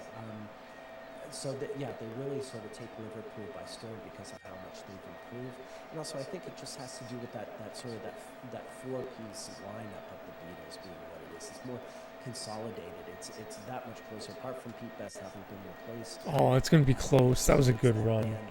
That was a good run. And of course, we were talking about like 8 years. Oh, it's gonna be close, man. They're going to be at each other's throats and kind of breaking up. Paul and John get married. They're working on Abbey Road, their last album. We're getting better. We're improving. That was a good one. So it's an interesting sort of beginning and ending. Yeah. Yo, what's up, bro? Thanks, bro. Thanks, bro. That was a good one, though. And damn it. I think the gate could have been better. Became the biggest band of the 1960s. of ever. I mean, Hey they man, I still put the are. ads back on. I'm sorry if there's too many ads, bro. At least for my generation.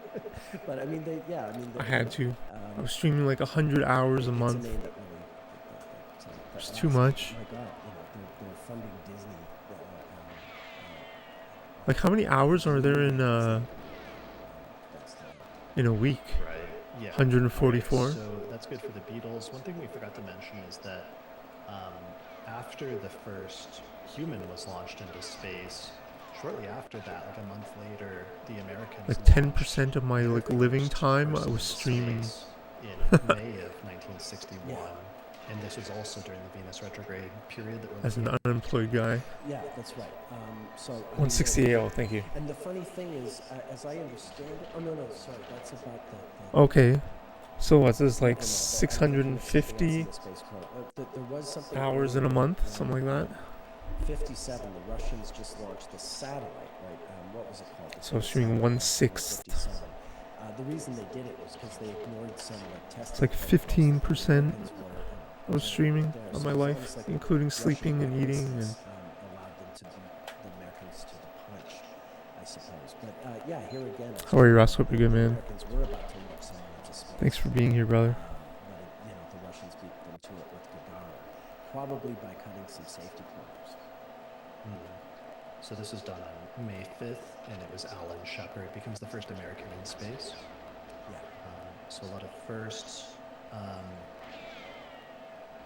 Yeah, there was a major one with Adolf Eichmann, and his trial took place during the Venus retrograde starting on April 11th, and this is the trial of a Nazi, very prominent Nazi leader, begins in Jerusalem, and this is, 2 Venus retrogrades after the end of World War II, which My ended math really Venus that bad? in Aries in 1945. Yeah, I guess that's an Adolf extra Eichmann 20. was a high-ranking Nazi. It's And he not was a involved in the insignificant organization of the amount. Holocaust and the concentration camps, and he was 720. initially captured Thanks, brother. by the Allies in 1945, but he was able to escape, and then he was able to flee basically to Argentina, where he lived for a number of years. But then the Israeli Secret Service tracked him down and captured him and brought him back to Jerusalem for trial. So during the course of this Venus retrograde, there was this very prominent trial of this like Nazi war criminal. And part of what that involved was a lot of people who had been in the Holocaust coming back and having to share stories and to recollect what happened and to have all of this televised by people around the world. Yeah, and you remember I mentioned that Judy Garland was in the movie Judgment at Nuremberg, which is being filmed while that Eichmann trial is going on. And I think that it's sort of sparked in some fashion because that trial is happening. So yeah, it's this big movie with Judy Garland and Marlene Dietrich and Burt Lancaster, Spencer Tracy, all these stars, Montgomery Clift, and yeah, that's happening in the tail of the Eichmann trial. Is this cinematic recreation of the Nuremberg trials, which had occurred after the war in 1945. Thanks, man. Actually ended with the Venus retrograde Scorpio, for instance. Yeah. So, Yeah, I was spending Eichmann one trial was like a major over thing that was happening 7.2. during this time. There was this whole 100 hours out of 720 hours of streaming. This really invaluable historical 1/7 of different Holocaust survivors documenting the atrocities in detail and preserving the testimonies of some survivors. And this is even more striking as a Venus retrograde, not just because the war ended in 1945 during that Venus retrograde, and not just because Eichmann himself escaped after the war ended, but also because one of the things we'll come to in 1945 that I find incredibly striking is that all of the concentration camps were liberated in the first half of 1945 during the course of the Venus retrograde period, and the last camps were actually liberated right as Venus was like stationing direct, which is very striking to witness. Yeah, that was that blew my mind too. Yeah, that's exactly it. I mean, think about it. Talk about scandal, right? Talk about provocative.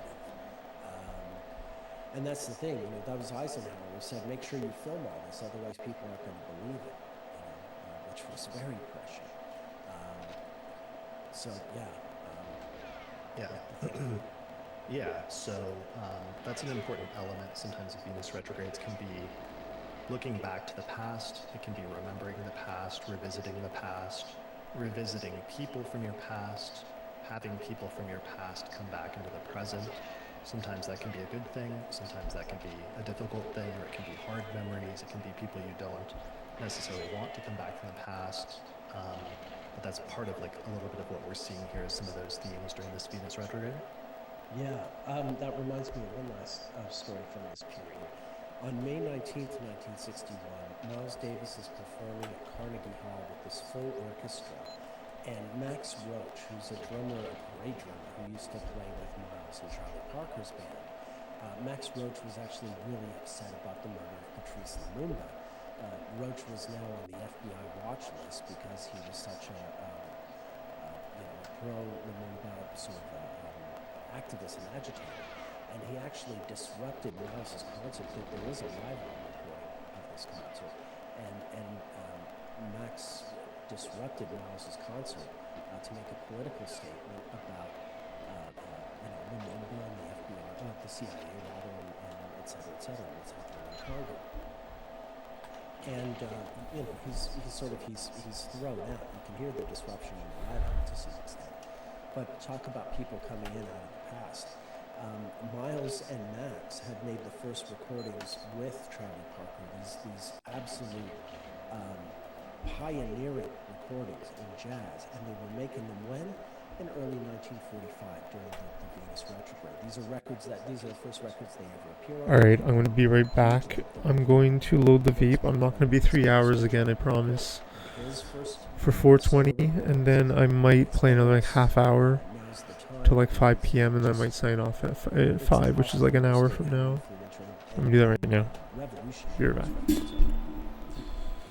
bebop movement that emerges out of jazz.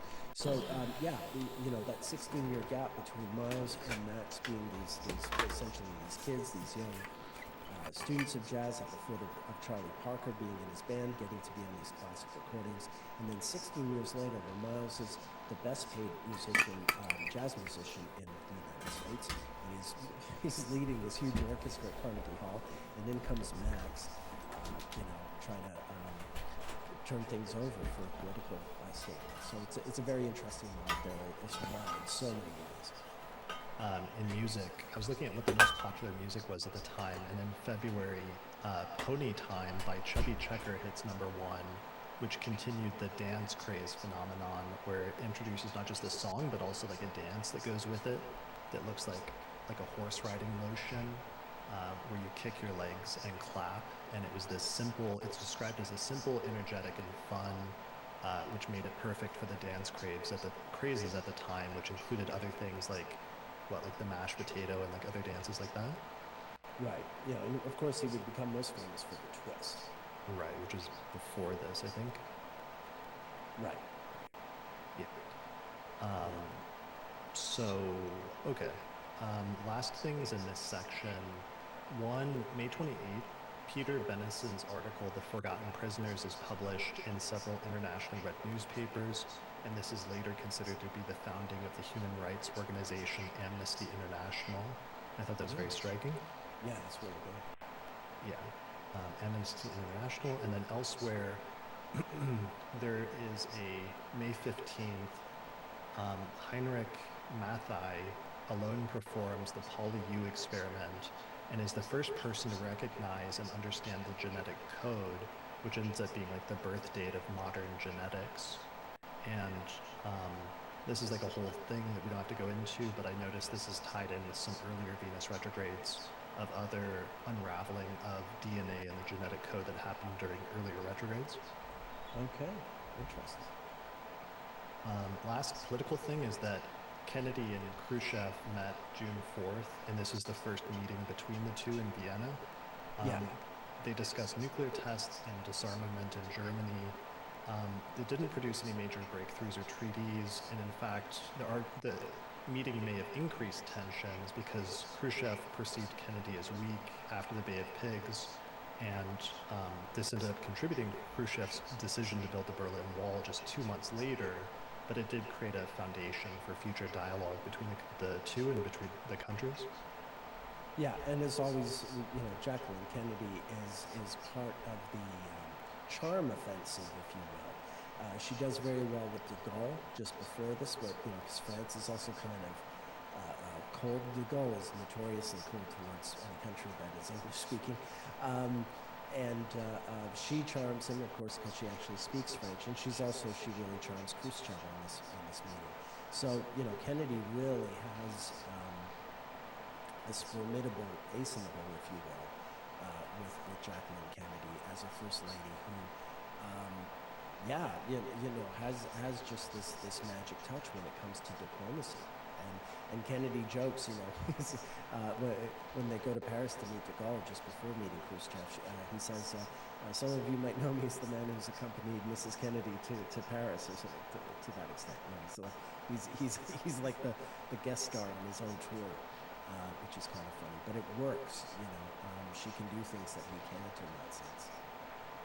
That's really interesting because I remember, part of that is as soon as she moved into the White House, she began redecorating and became really more interested in hosting arts and cultural events at the White House, including concerts and ballet performances.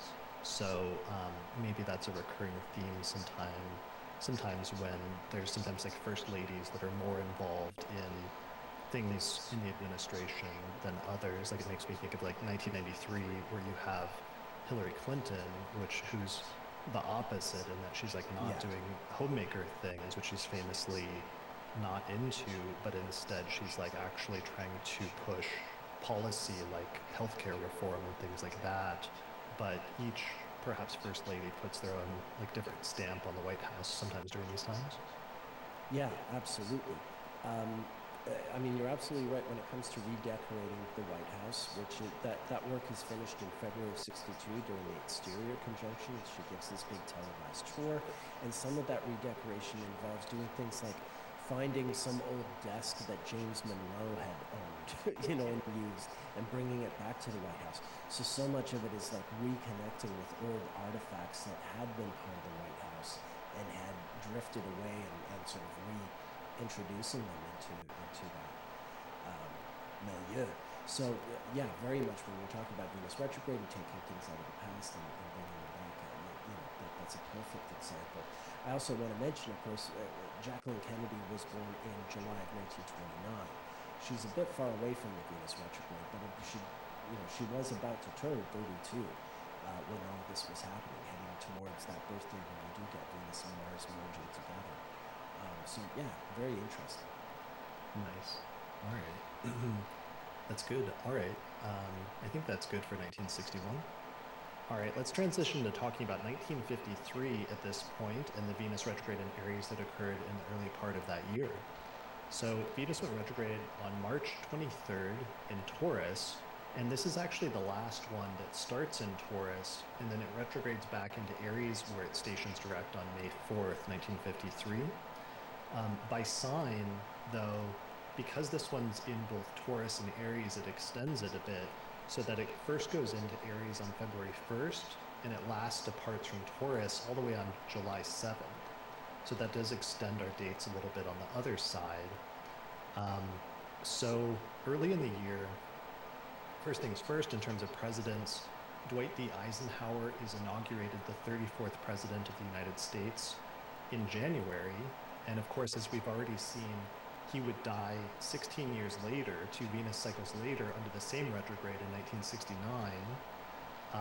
Nixon had been his vice president and then became president in 1969. So Nixon became vice president in 1953 under this retrograde. And then finally, this retrograde connects back to one 8 years earlier because he had been the U.S. military leader in Europe in 1945 at the end of World War II. Yeah, of course, the other thing about 1953 is it's also a year when you get the Venus retrograde in Aries alongside a Saturn Neptune conjunction, which in this instance is opposite the Venus retrograde, which is kind of interesting. Eisenhower had the Sun in Libra, so the Saturn-Neptune conjunction was on Eisenhower's Sun. One of the first things he did as in between being elected and being inaugurated was he changed his church. I forget what church he changed to. He'd been raised a Mennonite, but he changed to some more sort of conventional American church. I'm not really good at denominations. But he made a conversion, which is a really, and he did it for political purposes, to sort of as a counter to communism, which of course was atheistic. So there is something about that Saturn-Neptune conjunction that I think signifies the head of state making a religious conversion as a sort of political maneuver, if you will, which is very interesting. And like I mentioned earlier, Eisenhower is the one who appoints the Dulles brothers on his government. John Foster Dulles is his Secretary of State. Allen Dulles is the head of the CIA. So MK Ultra, Operation MK Ultra, the LSD experimental strategy I mentioned earlier, that comes into being. And of course, these are the guys who are going to, topple the government in Iran, in Guatemala, all the things that you hear about the CIA doing that cause so many problems down the road. That's the Dulles brothers. That's on Eisenhower and the administration that's being introduced at this time. Right. Yeah. So I liked your point about the conversion, because that's kind of what Venus does. Is Venus starts the retrograde on one side of the sun and appearing during one part of the day, but then it goes retrograde and it conjoins the sun and switches to the other side, and then emerges renewed on the other side of the sun. So there may be something symbolic about that, of like changing sides, that sometimes happens. Yeah, indeed. So we'll see an example of that in a little bit. You mentioned the Saturn-Neptune conjunction that happened around this time, at the same time. And that brings us to one of the most major geopolitical events, which is that Joseph Stalin died on March 5th, and he was the head of the Soviet Union. And this was a major turning point in terms of Russian history. Yeah, absolutely. And there is a sort of a side note that's kind of bittersweet but comical as well. The great composer Sergei Prokofiev had been really he had moved back voluntarily to the Soviet Union, and out of sort of patriotism, and had really experienced a lot of artistic restriction and oppression under Stalin. And his life would have been so much better if he could have outlived Stalin, but it turned out he wound up dying on the same day as Stalin. So there is, it's Venus going retrograde opposite Saturn Neptune. Think of Peter and the Wolf. This is the guy who did, that. He's a really important Russian composer. So, there's something ironic about Stalin dying on the same day as Prokofiev, and it could have been his nemesis, but it wasn't to be. But indeed, Stalin dies, and there's a grab for power. Khrushchev ultimately outwits his rival for power and takes control. East Berlin erupts into riots, which is interesting if you consider that Berlin 8 years earlier exactly was when it fell and he burned. And it's a major sort of geopolitical shifting around. And it also starts to change the dynamic, the relationship with China, between the Soviet Union and China. Because Mao respected Stalin, but he doesn't like where the post-Stalin regime is going. And that eventually becomes a split that creates a war between the two countries in March of '69 during the Venus retrograde years, a battle over an island that they both claim ownership over, and that's the thing that Nixon will eventually exploit when he is president. So there's a sequence of things that emerge with these Venus retrogrades that are all sort of interconnected and influence geopolitics for decades to come. Right. That's really striking, because the Nixon, that Venus retrograde in '69 bringing Nixon into power, and then Nixon is the one that leads the U.S. into reestablishing a relationship with China.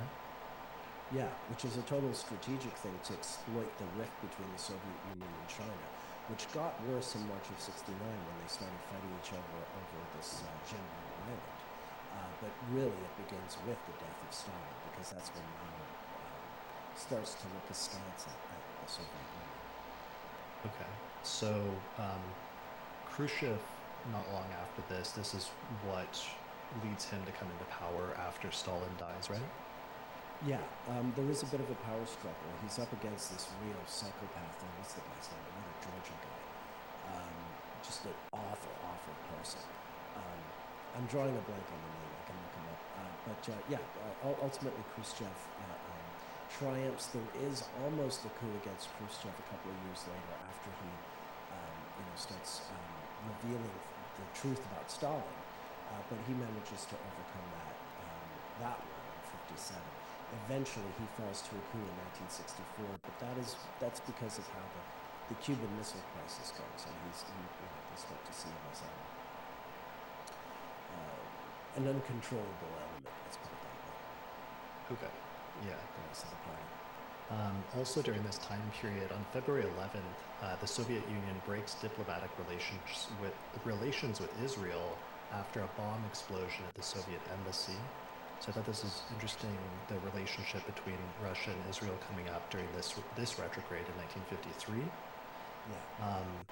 In February, one of the things Eisenhower does is he refuses a clemency appeal for Ethel and Julius Rosenberg, and as a result of that, that couple who was charged with spying for the Soviet Union ended up being executed by the Americans, basically June 19th of 1953, under this retrograde. But there was a huge amount of protests, especially abroad, and attempts to get Eisenhower to grant them clemency, including even the Pope attempting to intervene, but these attempts were rejected.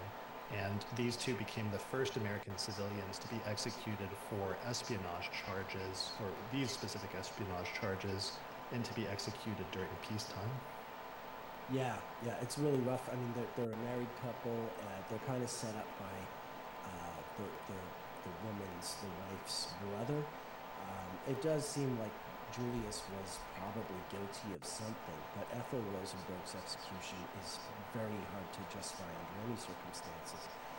They leave kids behind, so they're executing a married couple whose kids are suddenly orphaned. And they're raised by, I forget the songwriter's name, but it's the man who wrote the lyrics to Strange Fruit, Billie Holiday song.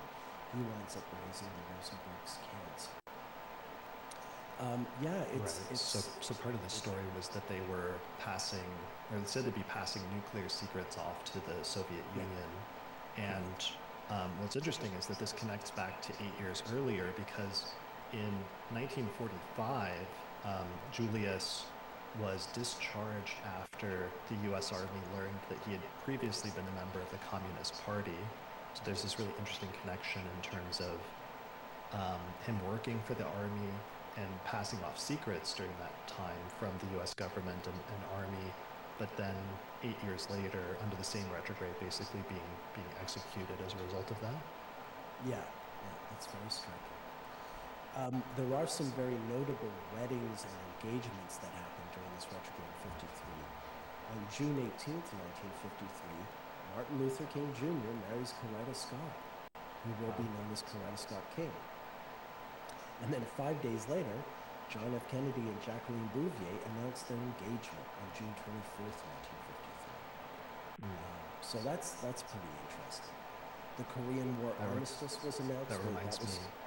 That reminds me of Barack Obama proposed to Michelle Obama during Venus retrograde, I think I want to say in Virgo in like 1991. Is that correct? Does that sound correct?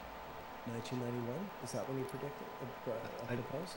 I just know he proposed to her like the day that Venus stationed retrograde, and she was a little reluctant at first, but then eventually they ended up obviously getting married and having a successful marriage. Okay. In '91, in the summer of '91, there was the Venus retrograde there. I don't have that one in my file yet. He married her in October of He married her October 18th, '92. So, yeah, they could have been, engaged about 46 months earlier, or 14 months earlier.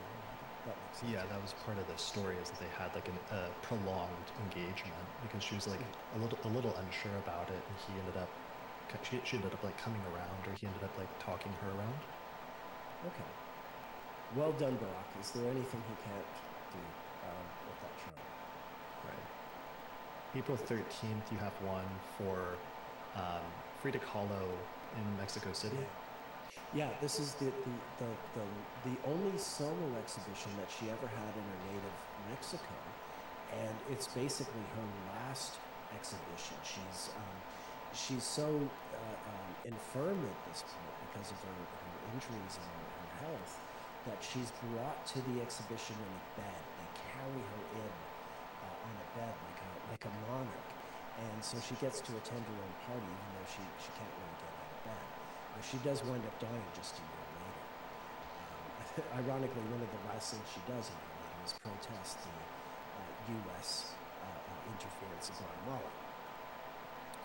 So yeah, this is a very important art exhibition. Frida Kahlo, I'm sure needs no introduction.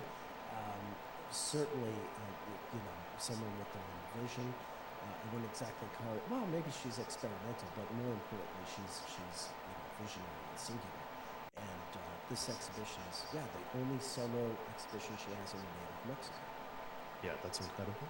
I'm just writing the thing, and that was famously, I don't know, famously, but in the biopic with Selma Hayek, they recreated this like towards the end of the movie as kind of like the culmination of the movie.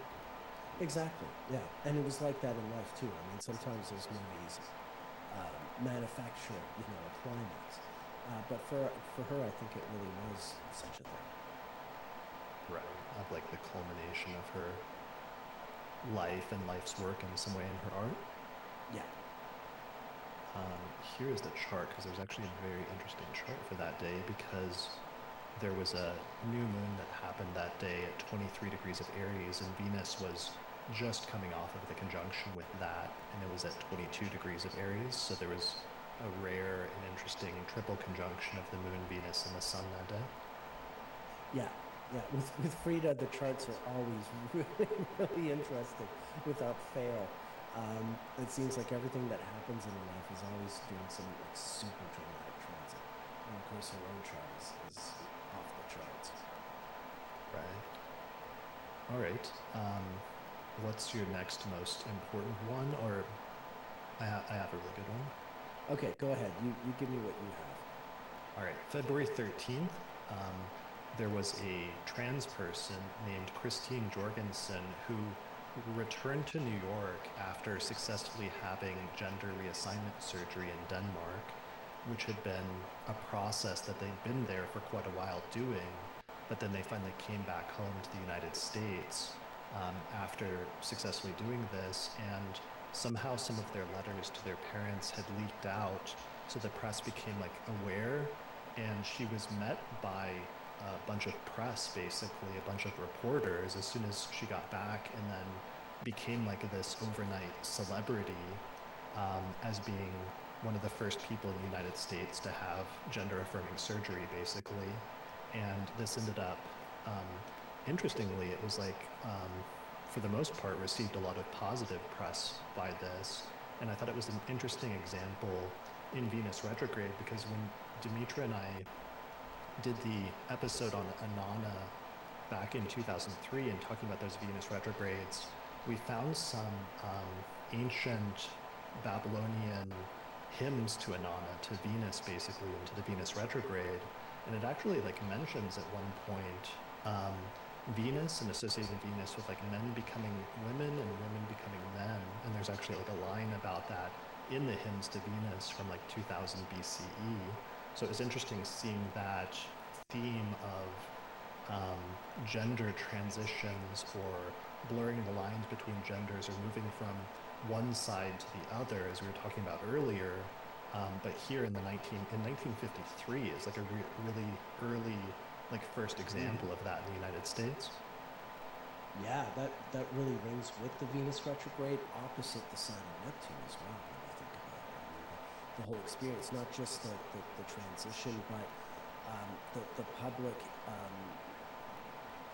element of Venus, the fact that it becomes this big public affair, which is very Saturn Neptune, like sort of everyone sort of seeing something or having some insight or something being revealed that is really sort of new information, to put it mildly. Seeing things in a whole new way, or seeing something that's a brand new insight. So get this. Remember Judy Garland, Cancer Rising, Albert Einstein, Cancer Rising, Aries 10th house. Christine Jorgensen, we have a birth time, also Cancer Rising, Aries 10th house, and Venus and Aries in the 10th house.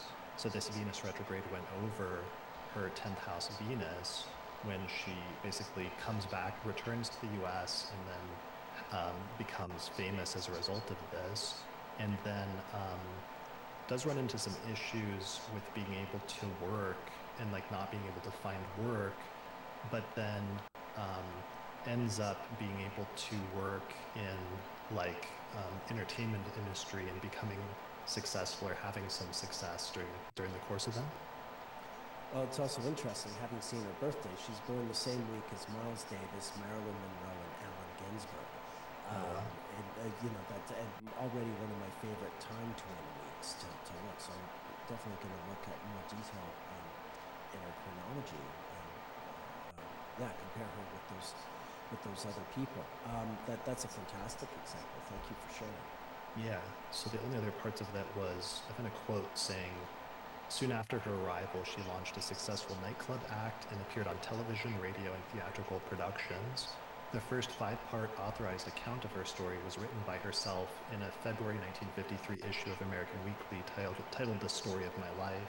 So, quote, the overwhelming amount of coverage opened new discussions surrounding gender, sex, and transsexuals at the time, was one of the other quotes that I found. And then another quote said, the publicity following her transition and gender reassignment surgery became, quote, a model for other trans people for decades, basically. So I think that's a really important point because we do often see things related to like gender. We've already talked about sexual orientation, but also gender as a basic concept, as well as like challenges to gender. Like Venus retrograde often challenges gender roles, challenges gender norms, but even gender like perception and self-perception can sometimes be a thing that comes up in Venus retrograde. Yeah, and in Saturn Neptune as well.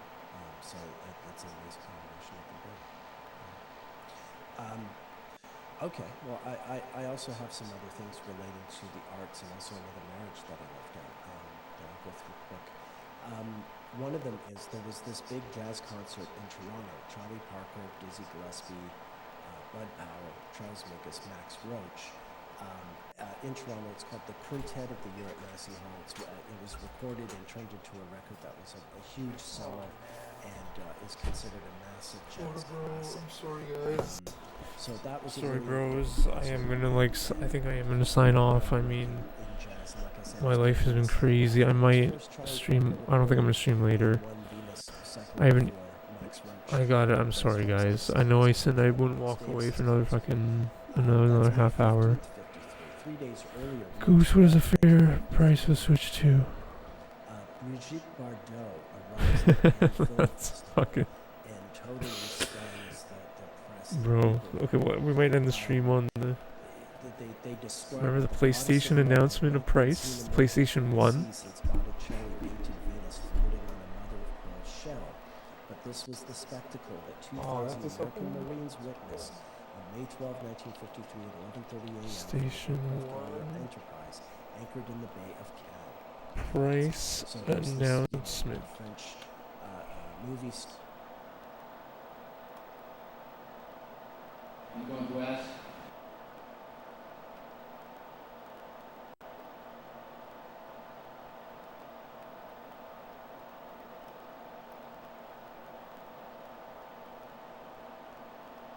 Sony Computer Entertainment President of America, Steve Reyes, join me for a brief presentation.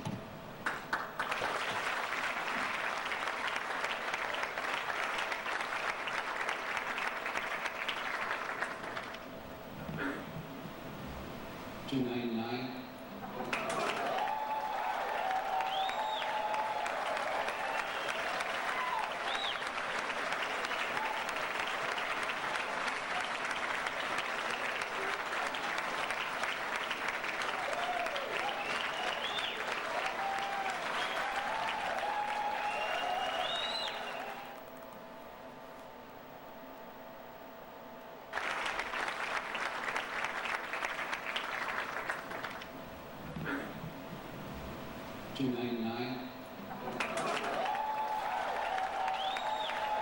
Okay, thanks for being here. I'm gonna sign off.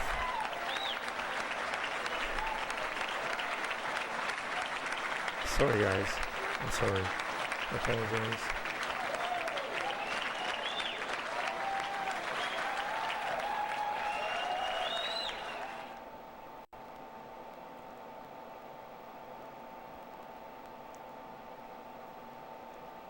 We're gonna raid. Can we call them bolts? Why not?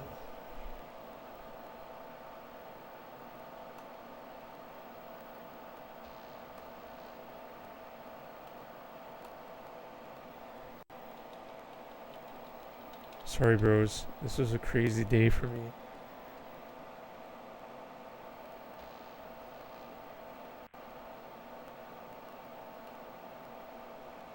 Seven viewers? Sorry, brothers. Sorry, everyone. I gotta go.